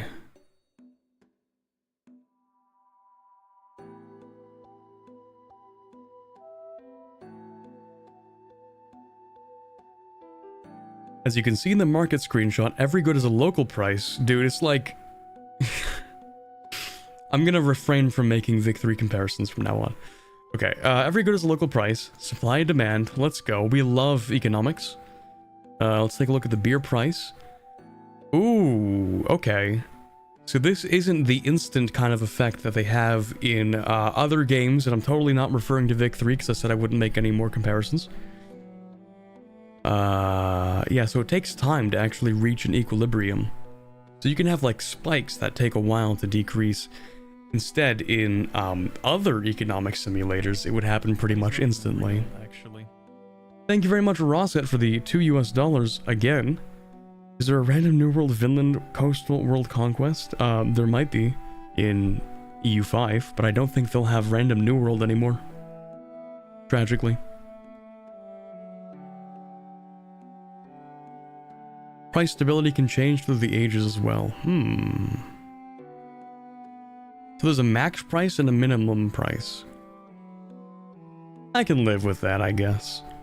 Technically, there shouldn't be. Technically. But it is what it is. Right, I didn't actually read any of this stuff. Cheap beer must be paradise. Okay, they change each month. The prices change each month towards a target price, which depends on this supply and demand. And current price stability. Price stability can change. What is price stability? Interesting. Okay. Supply is dependent on output of raw goods operations, I think. The output from buildings. Well, no, there's some other word, because I remember RGOs is also a term they use in Vic 2. Is it raw good operation? I don't know, whatever. Base production, cool. Burger trades, that makes sense. Resource gathering operation. That makes more sense. Some goods like clay, lumber, sand, and stone are produced in every market without the need for specific RGOs. That makes sense. Even if an RGO with that raw material can produce much more, and there are buildings that can be built to provide these as well. Your burgers will trade on their own. Oh my god. Every time I'm like, oh, you're gonna trade, automatic trade between markets, something that I don't have to manually watch over 24/7. That's gonna be a breath of fresh air. EU5 was a lot more abstraction than Vic 3. It appears so, in a way.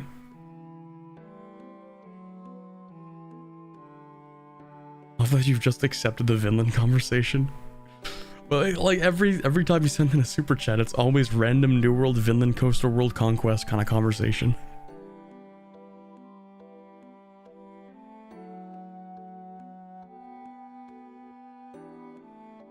Hold on. Okay. So burgers trade on your own, or on their own if they have the capacity for it. They will attempt to address needs within the market and can trade in a slightly shorter range, thus enriching their estate. There are laws and privileges that impact them, like trade monopolies. Estate privilege that the Hanseatic League has granted in the earlier screenshot. Oh yeah, I didn't even read this.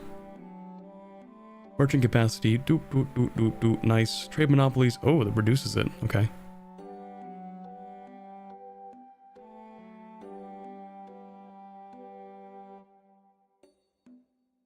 Which reduces their own merchant capacity to increase the capacity of the burgers. Oh. It reduces your merchant capacity and gives the burgers more merchant capacity. So different estates have different... Oh, hold on. Hanseatic merchant capacity is just theirs.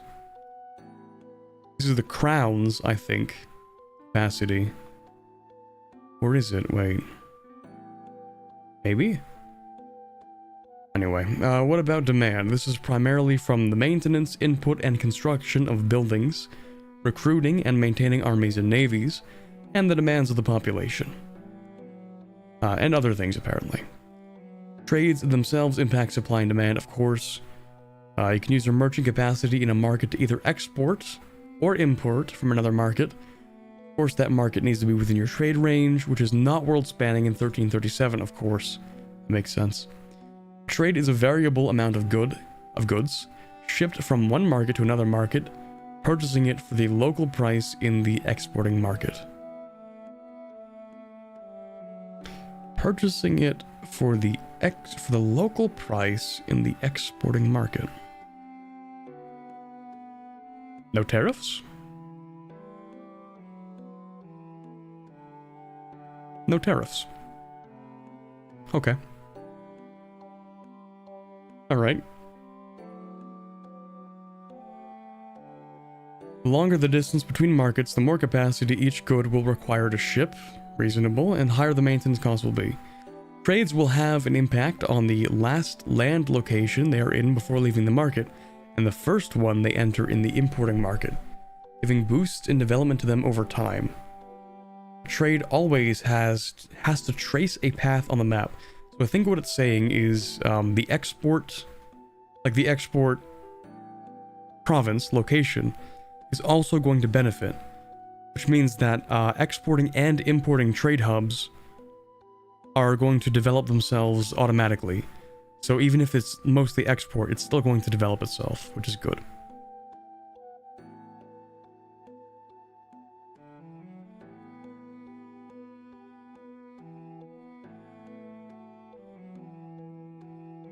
It looks like they're trade routes, actually. Ones that you have to manually set up. But I think they said you can sort of have them somewhat automatic. So I don't know, we'll see that, I guess. There are also sound tolls if you pass through Öresund and the Bosporus to consider. Okay. So the tolls, chat remind me, tolls are when you pass through the passageway and you have to pay money. So the sound tolls in this case, I don't know what the sound means. Like, I understand how tolls work, but sound toll I'm not familiar with.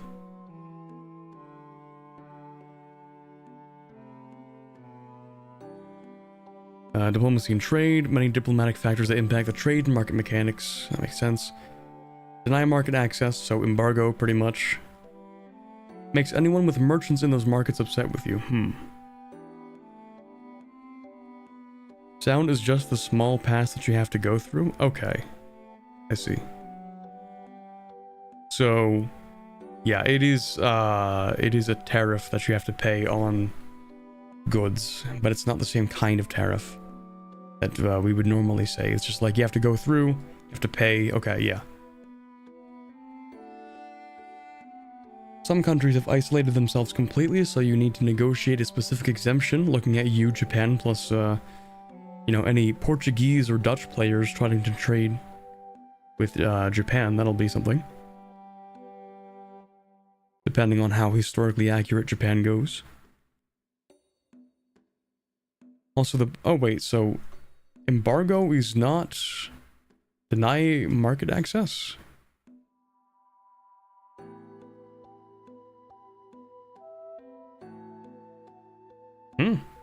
Okay.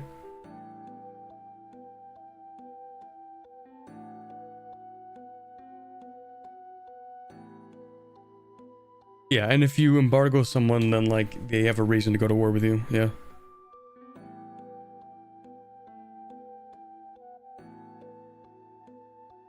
Each market can have specific goods banned for export or import, with one common example being that Muslim markets will ban import and export of wine, beer, and liquor. Makes sense. Let's see. Markets will have stockpiles, huge. There are buildings that will increase the amount that can be stored. Okay. Also food and markets. There are also automation options where you can assign trading completely to the AI. You can also lock some trades so the AI will not interfere with them. I like this. Like the whole... I'm seeing a lot of these mechanics and I'm thinking like, I would have loved to have these from day one in Vic 3. And here we are, like this game isn't even out yet.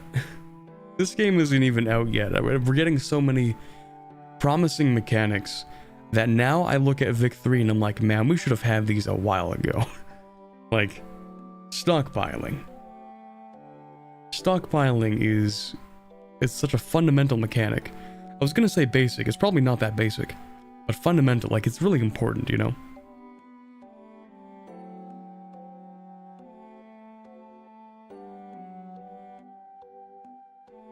Anyway, let's take a look at the replies, at least a few of them.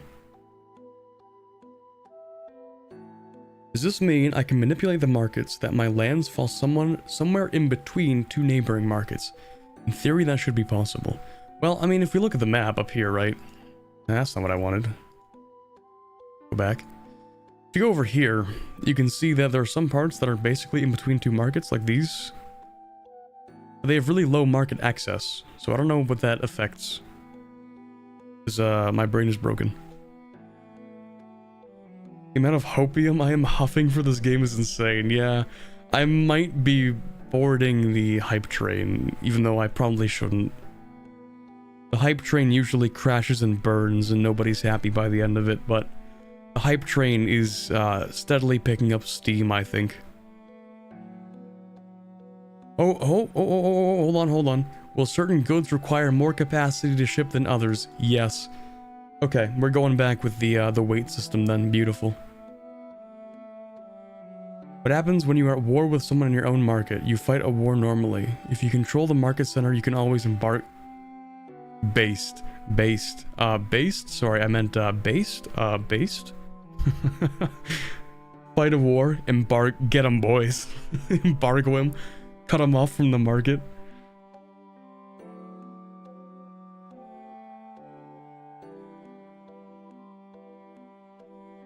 Okay, historical things, cool. Currently straits are the only sound tolls, but apparently not Gibraltar, for whatever reason.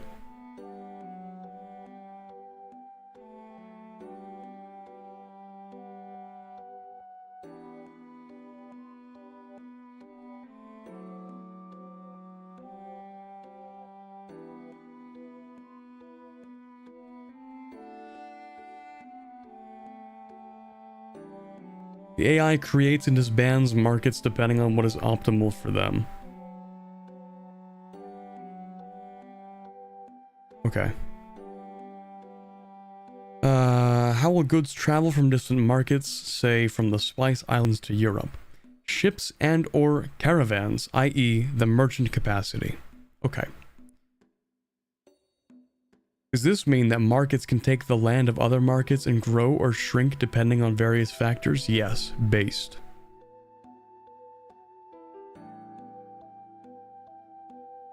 Can the market be moved? Yeah, okay, so they're talking about markets are dynamic, you can move them around, cool. It's stuff that we kind of intuitively understand. You can have as many markets. Okay, hold on. You can have as many markets as you want. Like you, a player, can have multiple of your own markets? I guess that makes sense. Markets are not limited to just like, hey, let's... Like, if you're in England and you control, like... Let's say you control southern India as Britain or something. Southern India shouldn't join the London market. It should join the British colonial market, which has its capital in some city, and then the London market should import from the local colonial market. So yes, I think a country can and should have multiple markets for itself.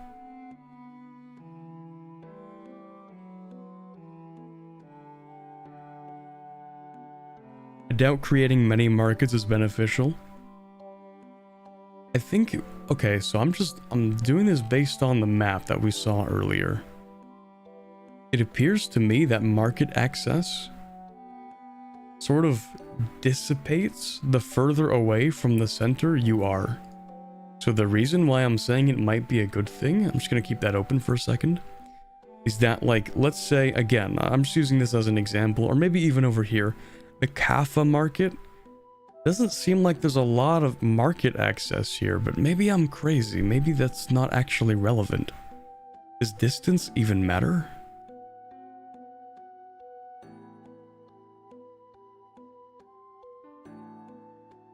Well, this is trade between markets.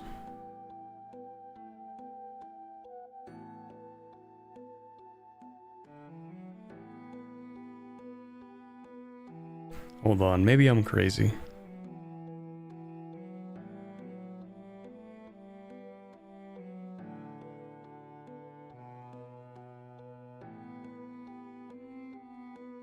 Okay, yeah. Export a good, import a good. Okay, so maybe I just got the wrong impression. Maybe actually being on, like, the outskirts of these markets, you get equal access as somebody who's, like, in the capital. So maybe if you're chilling, like, over here, you have just as much access to the Kaffa market as the city of Kaffa. Which doesn't, like, it seems unintuitive. Which is why in my mind I'm like, oh yeah, maybe you should just have multiple markets and then have the trade between those markets so that you have more access in the fringes of each market.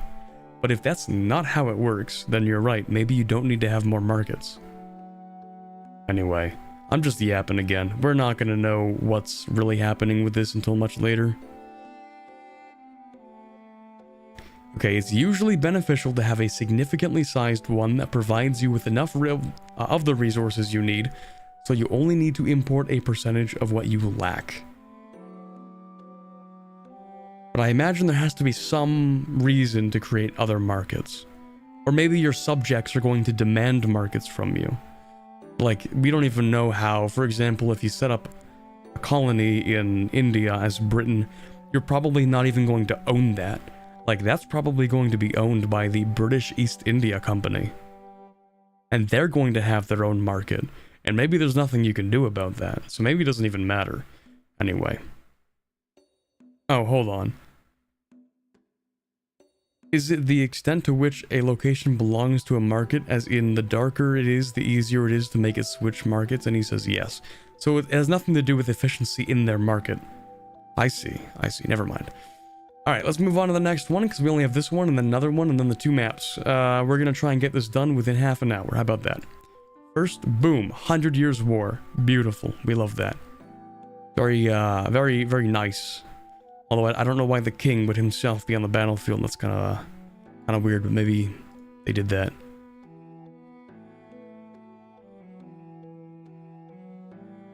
What is the trade like from Finland and San Antonio? Okay. Anyway, military. Oh, actual combat military things. Oh, this will be interesting. 4 different categories. We're getting an upgrade. Infantry, cavalry, artillery, auxiliary.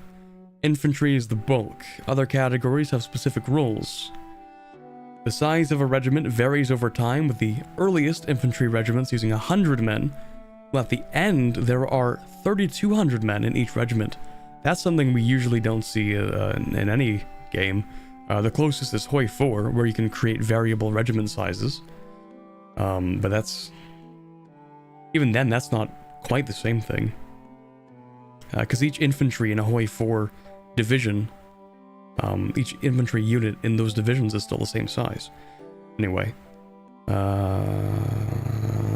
Okay, cavalry, artillery, auxiliary units have different sizes. We can also categorize regiment as either a levy, a mercenary, or a regular regiment. Levies confirmed. So, if you want to have half of a mercenary company in one army, and the other in another army, that is perfectly fine. We are so back. Remember old mercs in EU4 chat, where you could just hire as many as you want and then split them between 2 places? We are so back. That's a whole lot of statistics. You need horses, weaponry, leather. And then for maintenance, I see. Maximum strength, 100 dudes. Combat power, 4. Frontage. Also, that... I was gonna say... The pop-up is pop-upping before it's in chat. Thank you very much, Unfunny German, for the 2 months in the levy. You think crabs think fish can fly? I don't think crabs think much at all, really. But you know what? Probably. Frontage, that's the thing. Okay, I'm gonna stop yapping about things that will probably be explained to me. Flanking ability. Okay, never mind. Levies, first of all, you can raise your able-bodied men into a fighting force. This provides you with a lot of people who can fight for you, but the levies have a few slight drawbacks. First of all, you can only raise them when you're at war or facing rebels. I see, so you have to be at war first, then raise them. It's not a standing army. You can't raise them before going to war.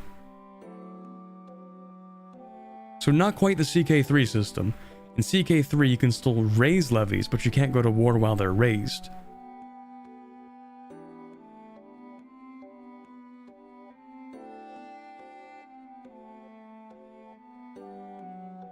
Alright. When you raise your levies, those pops that you raise them from are decreased in size to represent the pops going off to war, and any dead men in a levy is population permanently lost. Yeesh. Speaking of that, levies do not spawn with any experience to speak of, and you have no direct control over the type of units you get. Let's go. Welcome back, Imperator Rome. No, okay. Somewhat like the Imperator system, but like less. The Imperator levy system is complicated. Too complicated for my brain, so I like this. You know, you just get some infantry, some cavalry, Probably not a lot of artillery. If you're raising levies, probably like 0 artillery. Anyway.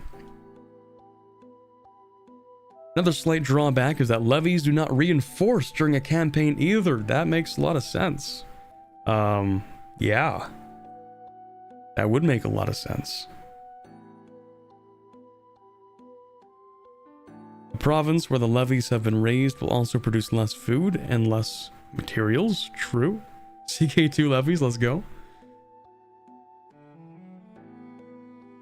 Okay.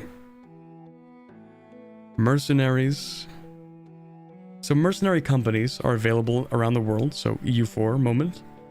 But you can split them. They're not endless free manpower. Aww. Other nations may be recruiting them before you can. Oh. Mercenary company signs up for at least a 2-year contract, but you can extend the contract if you desire. Okay, regular regiments. This is kind of expected. Yeah. You hire people, permanent army, you get rid of them, they go back to manpower. Okay. As the ages go by, you go from only some special buildings providing a minuscule amount of manpower to being able to build conscription centers in your core culture locations. Nice. Why do we need manpower when we have pomps? True. Manpower represents the more or less semi-trained men that can be used in a military force. Okay. And what is important is that whenever a regiment loses strength, be it from attrition or combat, you will lose pomps as well. Yeah, that makes sense. Unique building for Mongol steppe hordes gives you monthly manpower and you can oh, okay, so you can't recruit anywhere. You do have to recruit in some specific locations.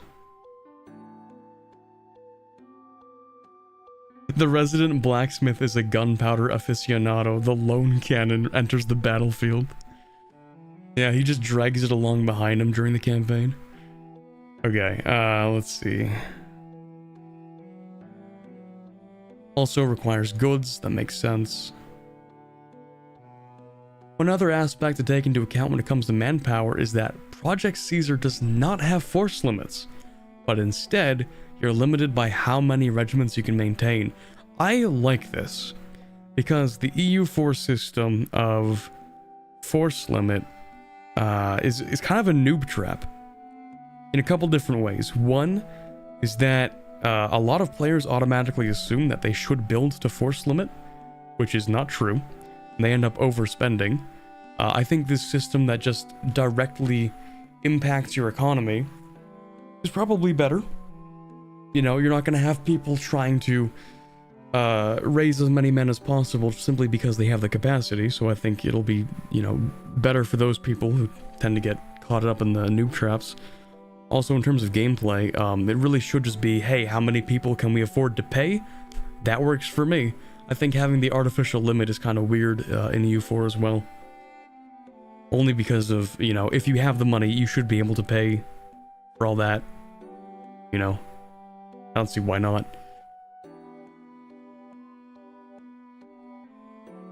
Let's see, discipline impacts damage taken and damage done, just like EU4. Military tactics, which impacts damage taken, just like EU4. Army morale, which impacts how long your army is willing to fight before breaking, just like EU4.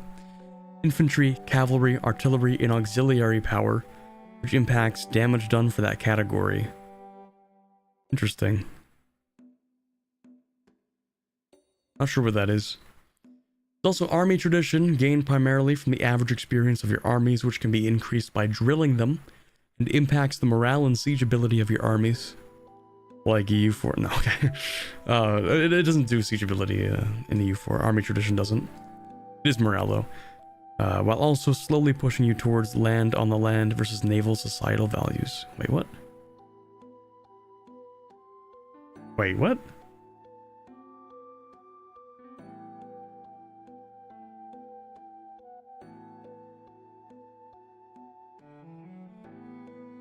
Army tradition also slowly pushes you towards land on the land. versus naval societal values. Okay, maybe I'm too brain rotted after, what is this, 4.5 hours of dev diary discussion, so not quite sure what they mean. Not everything related to military. We have to talk about navies, logistics, combat system. Okay.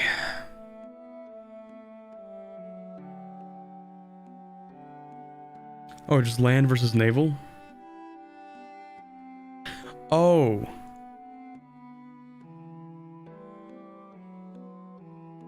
Oh, okay, yeah, my brain didn't parse that sentence. Yeah, okay.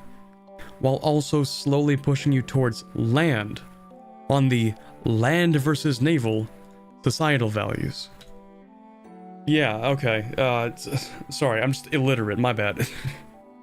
Okay, right. Do we want to look at a few of these maybe? A few of the dev responses? Let's see. How many dev diaries do you have scheduled? Many. It's ominous. I mean, he said he already has stuff for after summer. Summer hasn't begun. That is another month, at least, until summer, so. Yeah, okay.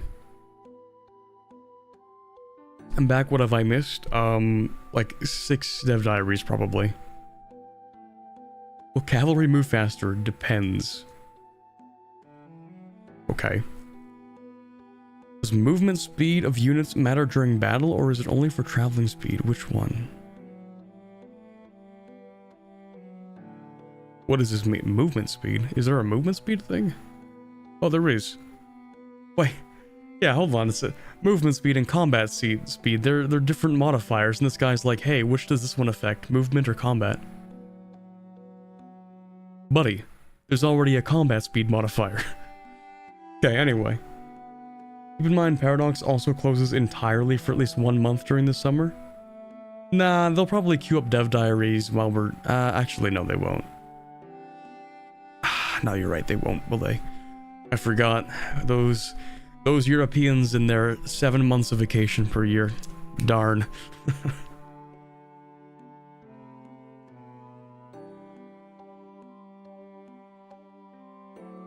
Okay, next week is not going to be military. I mean, we'll see already. Can you build manpower provinces in non-accepted cultures? Yes, apparently. So you're telling me that all the people who die for me so I can own more land do not come back? Yes, people die. Shocking. Yeah, the EU4 mindset of nobody actually ever dies, development is free, and people will live immortally. Yeah, that doesn't exist anymore, unfortunately. Yeah, me when I find out people actually die. Me when I find out that in warfare, it's not just armies that die, and actually civilian populations get devastated. The EU4 mind cannot comprehend this.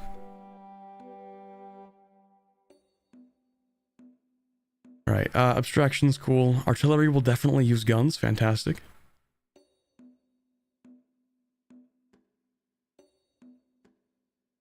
Currently, it's guns and weaponry. Okay. Any new map to show us even a sliver? Not today. You can only store 10 years of production. Okay.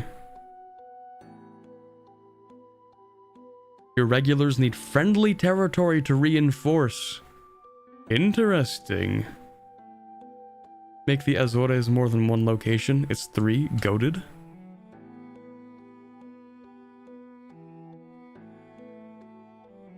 Will regiments gain experience from fighting in war as well and not just from drilling? Yes. Beautiful. It's all I could have asked for. Corbett, what do you mean devastation is when money goes down temporarily? Yeah, my bad. You just have to wait for the magical portal to finish doing the repairs in the rift, and then the devastation's gone. That's how it works, actually.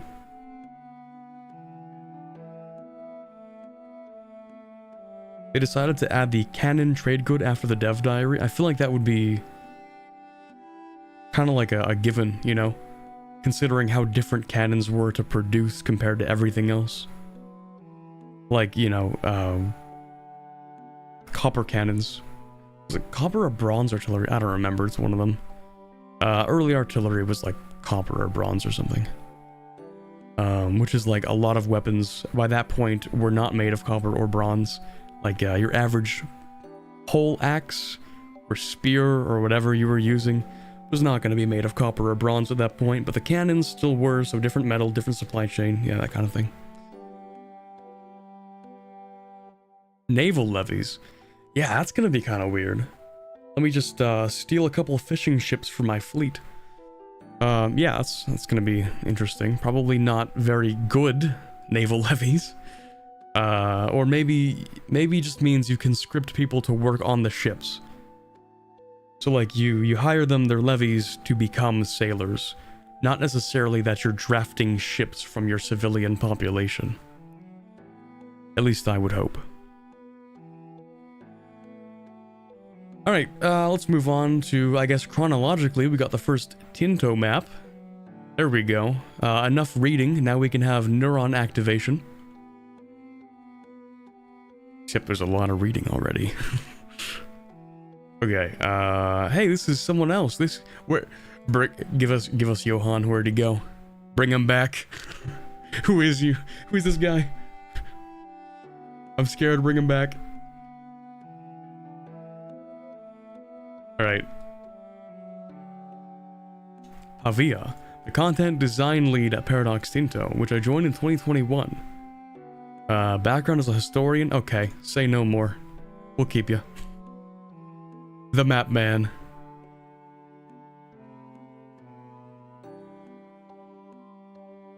Okay, let's see. I'm pretty sure they also changed things since this dev diary in some of the setups, but like in a minor way.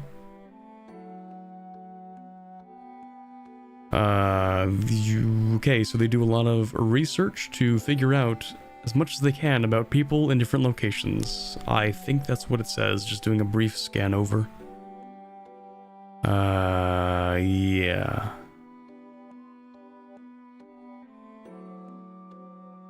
Okay, Low Countries, nice. Alrighty. This is kind of familiar. Holland, Brabant, Flanders. Although notice that they are not under the Duke of, or... Duke? Yes, of Burgundy. Burgundy does not own the lowlands yet. Frisian Freedom is an interesting tag. Yeah, I don't know much about Friesland up here, but... Oh, wait a second. Those aren't individual... No, those aren't individual tiles. Never mind. Yeah, I'm sure it's gonna be a republic of some sort. Probably. Hey there, Yeti Kings. Frisian Freedom Front. I don't know if it's an uprising or whatever, but... Peasant Republic? Probably.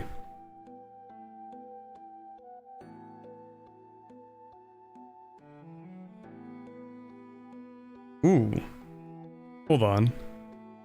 The counties of Hainaut, Holland, Zeeland are ruled by William of Avisnes, okay, who is married to Joanna? Wait, Brabant, Dutch name. Joanna, I think. Another John, the Duke of Luxembourg, may be the strongest power as he is also the King of Bohemia. The County of Flanders is the wealthiest country in the region, controlling such important cities as Brugge and Ghent. In the north, we have other interesting countries such as the Bishopric of Utrecht and the Republic of Frisia, Frisian Freedom.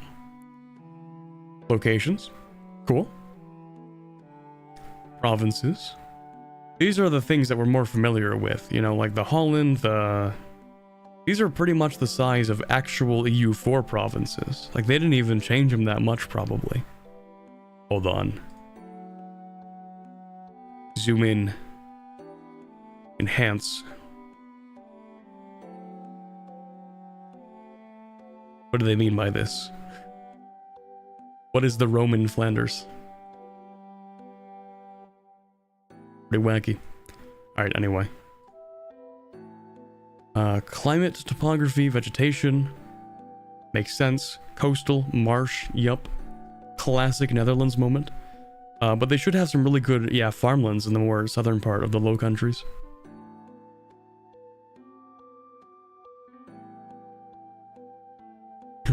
We're aware that the Netherlands looked differently in the 14th century as several land reclamations took place during the late medieval and early modern period. Yeah, you don't say. We're using a 20th century version of the map for the sake of consistency. Yeah, that's reasonable. Most of the regions throughout the world would look quite different from nowadays, and documenting those changes, especially the coastline shapes, would be a non-trivial... Oh yeah, that's true. That would be hard to actually get that correct. So I'm okay with them using the modern map.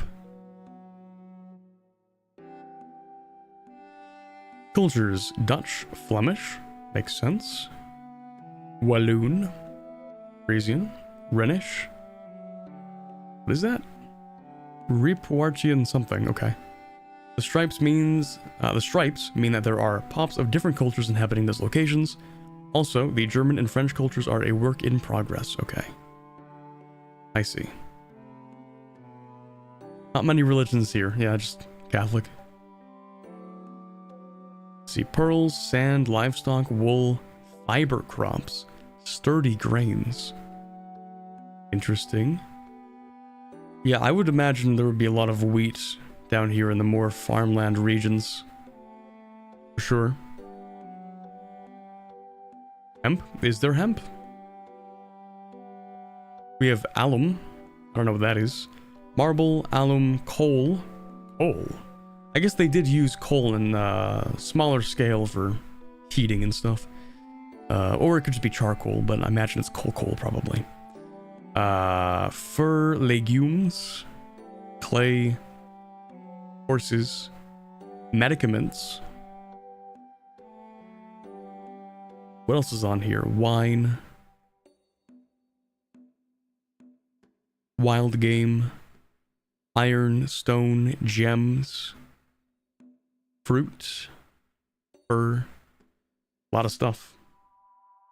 They have hemp. Am I missing the hemp? I mean, fiber crops. That's what hemp is, right? On the Antwerpen market. Coal is there day one, yeah. Okay, there we go. Next, Tinto talk. Map. Map spotted. Look at that.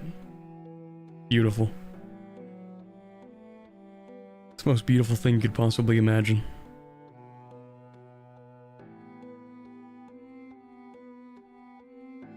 Yeah, guys, who are you gonna play first? I'm thinking I'm gonna play... Yeah, let's see here. First country. Wait. Any Liechtenstein enjoyers? Please let there be a Liechtenstein tag. Where's Liechtenstein, chat? Like right... Isn't it like right here? Liechtenstein? Maybe there is no Liechtenstein tag.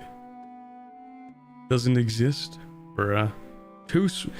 No tag is too small, okay? I better see a mod that brings in Liechtenstein. It better be there. Okay? Day one. Alright? Modders, be ready. Day one, I want to see that Liechtenstein mod.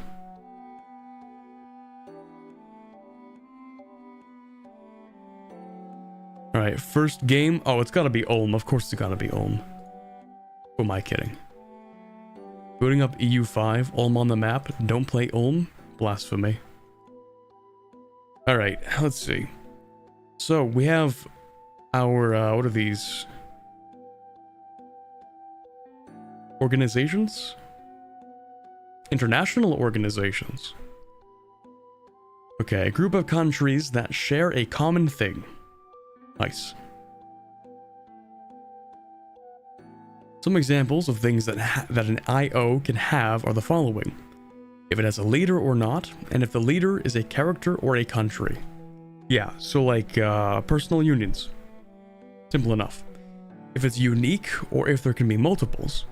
So again, Personal unions, there can be multiple of those at one time, but the papacy, there can only be one of those. Holy Roman Empire, there can only be one of those. Cool. If locations can be owned by it or not.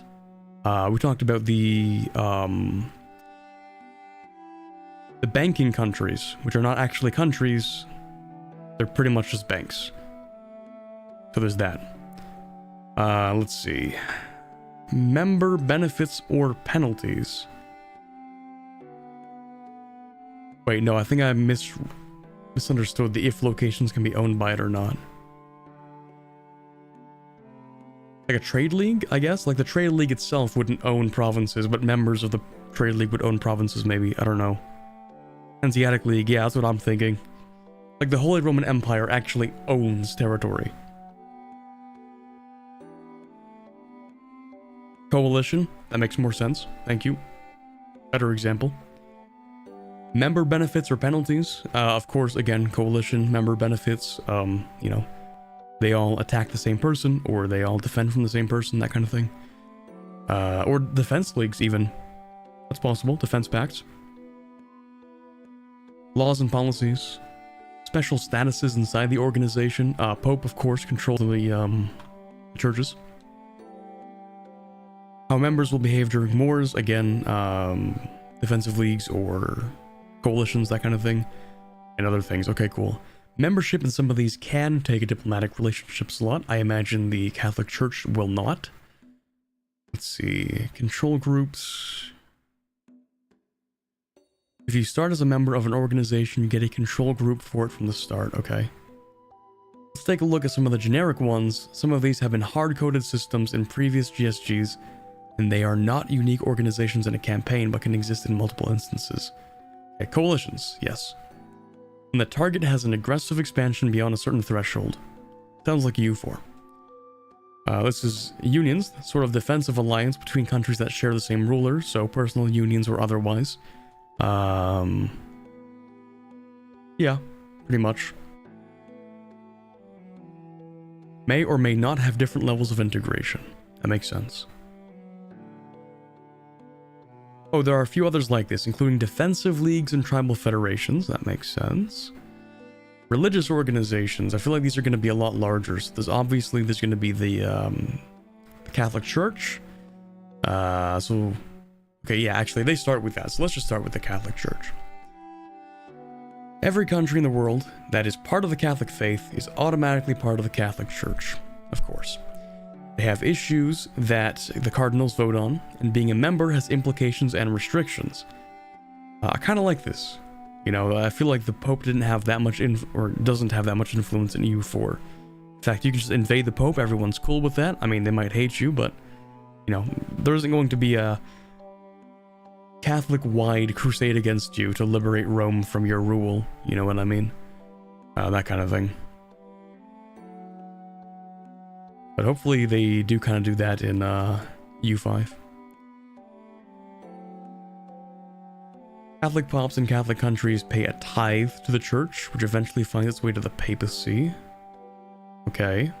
So playing Pope, you actually just get directly a ton of money from tithing. Interesting.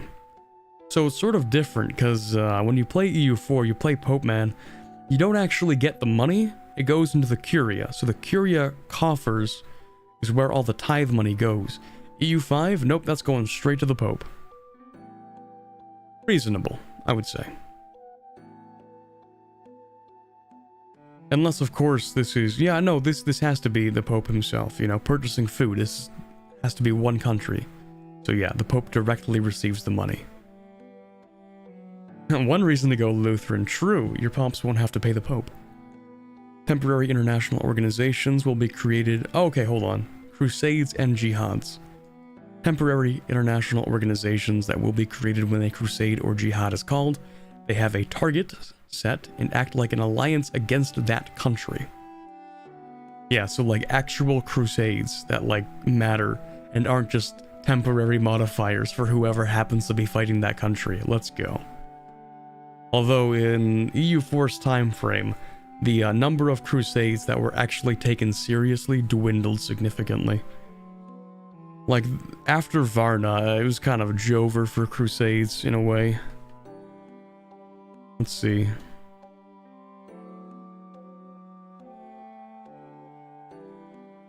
Let me look at all these Crusades. Please don't play a video, thank you. Okay, so, yeah, I mean... The Ninth Crusade was the last, what we would call the Great Crusades, you know, the ones that are numbered like that. Technically there were more Crusades afterwards, but they weren't like officially called like those kinds of Crusades. But yeah, like...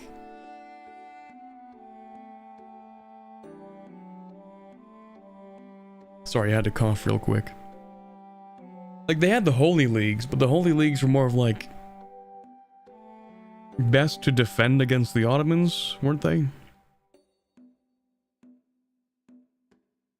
Wait, no, hold on. The Holy Leagues, those were the internal battles, weren't they? Hold on. Because it kind of depends.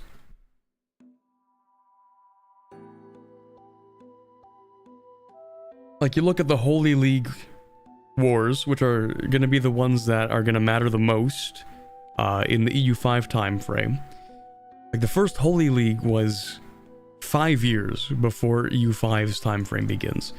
And it was against the Turkish Beyliks, right?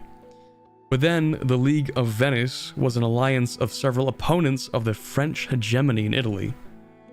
That's not very much of a crusade. And then the Holy League in 1511, also not much of a crusade, just didn't like France that much. And then the 1526 one was formed by France, the papacy, England, and Venice, and Milan against the Holy Roman Emperor, so that's not much of a crusade. There was that one against the Ottomans, though. At least, I think a few against the Ottomans. Yeah, so all the ones after were against the Ottomans, but there were less crusades and more like, hey, maybe we shouldn't allow the Ottomans to take Vienna. I think that would be bad. So yeah. Gonna be interesting to see how crusades function this time.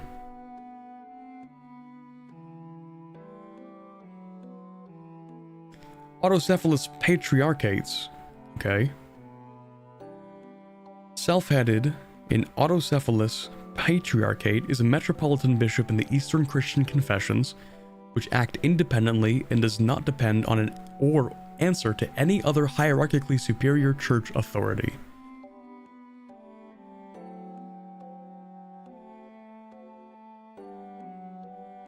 Yeah, EU4 you can't call crusaders against Christians, but in IRL they did that, like, quite a few times.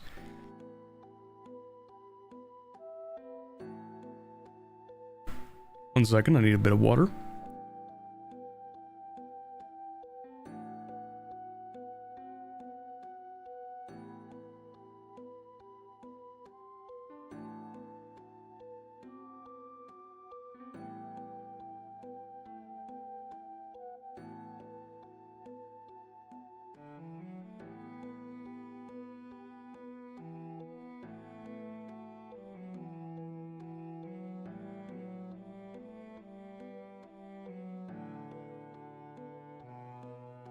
Okay, it legitimately is almost 8 o'clock. I'm gonna wrap this up.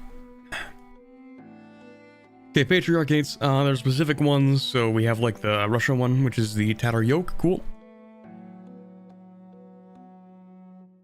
Collection of principalities that are subject to Tatar rule. Most prominent is awarded the title of Grand Prince, and is tasked with collecting tribute from the other tributaries on behalf of the Golden Horde Khan, okay?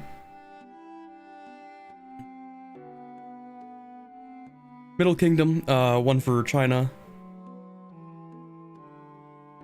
I think the difference is that, I think the tribute system is that the Yuan dynasty is actually sending gold to other people instead of collecting tribute.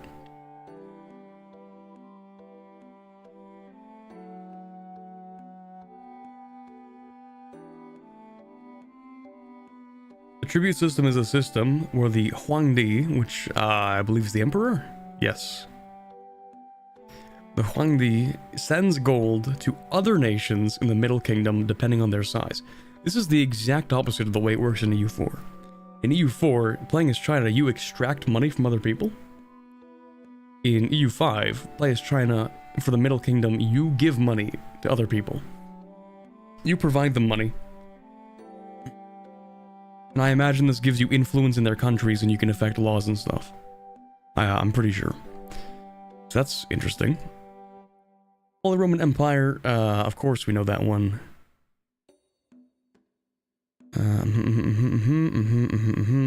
This organization has different statuses for countries like secular and religious electors, secular princes, free cities, and imperial prelates.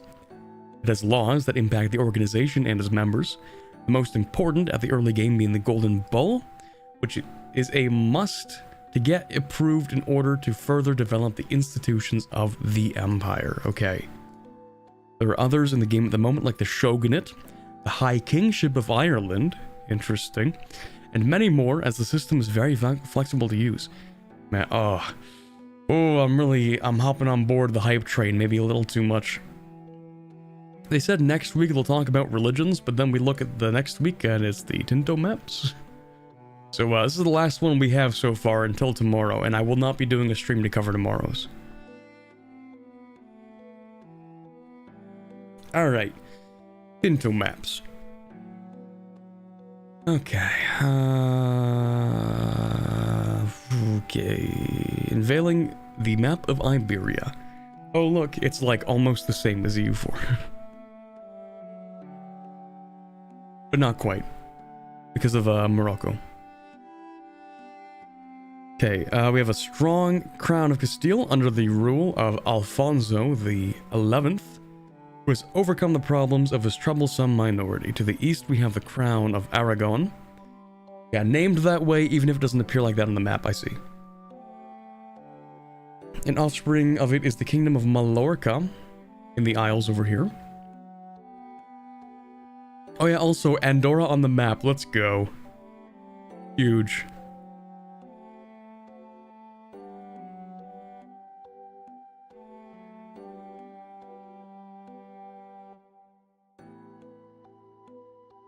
A lot of words, too bad. I ain't gonna read them. Actually, no, there is something important here. Portugal has a tense relationship with Castile, with a war being fought literally 1 year prior. That's different. In EU4 start, Castile and Portugal are historical friends. But now, in this start, they had just finished a war. And I don't know what the war was about, and I don't know what was exchanged. But I'm sure the losing side is probably going to want to get a little bit of revenge for that, maybe. Anyway. The Nasrid dynasty holds power in Granada still, but Morocco holds a little sliver. Okay. And yes, Andorra is a starting country based.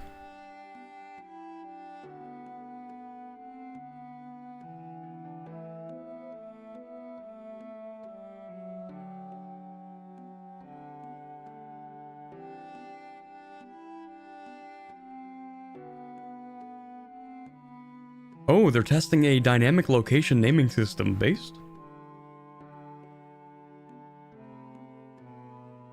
Castile and Portugal fought many wars over the crown of Castile. The thrones were intermarried or promised to be at one point. Ah, I see. Will you cover tomorrow's at the beginning of the next gaming stream? Probably not, because I tend to get stun locked. So it'll be like 1 hour of me covering a single dev diary, and then I'll only have like a little bit less time for the other actual gameplay. I'll probably wait maybe a few more weeks and let them like stack up in the background, and then I'll come back and do this again. Maybe, who knows? What do we have here? Inland, it says, over the ocean.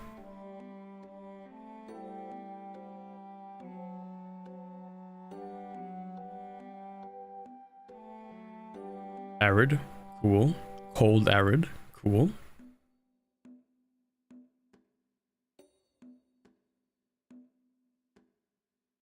Oh, inland sea, I'm stupid. The words are inland sea. Yeah. It's gonna be time to end the stream soon, yeah. Okay, anyway, vegetation. Yeah, Iberia actually has some pretty wacky topography, vegetation, and climate. Like, they got deserts in Spain. It's kind of weird. Wait, cold, arid in Spain? Yeah, different parts of Spain are very wacky. Like, a very, varied climate. Starting to become illiterate. Starting. Okay, let's see. They want to rework the vegetation distribution? Okay. Cultures. Galician. I recently learned that Galician is actually like a descendant of like a Celtic culture. The same way that like Brittany is, or like Breton culture. I didn't know that. But hey, the more you know.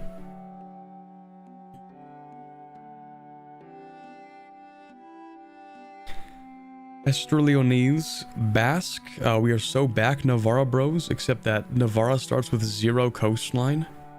Tragic. Me when Navarra but no coastline to send out my Basque sailors to go whaling in Newfoundland.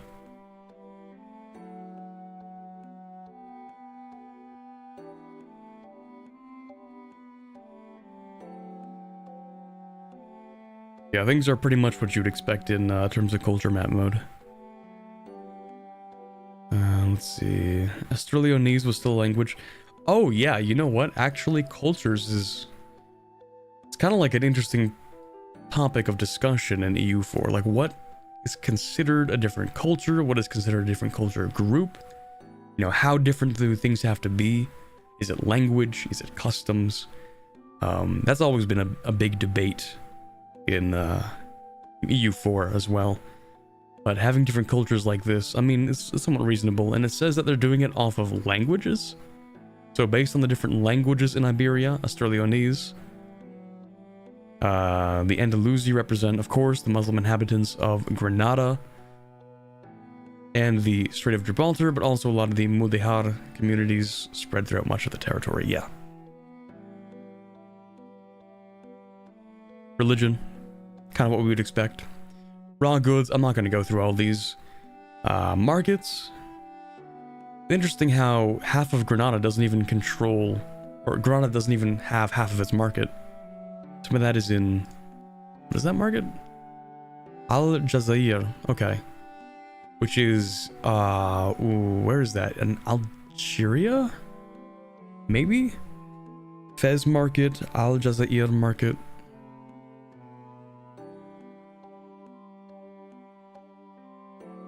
Yeah. Isn't Valencian their own language? I don't know. Couldn't really tell you. We have Catalan around here. Maybe? I'm not sure.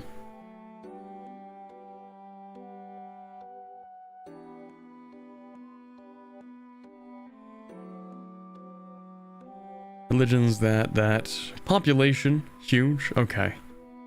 All right. Oh, we've done it. We've gone through all 14 developer diaries for EU5.